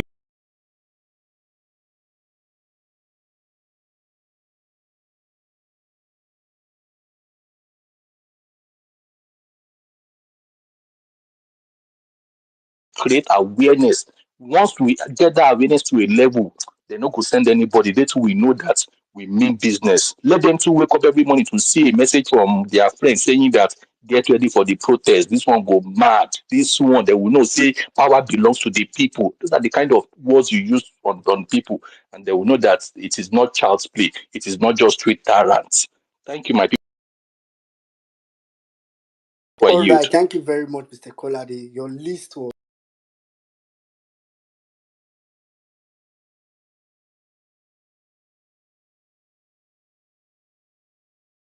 for me. I don't think any demand you think in your head, right?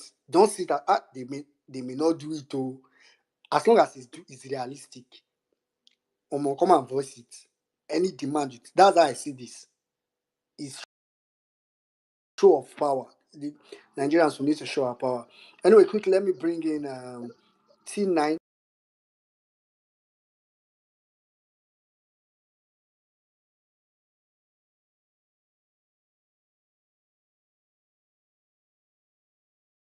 In the jumbotron, but there's a saying that in an unjust society,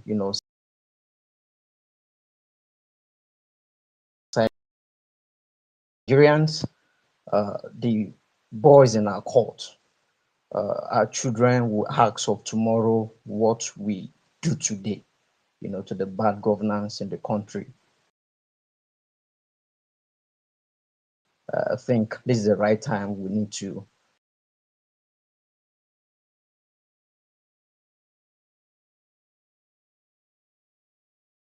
Do you mean in the comment section or the job? Yes, yes, yes, Okay, yes. okay. Or should I just go through it? It's just 10. I No, think I'm not no, making much no, this. don't go through it. All right, Yes, yes. all right, all right. Well, I'm glad because I wanted to be clear. So it's on the comment section. It's very important that this comment section today. Let's drop our demands there.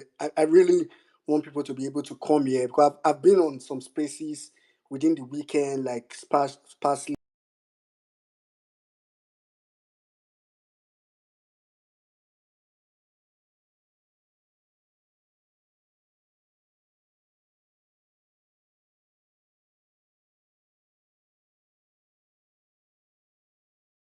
to come to this comment section of this space and say, okay, we visited some. Let's go and take some from this place. May this space comment section be expo for demands of what you can possibly demand for this. And like I said, it will vary across states and all that. All right, quickly. Let me bring in T9. After T9, I'm going to bring in Bankole. Okay. Good day, everybody. Good day, everybody. The host, co-host, and listeners and speakers. Thank you very much for this opportunity. Please, first things first. Anybody who tells you that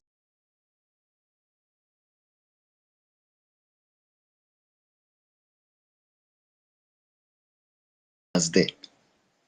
Now, when you meet your class teachers that please, we need chalk in this class, we need duster, we need all these things. They are the ones to carry them to the principal or the school management to provide. So our protest should start from our states. Once you ginger your state governors or anything, that's at least that's where it should start from. But there's a but there. My own demand is that everybody from beginning to end that is in power is stepping down, all from beginning to end. Do you know why? Do you think that this government will tell you, okay, like I've heard you guys will do this? Do you think that they will do it? Do you think that they've not heard all these things since? Do you think that they don't see online?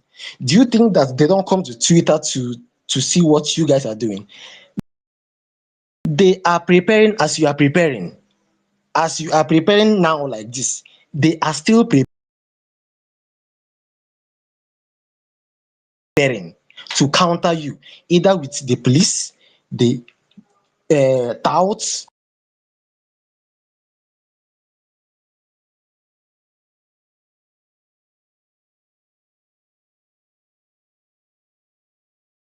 the chance we gave them was at least since 1996 or so. I can remember when I was in primary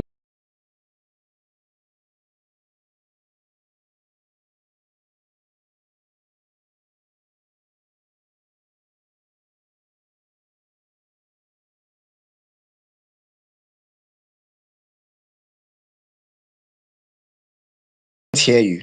You think they don't know all these things. Now to make the whole thing now worse is they saw that you are planning for this protest. They now went to buy rice to share for you guys, one cup, one cup.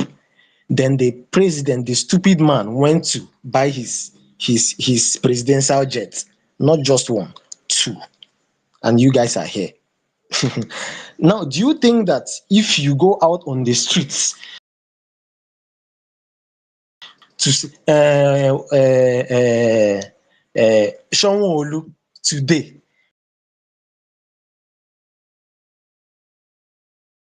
went to their camp,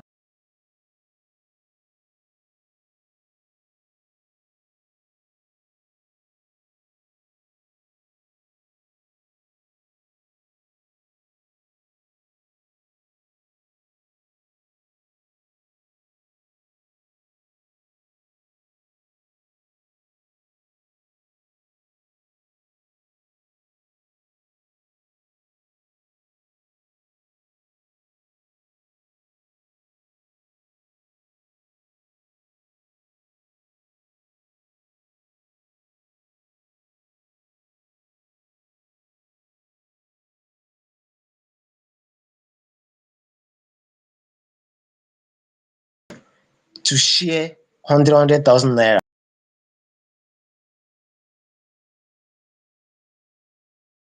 Tell you the truth. I want to tell No, you. not you. See, my brother is I'm outside not the saying that. country. I can't. My brother is here in this house. We've been planning it since 2020, not even today. See, my Okay, brother who is okay. abroad was No, no, ready no, to no. come back. Tonight. Before you go and review your Oh God. revolution plan, Eh? it's enough. Don't worry. Before you go and review your revolution plan, I just wanted to. Um, so I'm glad you made that clarity. I was actually going to clarify this. For example, because at the beginning when you said your demand would be everybody that was elected you should step down. I was going to just say that crosses the line of protest to revolution. So it's important for us to know these two lines. Because when you are demanding something from somebody. So if you are demanding step down, imagine telling somebody that I'm demanding from you for you to step down. It's that's why I like with them when Mr. Kolade puts that his clause.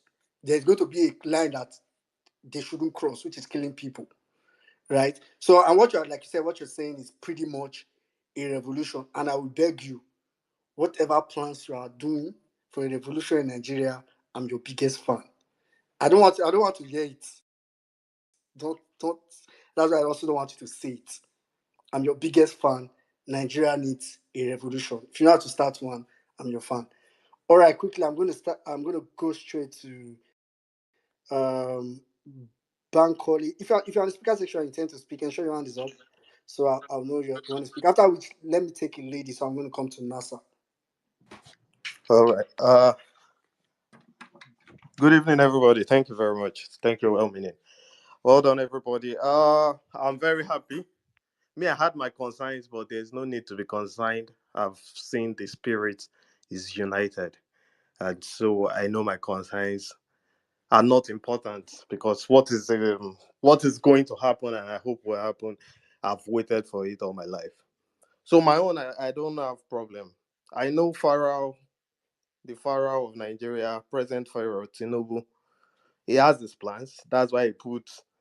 That's why he wanted another Aso Rock in Lagos because he knew this day will come after he has flogged everybody with Scorpion, where people will rise.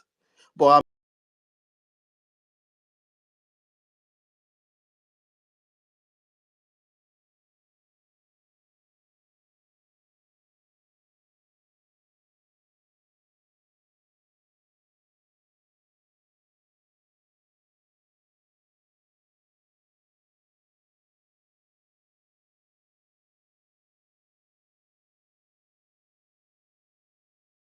I'm happy.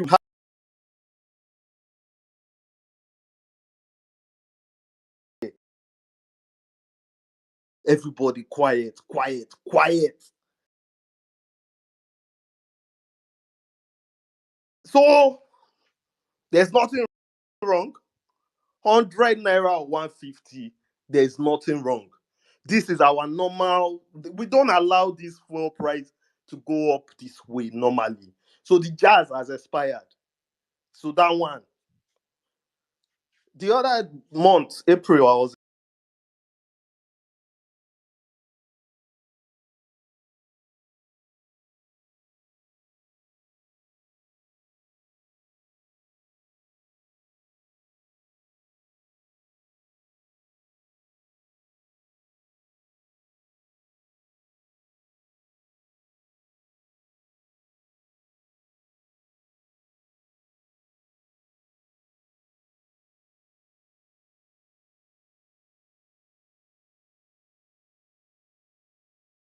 in Nigeria. And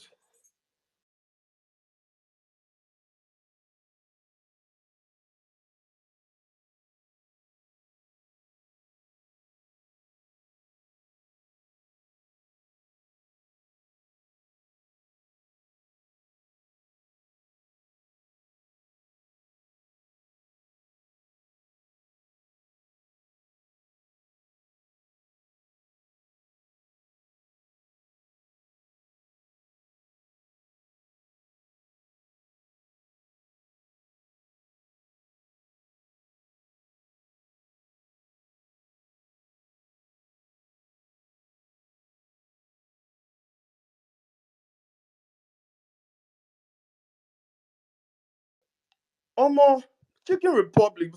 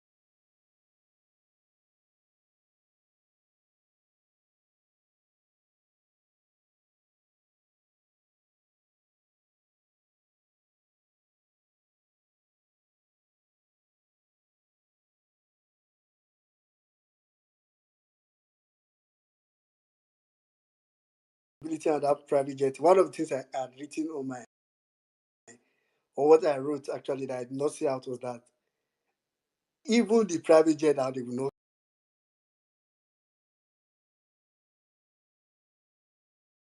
sell. They should open a public website.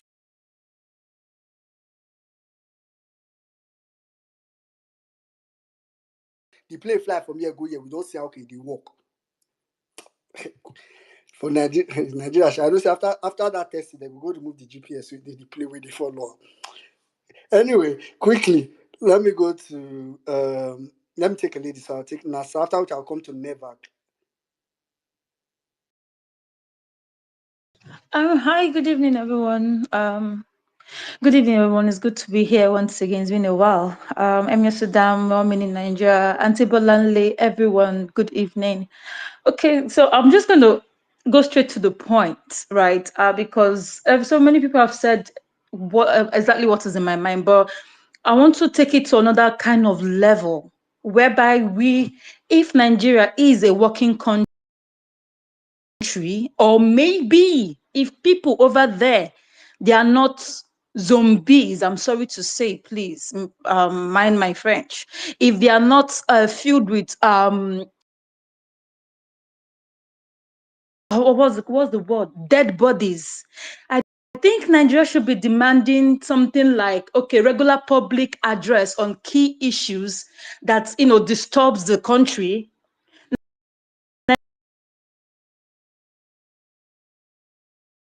Policy position and plans for the country, right?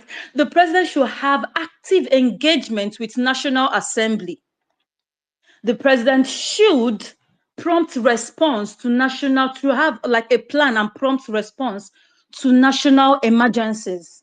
These are the things that Nigerians as a citizen should be demanding from a good and well-meaning president. Regular press conference and media availability, which we are not seeing in Nigeria.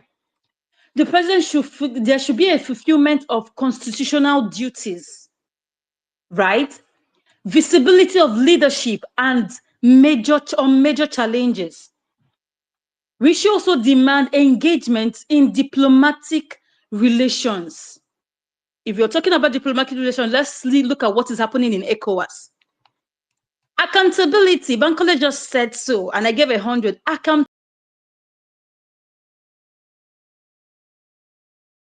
Money, the policies, the regulations, the rules and laws they've put in place for the citizens. We need accountability.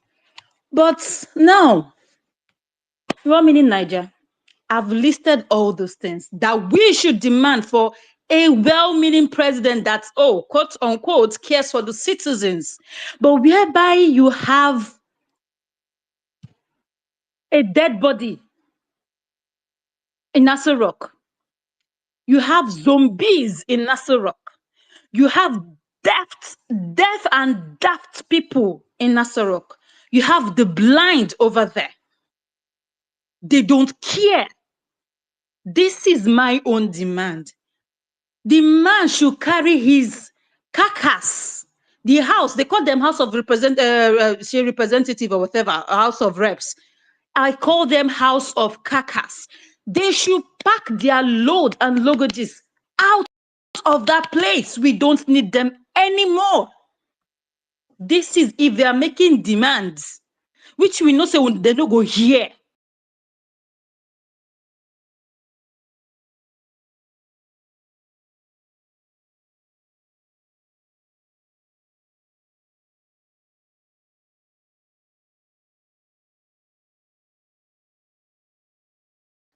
They no go here. But let it be like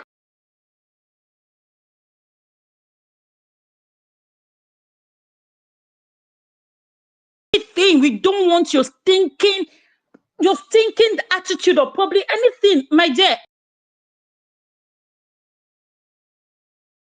Anything, their shadow, everything should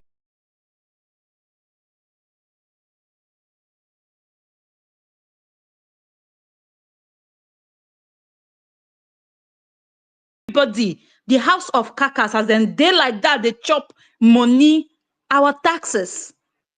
They should pack themselves out of that place. We don't need them anymore. We don't need them anymore. How many people are committing suicide? How many deaths have we seen so far within the space of 2 months or even 1 week? How many? How many people don't ask? Has it gone to the place, the house that fell, the what's it called? The house that fell in Plateau? Has it gone there? Has his voice gone there? Have they visited the people that it affected? No. Now that they plan plane where they go buy, motor where they go buy, fuel 1.3 million to refill a car. 1.3 million. Yeah. I yield. Thank you very much. All right. Thank you very much, Nasa. Like when you first started listing your demand, I said, let's see this get this. Don't forget the country where they want. And they hear you, they say public address, diplomatic. I say, fair demand. That demand be this. Anyway, but I think I later got what you were saying. That's if we're a normal country, but we are not there. Anyway, quickly, let me go straight to Nevak. After Nevak, I'm going to take Mr. Anthony. Nevak, please go ahead.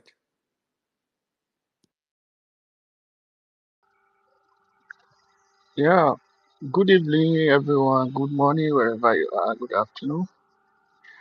I hear the submission and the suggestion demand from everybody is quite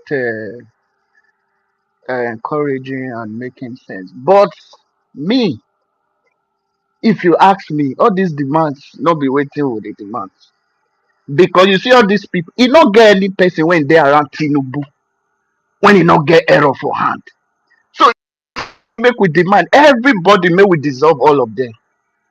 So if you ask me, I will say make we revisit our constitution first. They should involve us on Twitter. Either they take us to Senate House, House of Assembly, anywhere they can invite us.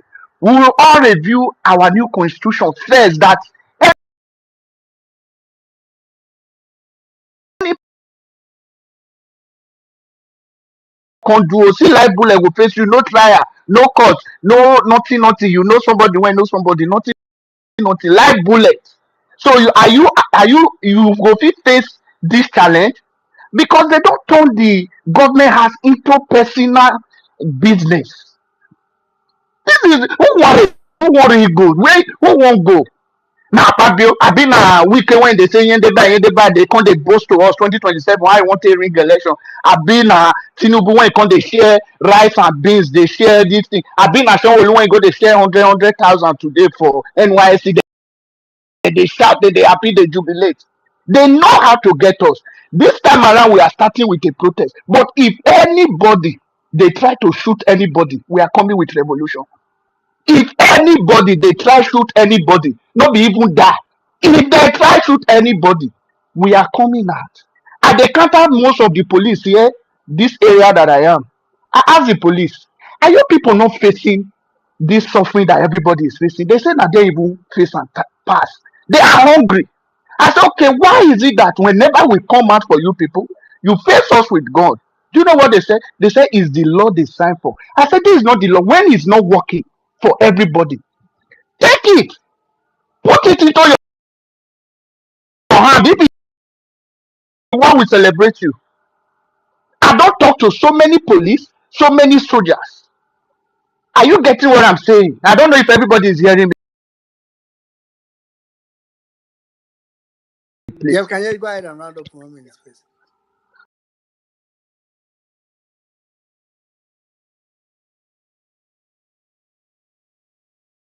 They enjoy. So that all these persons that have loot us, that have, the law will go for them. That is the first thing we should demand. The constitution, we should revisit it. Everybody, they will involve us on Twitter, Facebook, Instagram. If we cannot go to Senate House or House of Assembly or anywhere, wherever they agree, within 2 weeks that we are going to start this protest. I don't even know the revolution, not the even protest, but for now it's a protest. If they try kill one person, Baba Nigeria, who not get error? Who not point one person will not get error around Tinubu? See, and they don't they move all the north, they bribe everybody, they go. Like play, they bribe everybody, they go, they bribe. They come up, see Imam. Now, if I start with a fake bishop, fake everything, can't they do campaign? Now, you don't see rich, now you don't see go, they do fake, everything about it is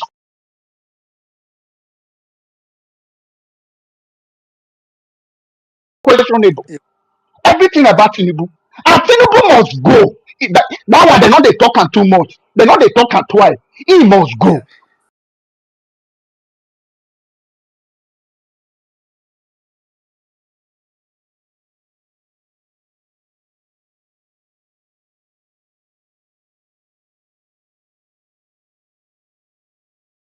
Um, good, good demand. The organization of a public revisiting of the constitution. It's paramount, and it's very important. Thank you very much, Nevak. All right, quickly, I'm going to go straight to Mr. Anthony. After Mr. Anthony, I'm going to come to Justice, and we'll take it from there. Go ahead, Mr. Anthony. Yes. Thank you. I mean, greetings to everybody. Evening, afternoon, or morning, depends on where you're.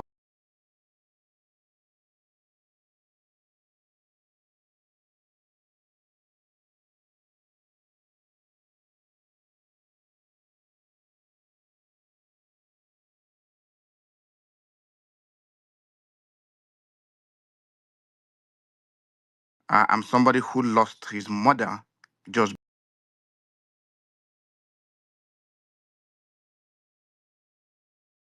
I'm somebody who lost his mother just because of the Nigerian system. My mother was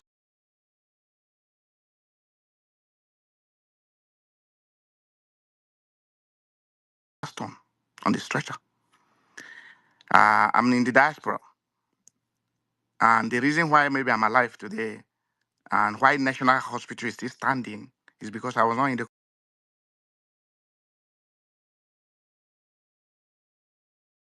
country then. My brothers weren't ready to take it up.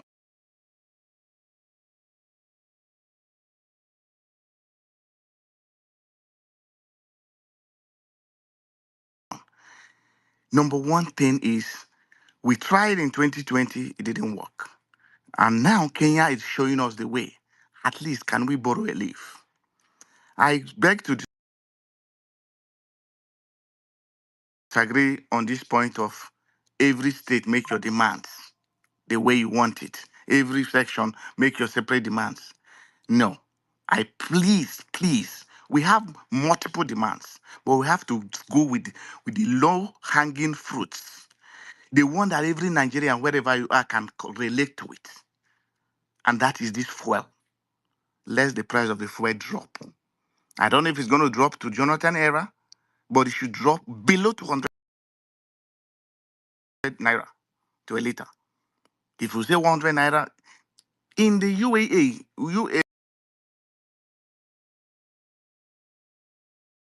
we move up on our demands. Because as far as I'm concerned, when that happens, then we have to start asking questions. All this yacht for the president, everything, all those deals have to be cancelled, as far as I'm concerned. All those SVUV that the National Assembly people they have to return all of them. And they have to all be dissolved.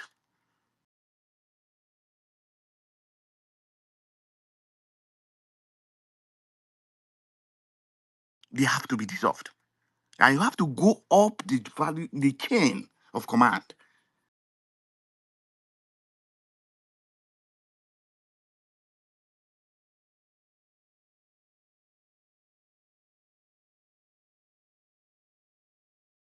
First of all, fuel has to drop. Two,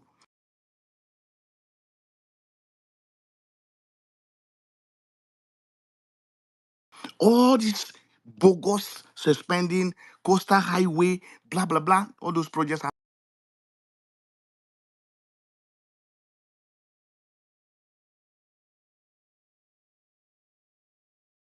National Assembly since this new assembly came into power is that mocking of the Nigerian people when they said, who said, will we allow the poor to breathe? If you agree, say yeah. If you don't agree, say nay. The year has it. They laughed at us. That's the only thing that think they have passed in our favor. And they still have not allowed us to breathe. So, please, first, fuel. Two, all these bogus expenses they have made, they have to drop. We have to let all of them go. Yeah. Please, finally, we must please talk.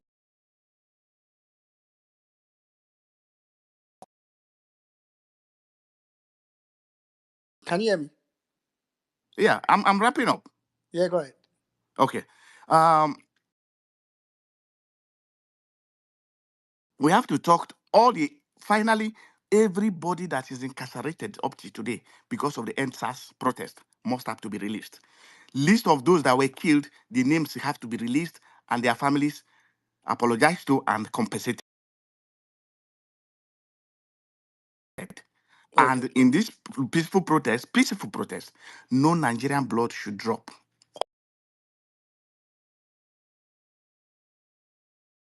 Talk to them.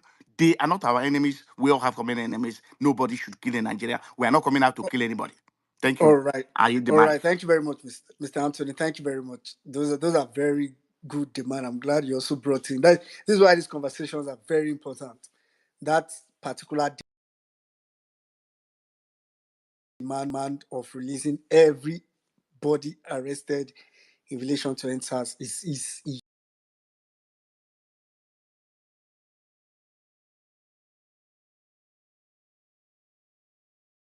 a paramount theme. In fact, that one safe. People supposed to stay straight to all those ones.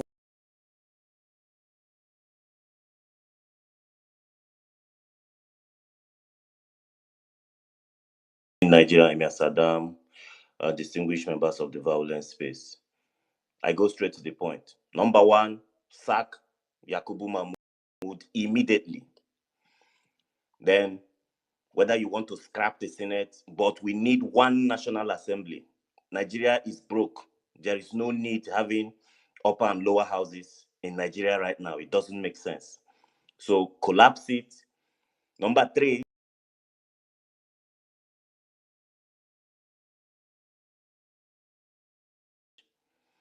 number four, if you can't return fuel to 100 naira that Nigerians are already talking about,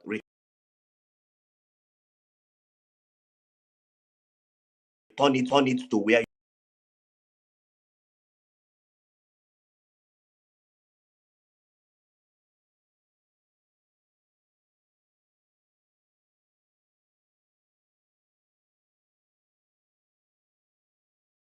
the criminal drug baron and certificate forger of Chicago State University, Bola Ahmed Tinubu.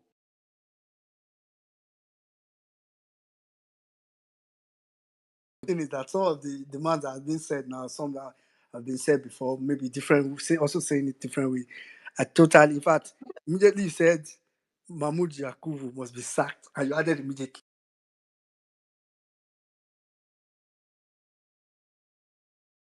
Right, quickly, I'm gonna go straight to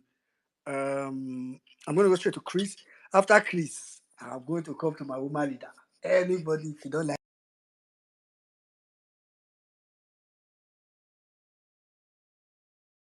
Sack Emir Saddam. Emir Saddam, I they use computer till they do, till they listen to space. I know if you raise my hand, you drop me. Sack Saddam.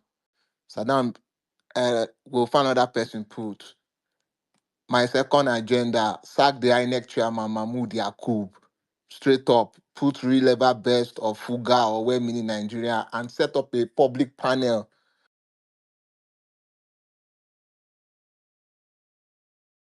like the Oputa panel.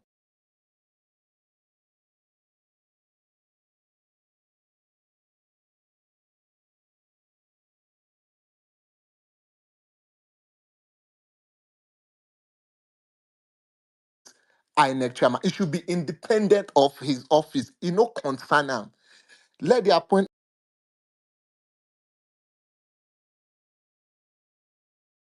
of INEC chairman be solely the business of the Nigerian people. Make you know even know how INEC chairman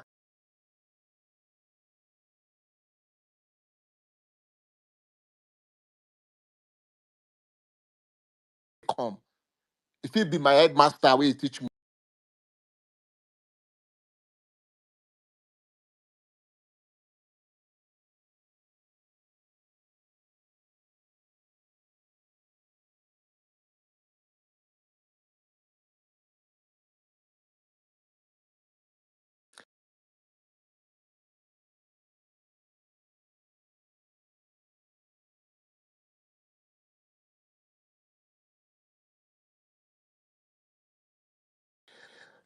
What I mean by that is let it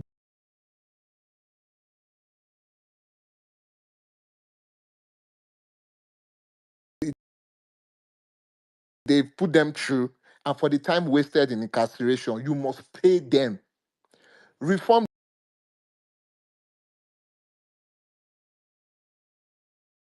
the electoral system. Now you know if you interpret. Just an interpretation of law. Never again. If you do technicality, firing squad. What will be that in name? Olukbekus.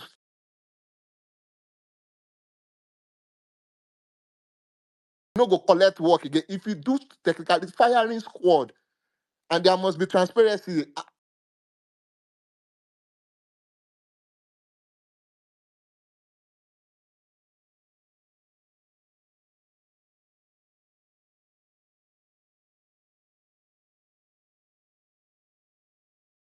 that, fit, fit, fit be And if everybody. they not do, we know they come up for street. We Yeah, did there. thank you very much. Anyways, thank you. I mean, there was the good thing about when the demand are listed is that there's always things to pick, even and correlate with what other people have.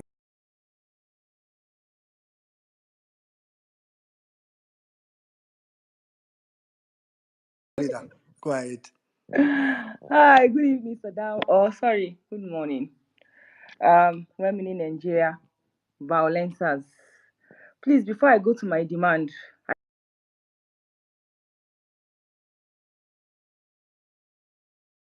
just want to beg us, please.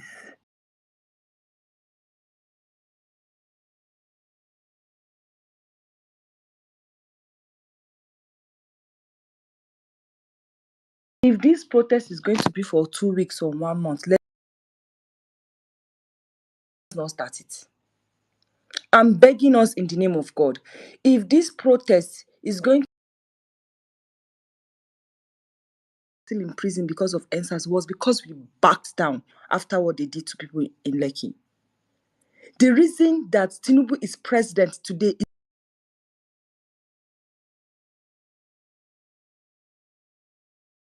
at Lekki. Please, I'm begging us. If it's something that at the end of the day we will back down, let's not do it now. We need to also prepare our minds. Some of us will be bought. It's okay. If they buy some people, those of us that they cannot buy will be on the street. Some of us we jackpot, some of us we cow later on. My point is, let it not affect the resilience of this protest. Let us understand that it is okay for some people to say, you know what, I need to go back. It is okay for some, I just lost my brother, I can't continue. Let it not deter us from what we want to do. If not, the bottom line is that if we retreat, God in heaven, if we retreat without achieving what we went to the street for, we are finished in this country. We're literally finished. If we retreat from this protest and we have not achieved the reason why we're on the street, let's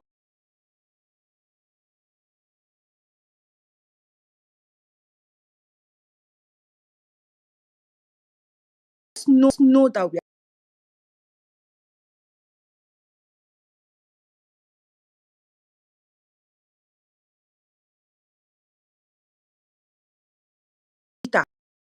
by saying bring our fuel to 100 naira. We won't get it. We know we won't get it. Bring our fuel to 100 naira. If God touched Tinubu's heart and maybe for some crazy reason, the man now is not a human being, I bring fuel to 100 and say, okay, sack all your cabinets. After that, okay, chairman, INEC chairman must go. That is how we make demand. Then if anyone is hurt, I tweeted it, if anyone is killed in the course of this protest and they kill people, then it becomes, hey bro, you have to go. You have to go.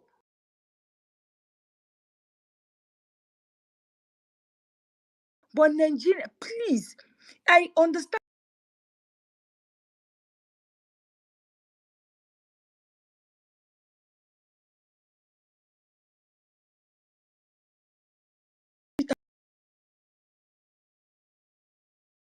anybody that will come back and say that this protest will never, God will punish you. It is you and your entire family that will never work. Anybody that will come to Twitter and tell us that this protest will never work, God will punish you. Because it means that you are with APC. It means that you are happy with what is going on with Nigeria. We will never agree. This protest will work. We will report any space I see that they put, oh, these people cannot go to this. That I've been reporting all I do is report that space or report the tweet. That's what I've been doing since morning. Because you can't come, we can't stay here and be suffering. Somebody will come out and tell us reason why something will not work. We know it will work, but please. Oh, once a woman leader, always a woman leader.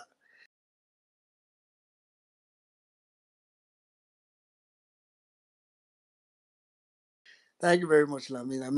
Thank you very much, Lamin. Those were very.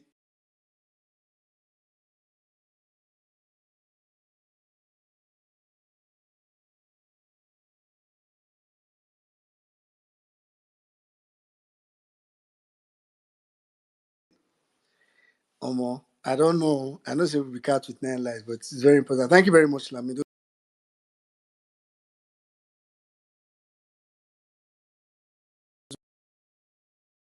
I hope everybody listened. All right, quickly, I'm going to move over now to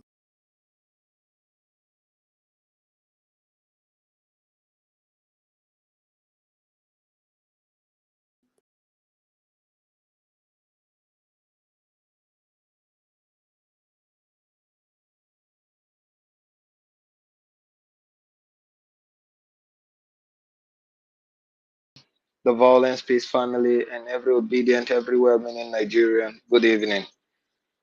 First of all, I will say that patriotism is an individual, a personalized movement. If you take patriotism in collection with your friend, your family, your brother, you're bound to fail. Whether it's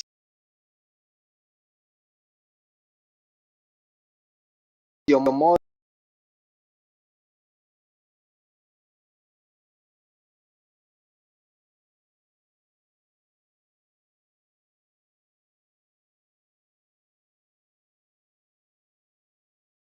Just like a soldier who is at war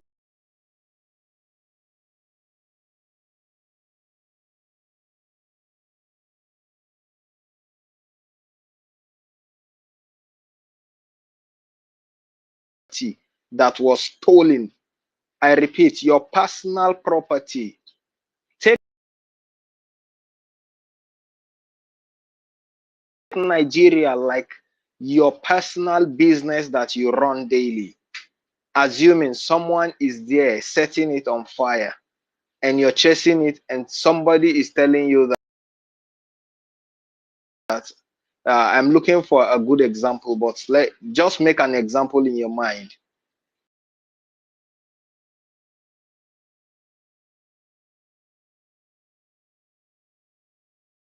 If I die today, I die for a good cause. Because whether you refuse to die by the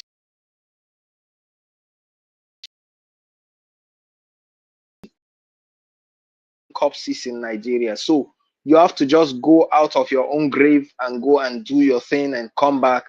And if you come back alive, you come back alive. If you die there, so be it.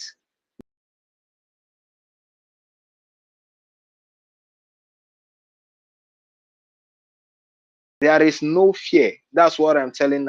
There is no fear. That's what I'm telling Nigerians today. And please add this.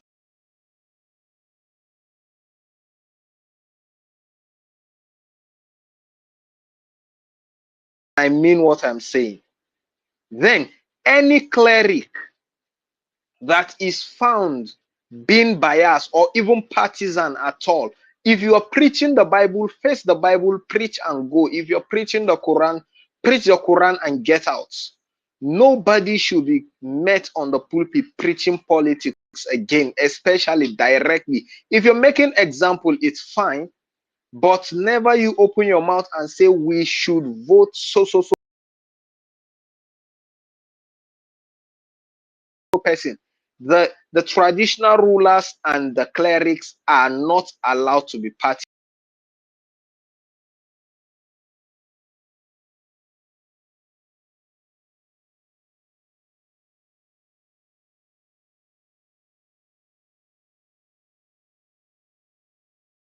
La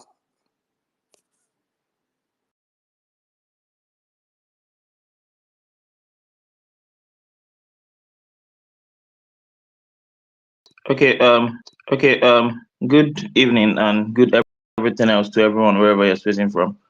Um,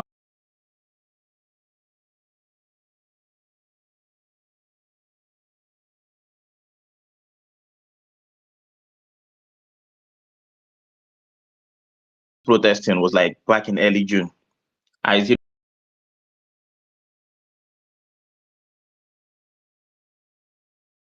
my mind. Now make of this whatever you want, but I have no plans for my life around that kind of November, December. I just stopped all my planning around around end of the watch first aid video on how you can handle yourself if bullet touch you. My people, I don't zero my mind. I got advise you make you zero your mind because this protest no be waiting we want, now waiting we need. Now again, as we've seen the hashtag, this is end bad governance. So me, I don't even get long talk to talk. Let all the bad governance things go and all the good governance things come. But there's one special thing that I want, and that is I need a bill and a regulation to be passed that is pro protest, right? I need a bill that I put it in the comment section that will restrict the government's hidden and open intervention in planned or unplanned protests. It should also ensure that the teaching of fundamental human rights and things like, protesting and everything else that has to do with, contributing to society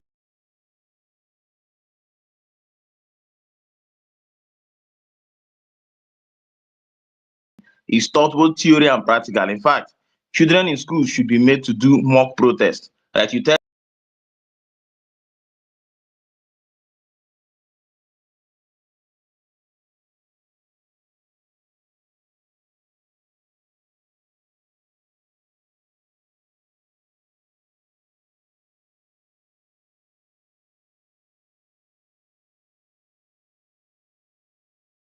protest is haram.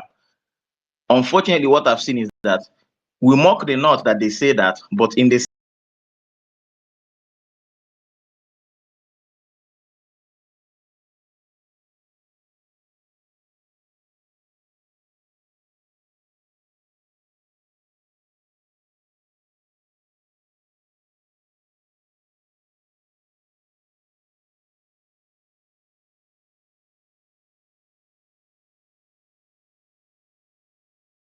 will always end up badly. Certain people should not protest. Protests are bad things. Protests should not be discussed. People should not protest. We will not be able to handle it. So one of the things that I want to achieve here, and one of the futures I want to leave for my child unborn, is the fact that he needs to grow up in a Nigeria, or he or she needs to grow up in a Nigeria where protest is like a normal thing. If your governor just shake body, you go out and protest, then he will align himself.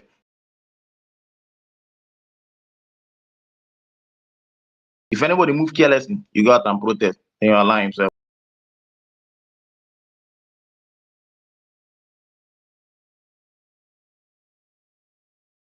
Thank you very much.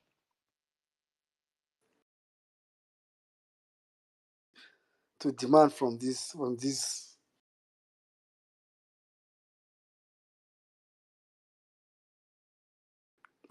in this Nigerian system. I don't want to say from government because we don't have government.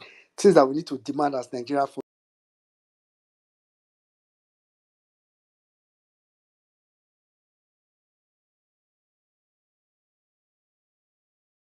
Now, man, detain me. Hurry up. Oh, okay. Okay. Uh, okay. Olubukola, go ahead. Good morning, everyone. I'm sorry, I don't have time to call names. I'm very sorry.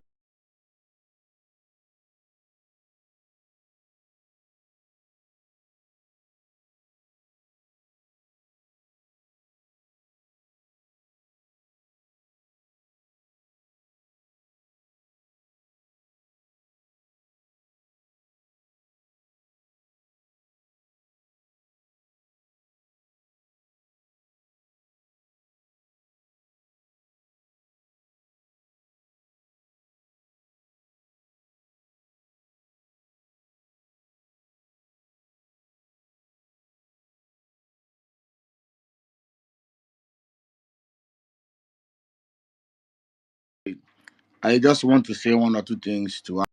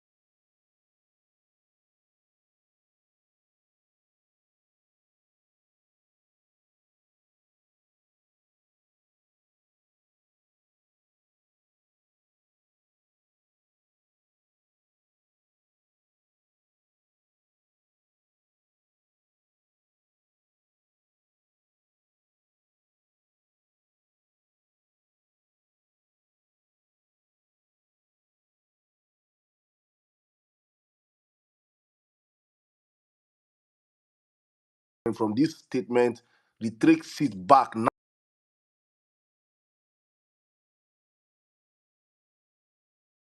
Sorry, I'm very sorry to say that. I don't mean that. Okay, I'm very sorry, and we are not going to kill anybody.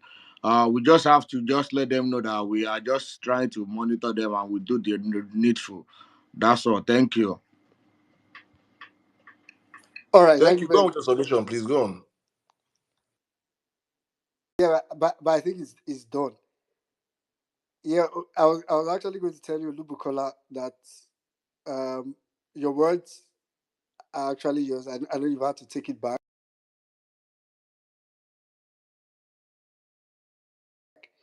but this is social media.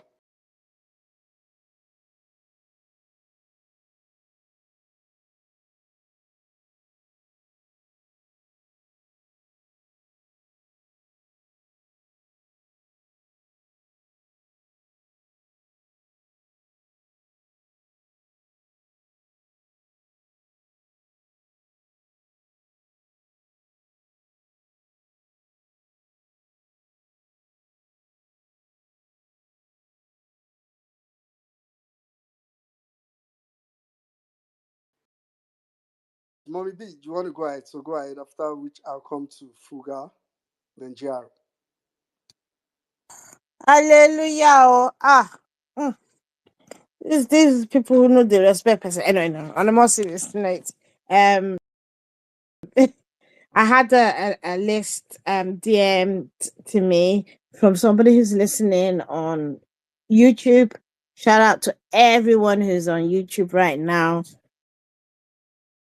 Thank you for using. I mean, it's like I think we don't always say it. I know Emma Saddam said that at the beginning of this space about the various platforms on which we stream this show, and YouTube is one of them. So you could join on YouTube as well, help us grow that YouTube channel as well as other platforms, right? So the questions not questions, the demands that were sent to me by Genstar is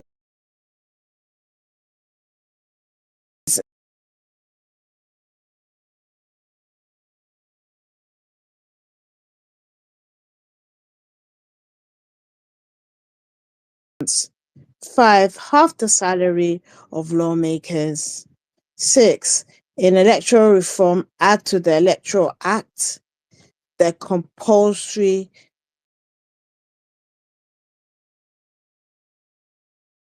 live transmission of election results.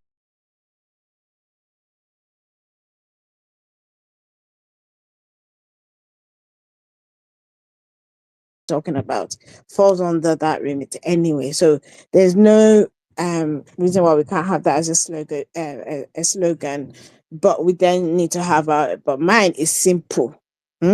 Number 1, sack the whole cabinet. Every minister must be sacked. Don't just sack them. All the SSAs and whatnot, sack them. We have federal ministries, right? If they need technical advisors, right, they should lean into them. These people are not partisan. Their role and job is not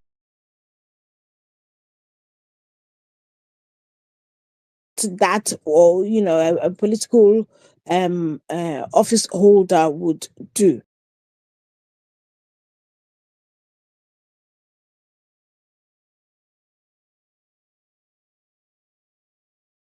Of them here. If you say, because now they'll be saying, oh, negotiate. Okay, fine. The other thing is, it's either they all go, or you, Tinubu plus them go together. Number 2, right? We haven't spoken about the judges. Every single appointment to the Court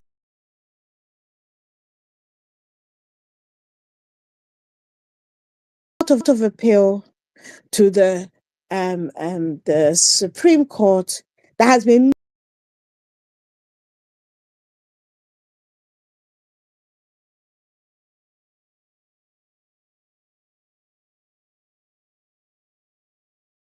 and everything, their children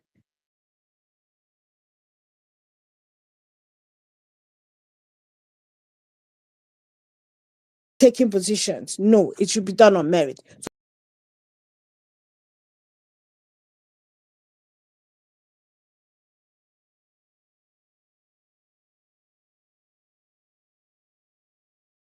Representatives or the Senate who were given a car, jeep, whatever you want to call it,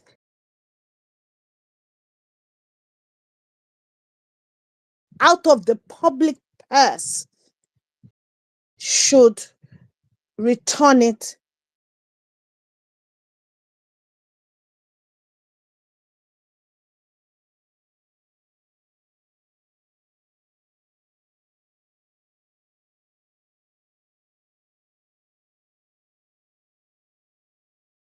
hungry. You cannot be buying. It's not like we don't have enough. We don't have a presidential jet. We are the only country whose people are suffering so much, and yet you are buying another one, right? So those will be, for me, those are my demands. And earlier on, as I said, Jen Star wanted me to mention her ones. Thank you.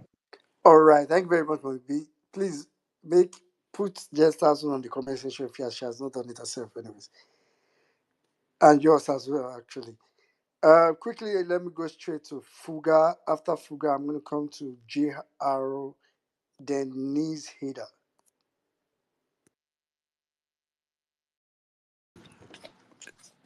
I greet the house. Let me go straight to the point. First of all, the subsidy is gone. I think is the reason why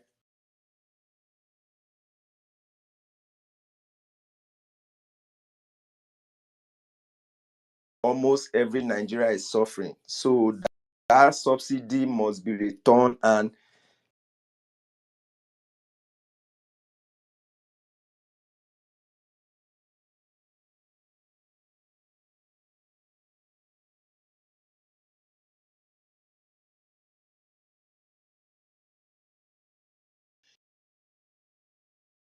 our citizens drop out of school, they must be reverted to the normal school fees they have been paying before this illegitimate president stole our mandate.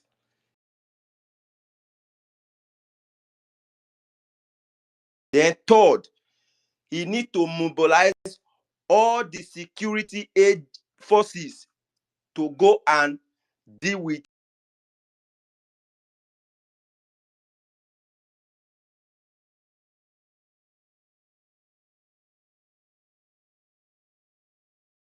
cancel that project of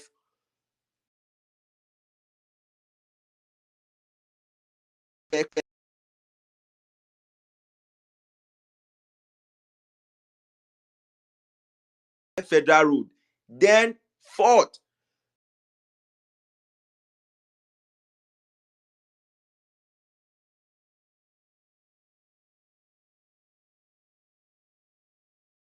that man need to return that private jet and that yacht because it's not captured.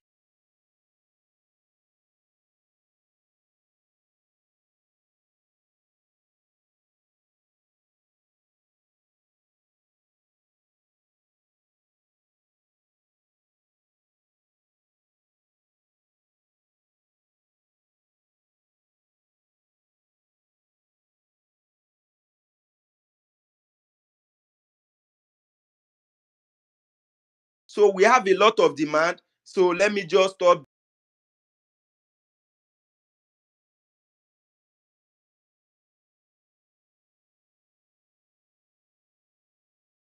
there. And I want to send my message to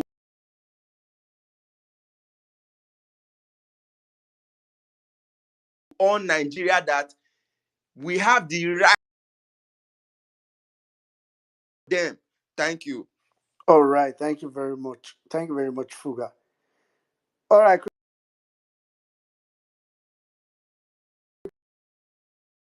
come to Niz Hader, then G. And the user now Hello, the Yaba. hello, Nigerians, and a good evening.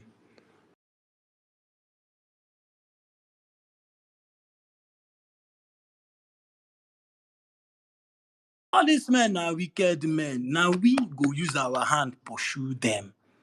I won't borrow word from Bayelsa State Governor candidate LP. Rufai asked am for rice TV say, what happened to blah blah blah? He say we dey beat. We dey beat. What did we dey beat? Finish. The first thing we should tell Tinubu, see, Tinubu is a very Arabic man. The first demand we should ask of Tinubu is, Oga, take us go back, good luck, Jonathan, fuel price. In no go fit. Nigerians, I stand here to say, in no go fit. You know why? In know how much money don't chop in the last 1 year. And to leave that money go hard am. Now that money we go use change am to Tinubu must go.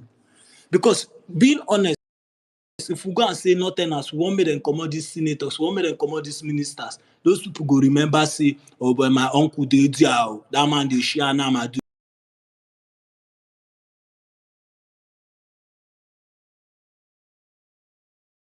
during Salah, but be like that man go do it there first.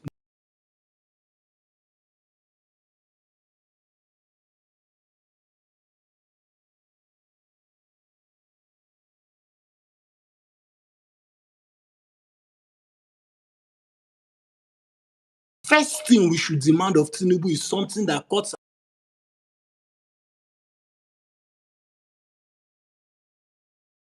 across the west, the east, the north and south, which is fuel and electricity.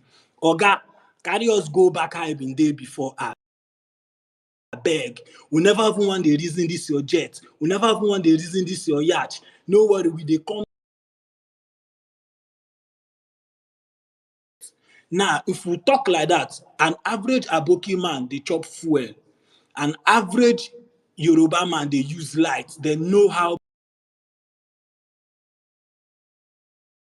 much it did. Because the truth is, if we come much it did. Because the truth is, if we come out and say,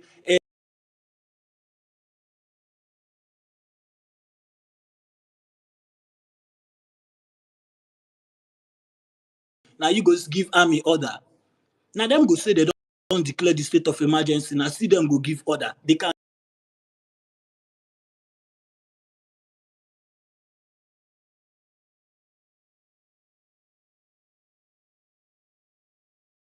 go type buy lights. Now that amount they buy them. Now the first two things. Now I put it to us, except Tinubu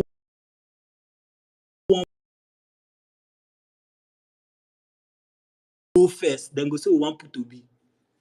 Mark my words, this is Nigeria. Then go first tell us say Obenala and I want put to be. No worry. Leave waiting behind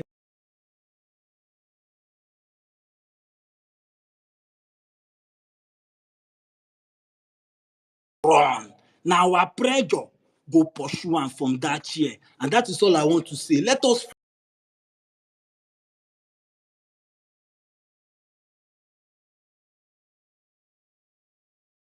if we come out say we want our relationship with you.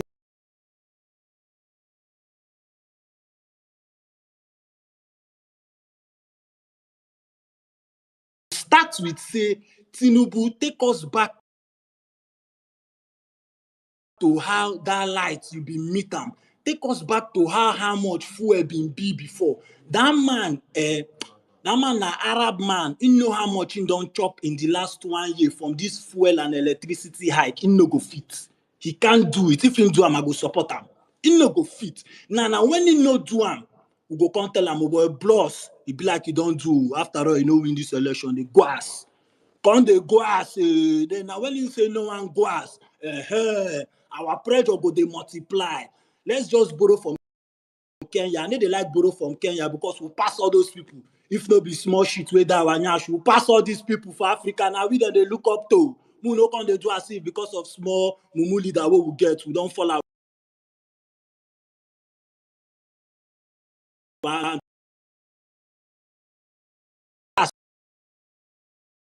Because then since this thing one metamorphose to another thing, then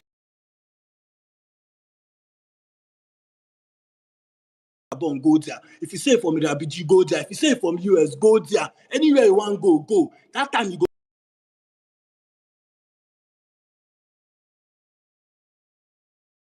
Pressure Akpabio go use run come up from Senate. You go see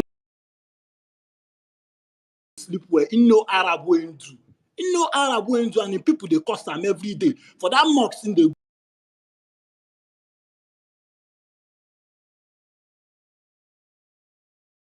for that shrine in they go. You get people when they respect them again. And not the truth. So who leave senators?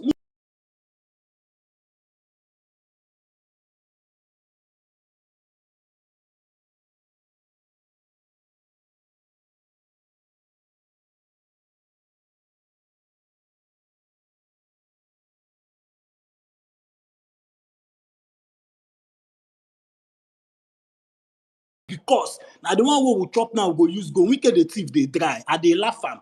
In the thief they dry. No worry, after now, we go vomit, we go shit out all that money. And now our pressure shit out that money. So Nigerians, if we go fit just focus on light and fuel, will be instant reflection. And go tell say na hey shoe, na 100 naira. As you buy 1,000 naira light, don't they last you 2 weeks? We go call no now. I see our next demand. That private jet, how much you say you buy and Sambara? All right. We can say, you see. Thank you very much. Yeah. Thank you very much. All right, thank Yeah, you. Good yeah. night. But I mean, I know what Saddam said. What the point you made was actually key. It's actually why I've emphasized that I don't think we should think what we're asking is impossible, because that's the first part. I don't want us to think this thing is too. In fact, we even know that they cannot do it. Sorry, one minute. One quick thing. You know what that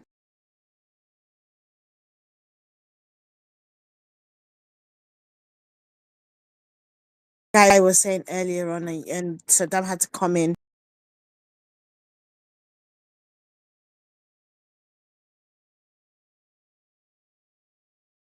Whether they like it or not. Your right to a revolution is not, right? And if you start using that word, what then if the government now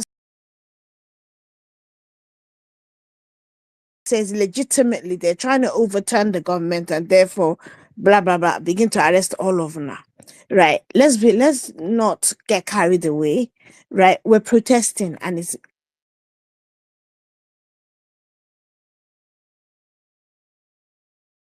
our right to protest, right? And So also,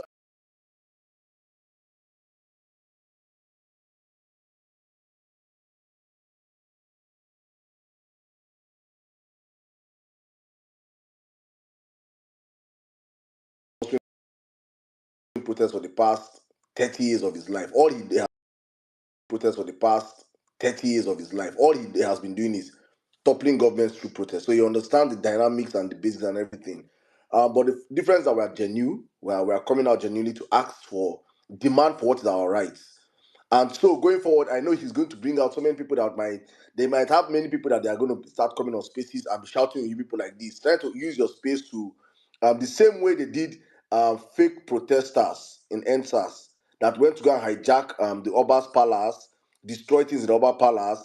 The same way they will bringing much people to come up on spaces also to come and speak and say, oh, we're going to go and kill.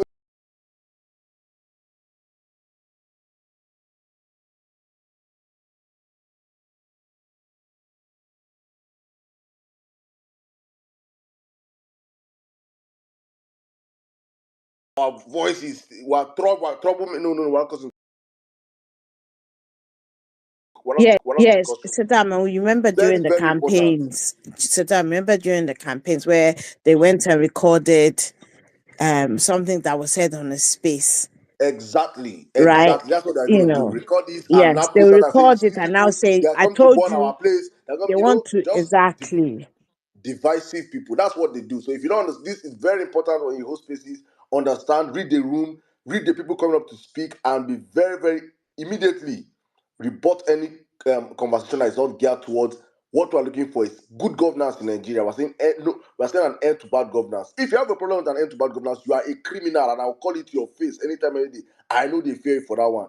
If you want bad governance to continue, you are a criminal. Take it to the bank. So, when Nigeria, please go back to you. Let's wrap up the space real quick. All Thank you, right. guys. Yeah. Thank you very much, sir. Thank you very much, Mobi. Nis Ada, please go ahead. Yeah. Good evening, good morning, good afternoon, everyone. It's a privilege to speak again on this on a space full of good energy, not like some other spaces where they don't even know what they're even talking about. So I know there I know there are a lot of demands, like people like there are unlimited demands. So I won't like to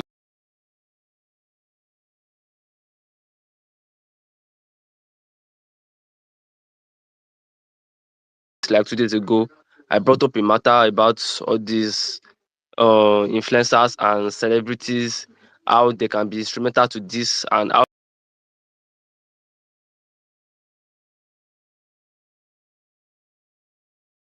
they can be detrimental to this. I'm happy people now are now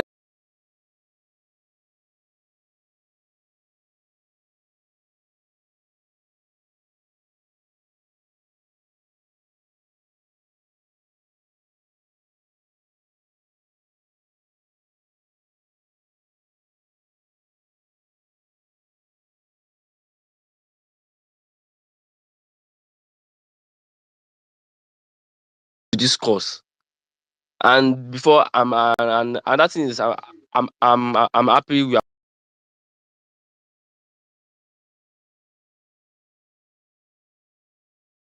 all these Igbo should not protest, all that. We need new ideas. Like someone has said, My brother, what are your demands? I beg, please. I told you I don't have demands, but I'm just trying to speak my mind, just trying to clarify some things. Yeah, okay, just go ahead and round up in 30 seconds. Okay, let me say my last point is I think in every state, we should try to mobilize people, like people, like top people to gear up all these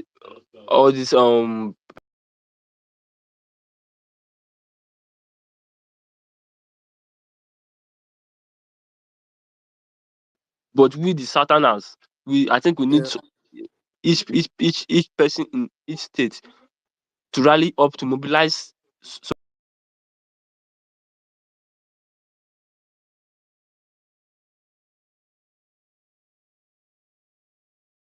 All right, thank I think we need representatives in each state. Lagos, Abuja, I know Lagos, Abuja is going to be filled already, but all the other states. And if Lagos and Abuja are going to need more people, we should be able to know how to mobilize. you. I think I heard you when you said your. I mean, I want to believe what you meant is that a lot of people have said the same demands that you would have.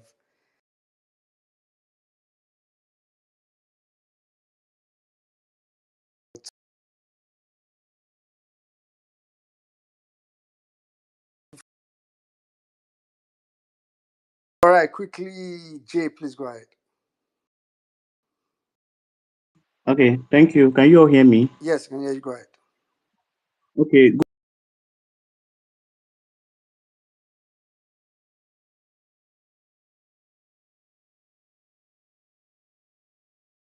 good everyone. What I want to say is that I really agree with what Emir Saddam said and but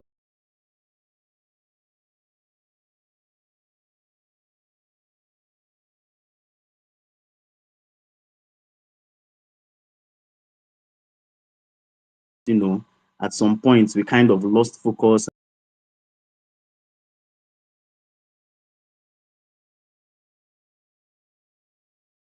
and it became a carnival, musicians were coming to perform and I don't know, but I just felt like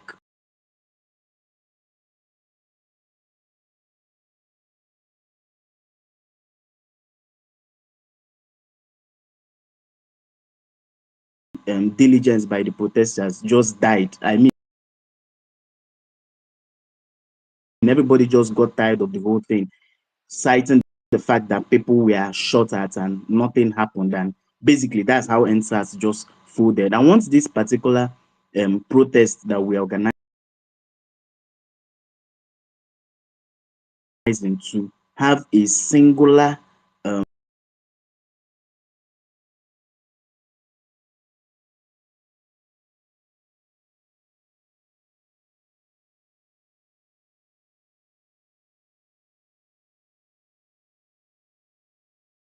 to be increased and so many demands we are making. But it would be good if we have a single slogan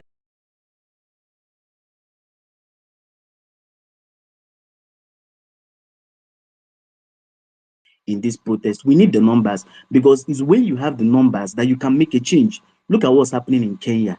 I mean, who can imagine that William Ruto,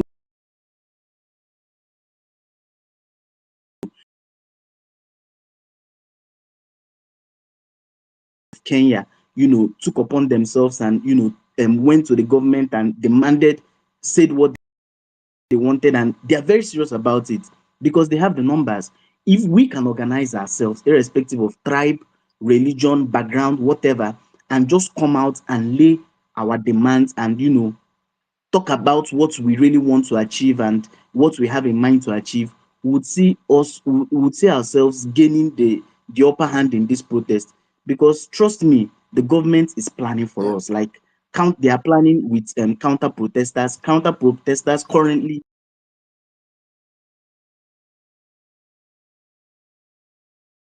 of the matter is we have the numbers, they don't. But we need the numbers that we have to actually come out on that day and make our demands.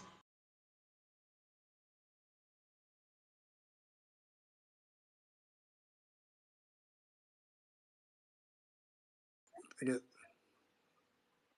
You I said, said? go ahead. You want to list your demands? I guess I was about to handle you.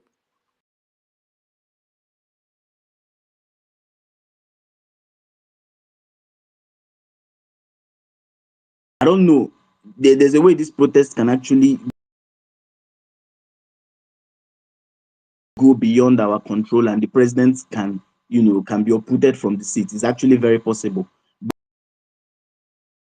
We can actually achieve something with this protest. All Thank you. right. Thank you very much, Jay.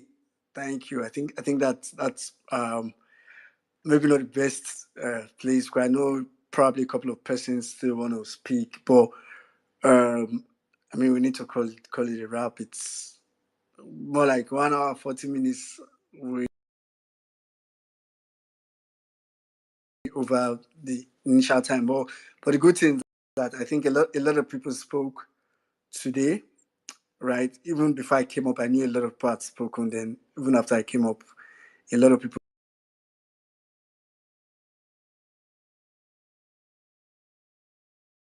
spoke and made major.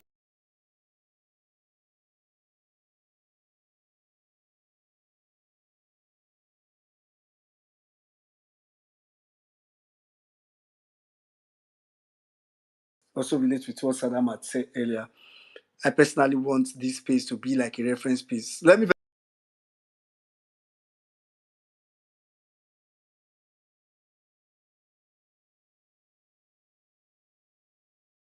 a platform um, for people to,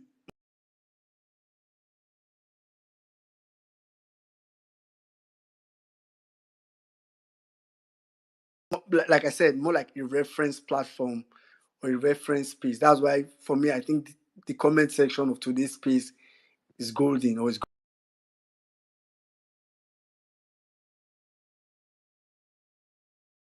If you notice the way the NSAS protest started, the NSAS protest did not start with some people coming together and say they would let's protest. It actually started for people that followed NSAS. If you remember, I don't want to go into the issue of NSAS really, but the summary I want to make from that point is that you discover that it was actually different people. So it was when the protest was big that we now saw, okay, people like Akin, them Renew, them Faz were in the same.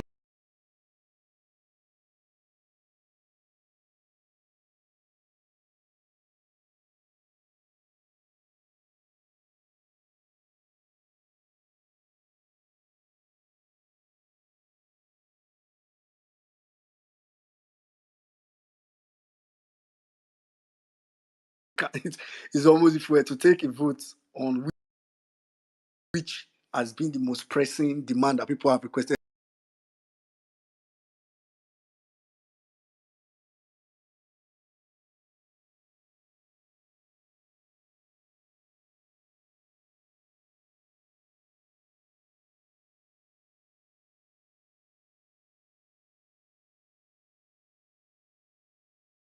So if we want to wait to organize it to that level, this protest may never happen.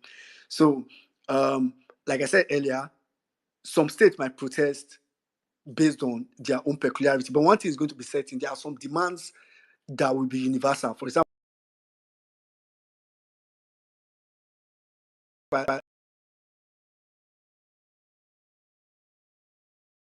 this is nothing. There's no need.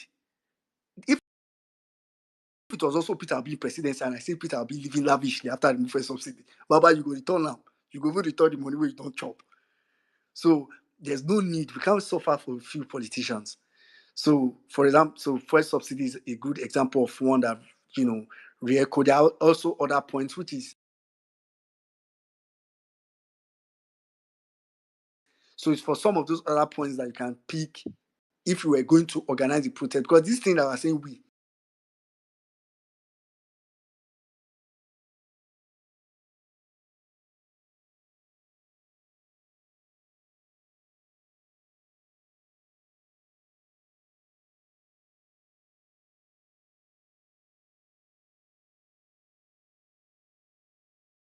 everybody that wants to protest, every group, every date, every location, every anything. If you want to protest, if you already planned, but at the end of the day, what is important is that we need to start. Demanding from the government. So, just to further emphasize,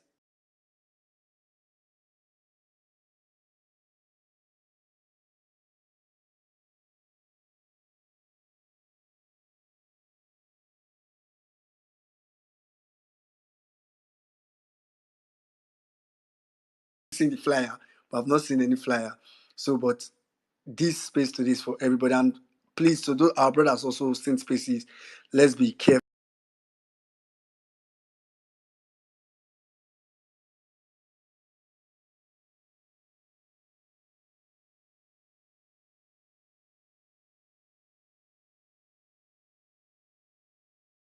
Please keep using the comment section.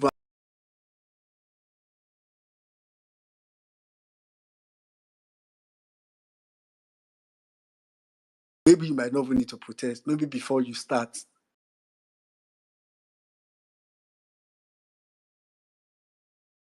it might reduce the fuel price. But like Jared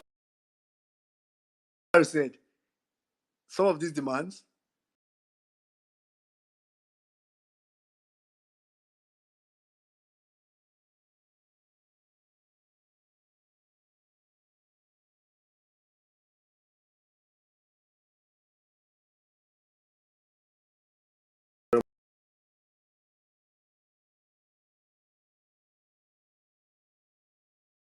First of all, try and lay my apologies to those that could not speak today. Please, there are a whole lot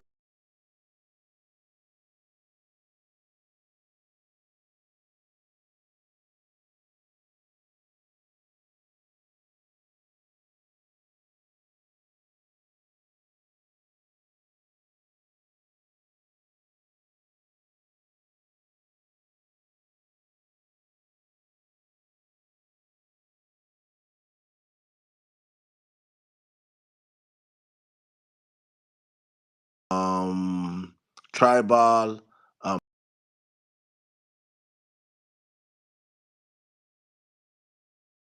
political affiliations also. Because what we are fighting for is in Nigeria that will work for everybody.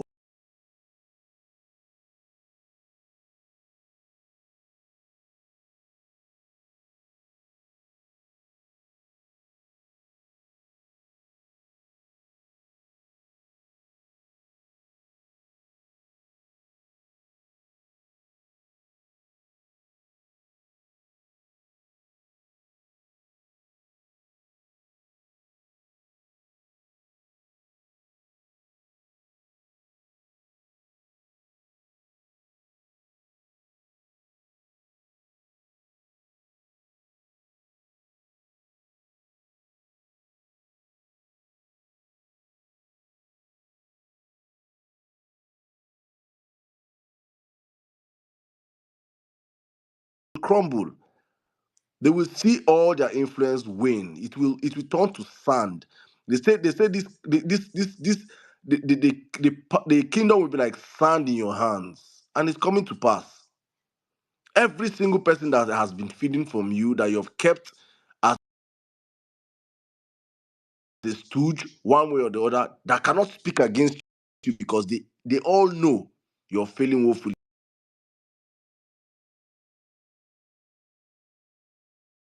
This is why we're also fighting for you people. You guys, my happiness that you people know. Many of you have own violence and self. Many of you have own violence, and so I'm so happy because you guys know the truth. You're not better off today than you were last 2 years or last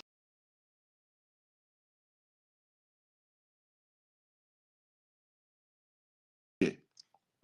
You guys are the first line of action when it comes to being used by politicians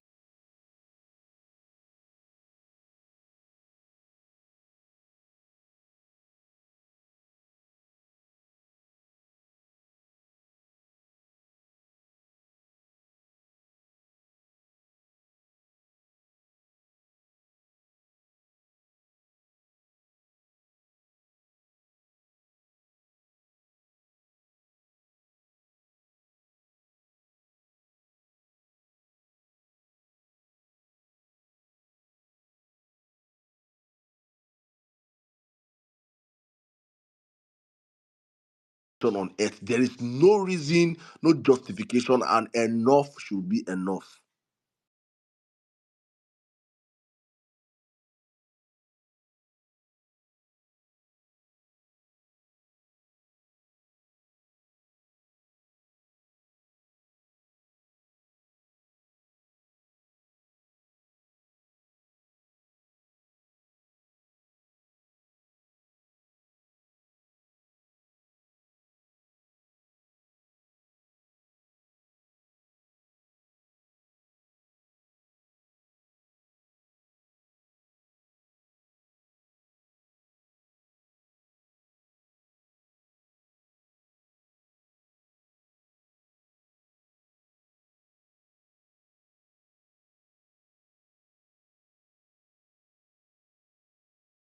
Our platform and open it for everybody when Nigerians truly come up, because this platform has always been built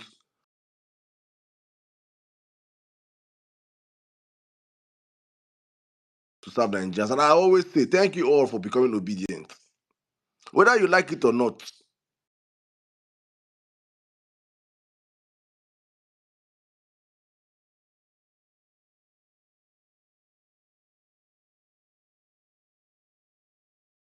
In Nigeria that works for every man. In Nigeria that can work for Shehu Tinubu, for Shei Tinubu, and can work for Abdulaziz. In Nigeria that can work equally for every one of us. That's what we've been crying for and looking for. And it's good that we're all coming to that rallying point as a people.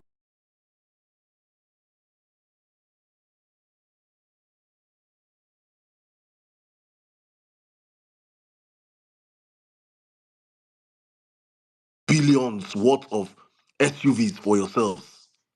You build houses. A house that one man is you build for the VP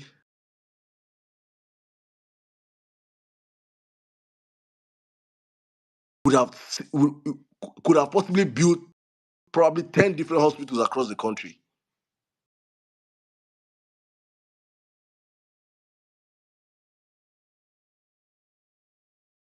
You,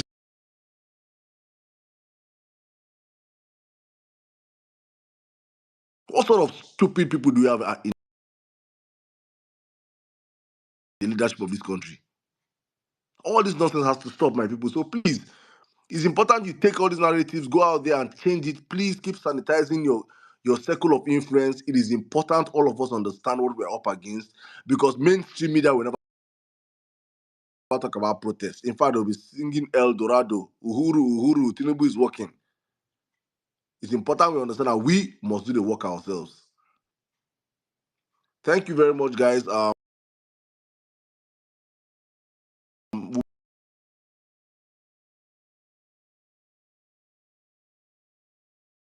It's very, very important everywhere. I'm not going to tell people what to say on their spaces, but I think it's very important.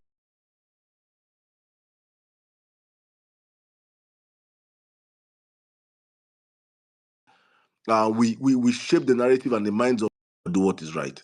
With that, I say I welcome you up to the end of the Violence Space today. God bless you, my brother. Thank you, well mean and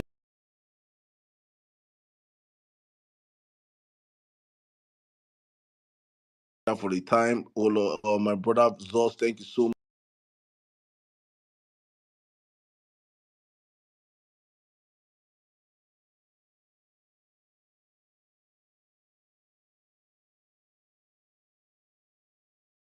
much. But I see every one of you. Hopefully there will be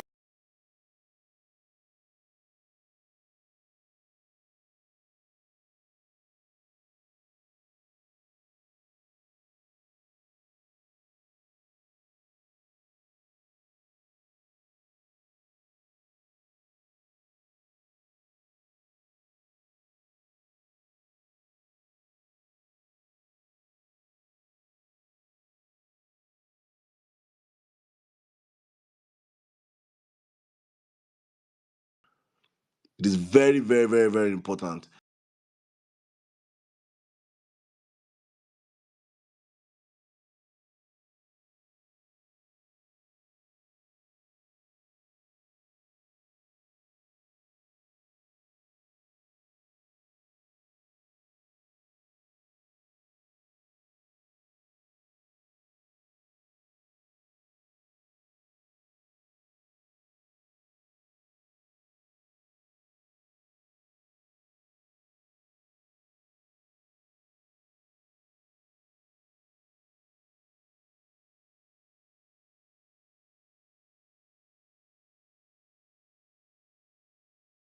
Anze, Tony, Otumbadike, Zeg,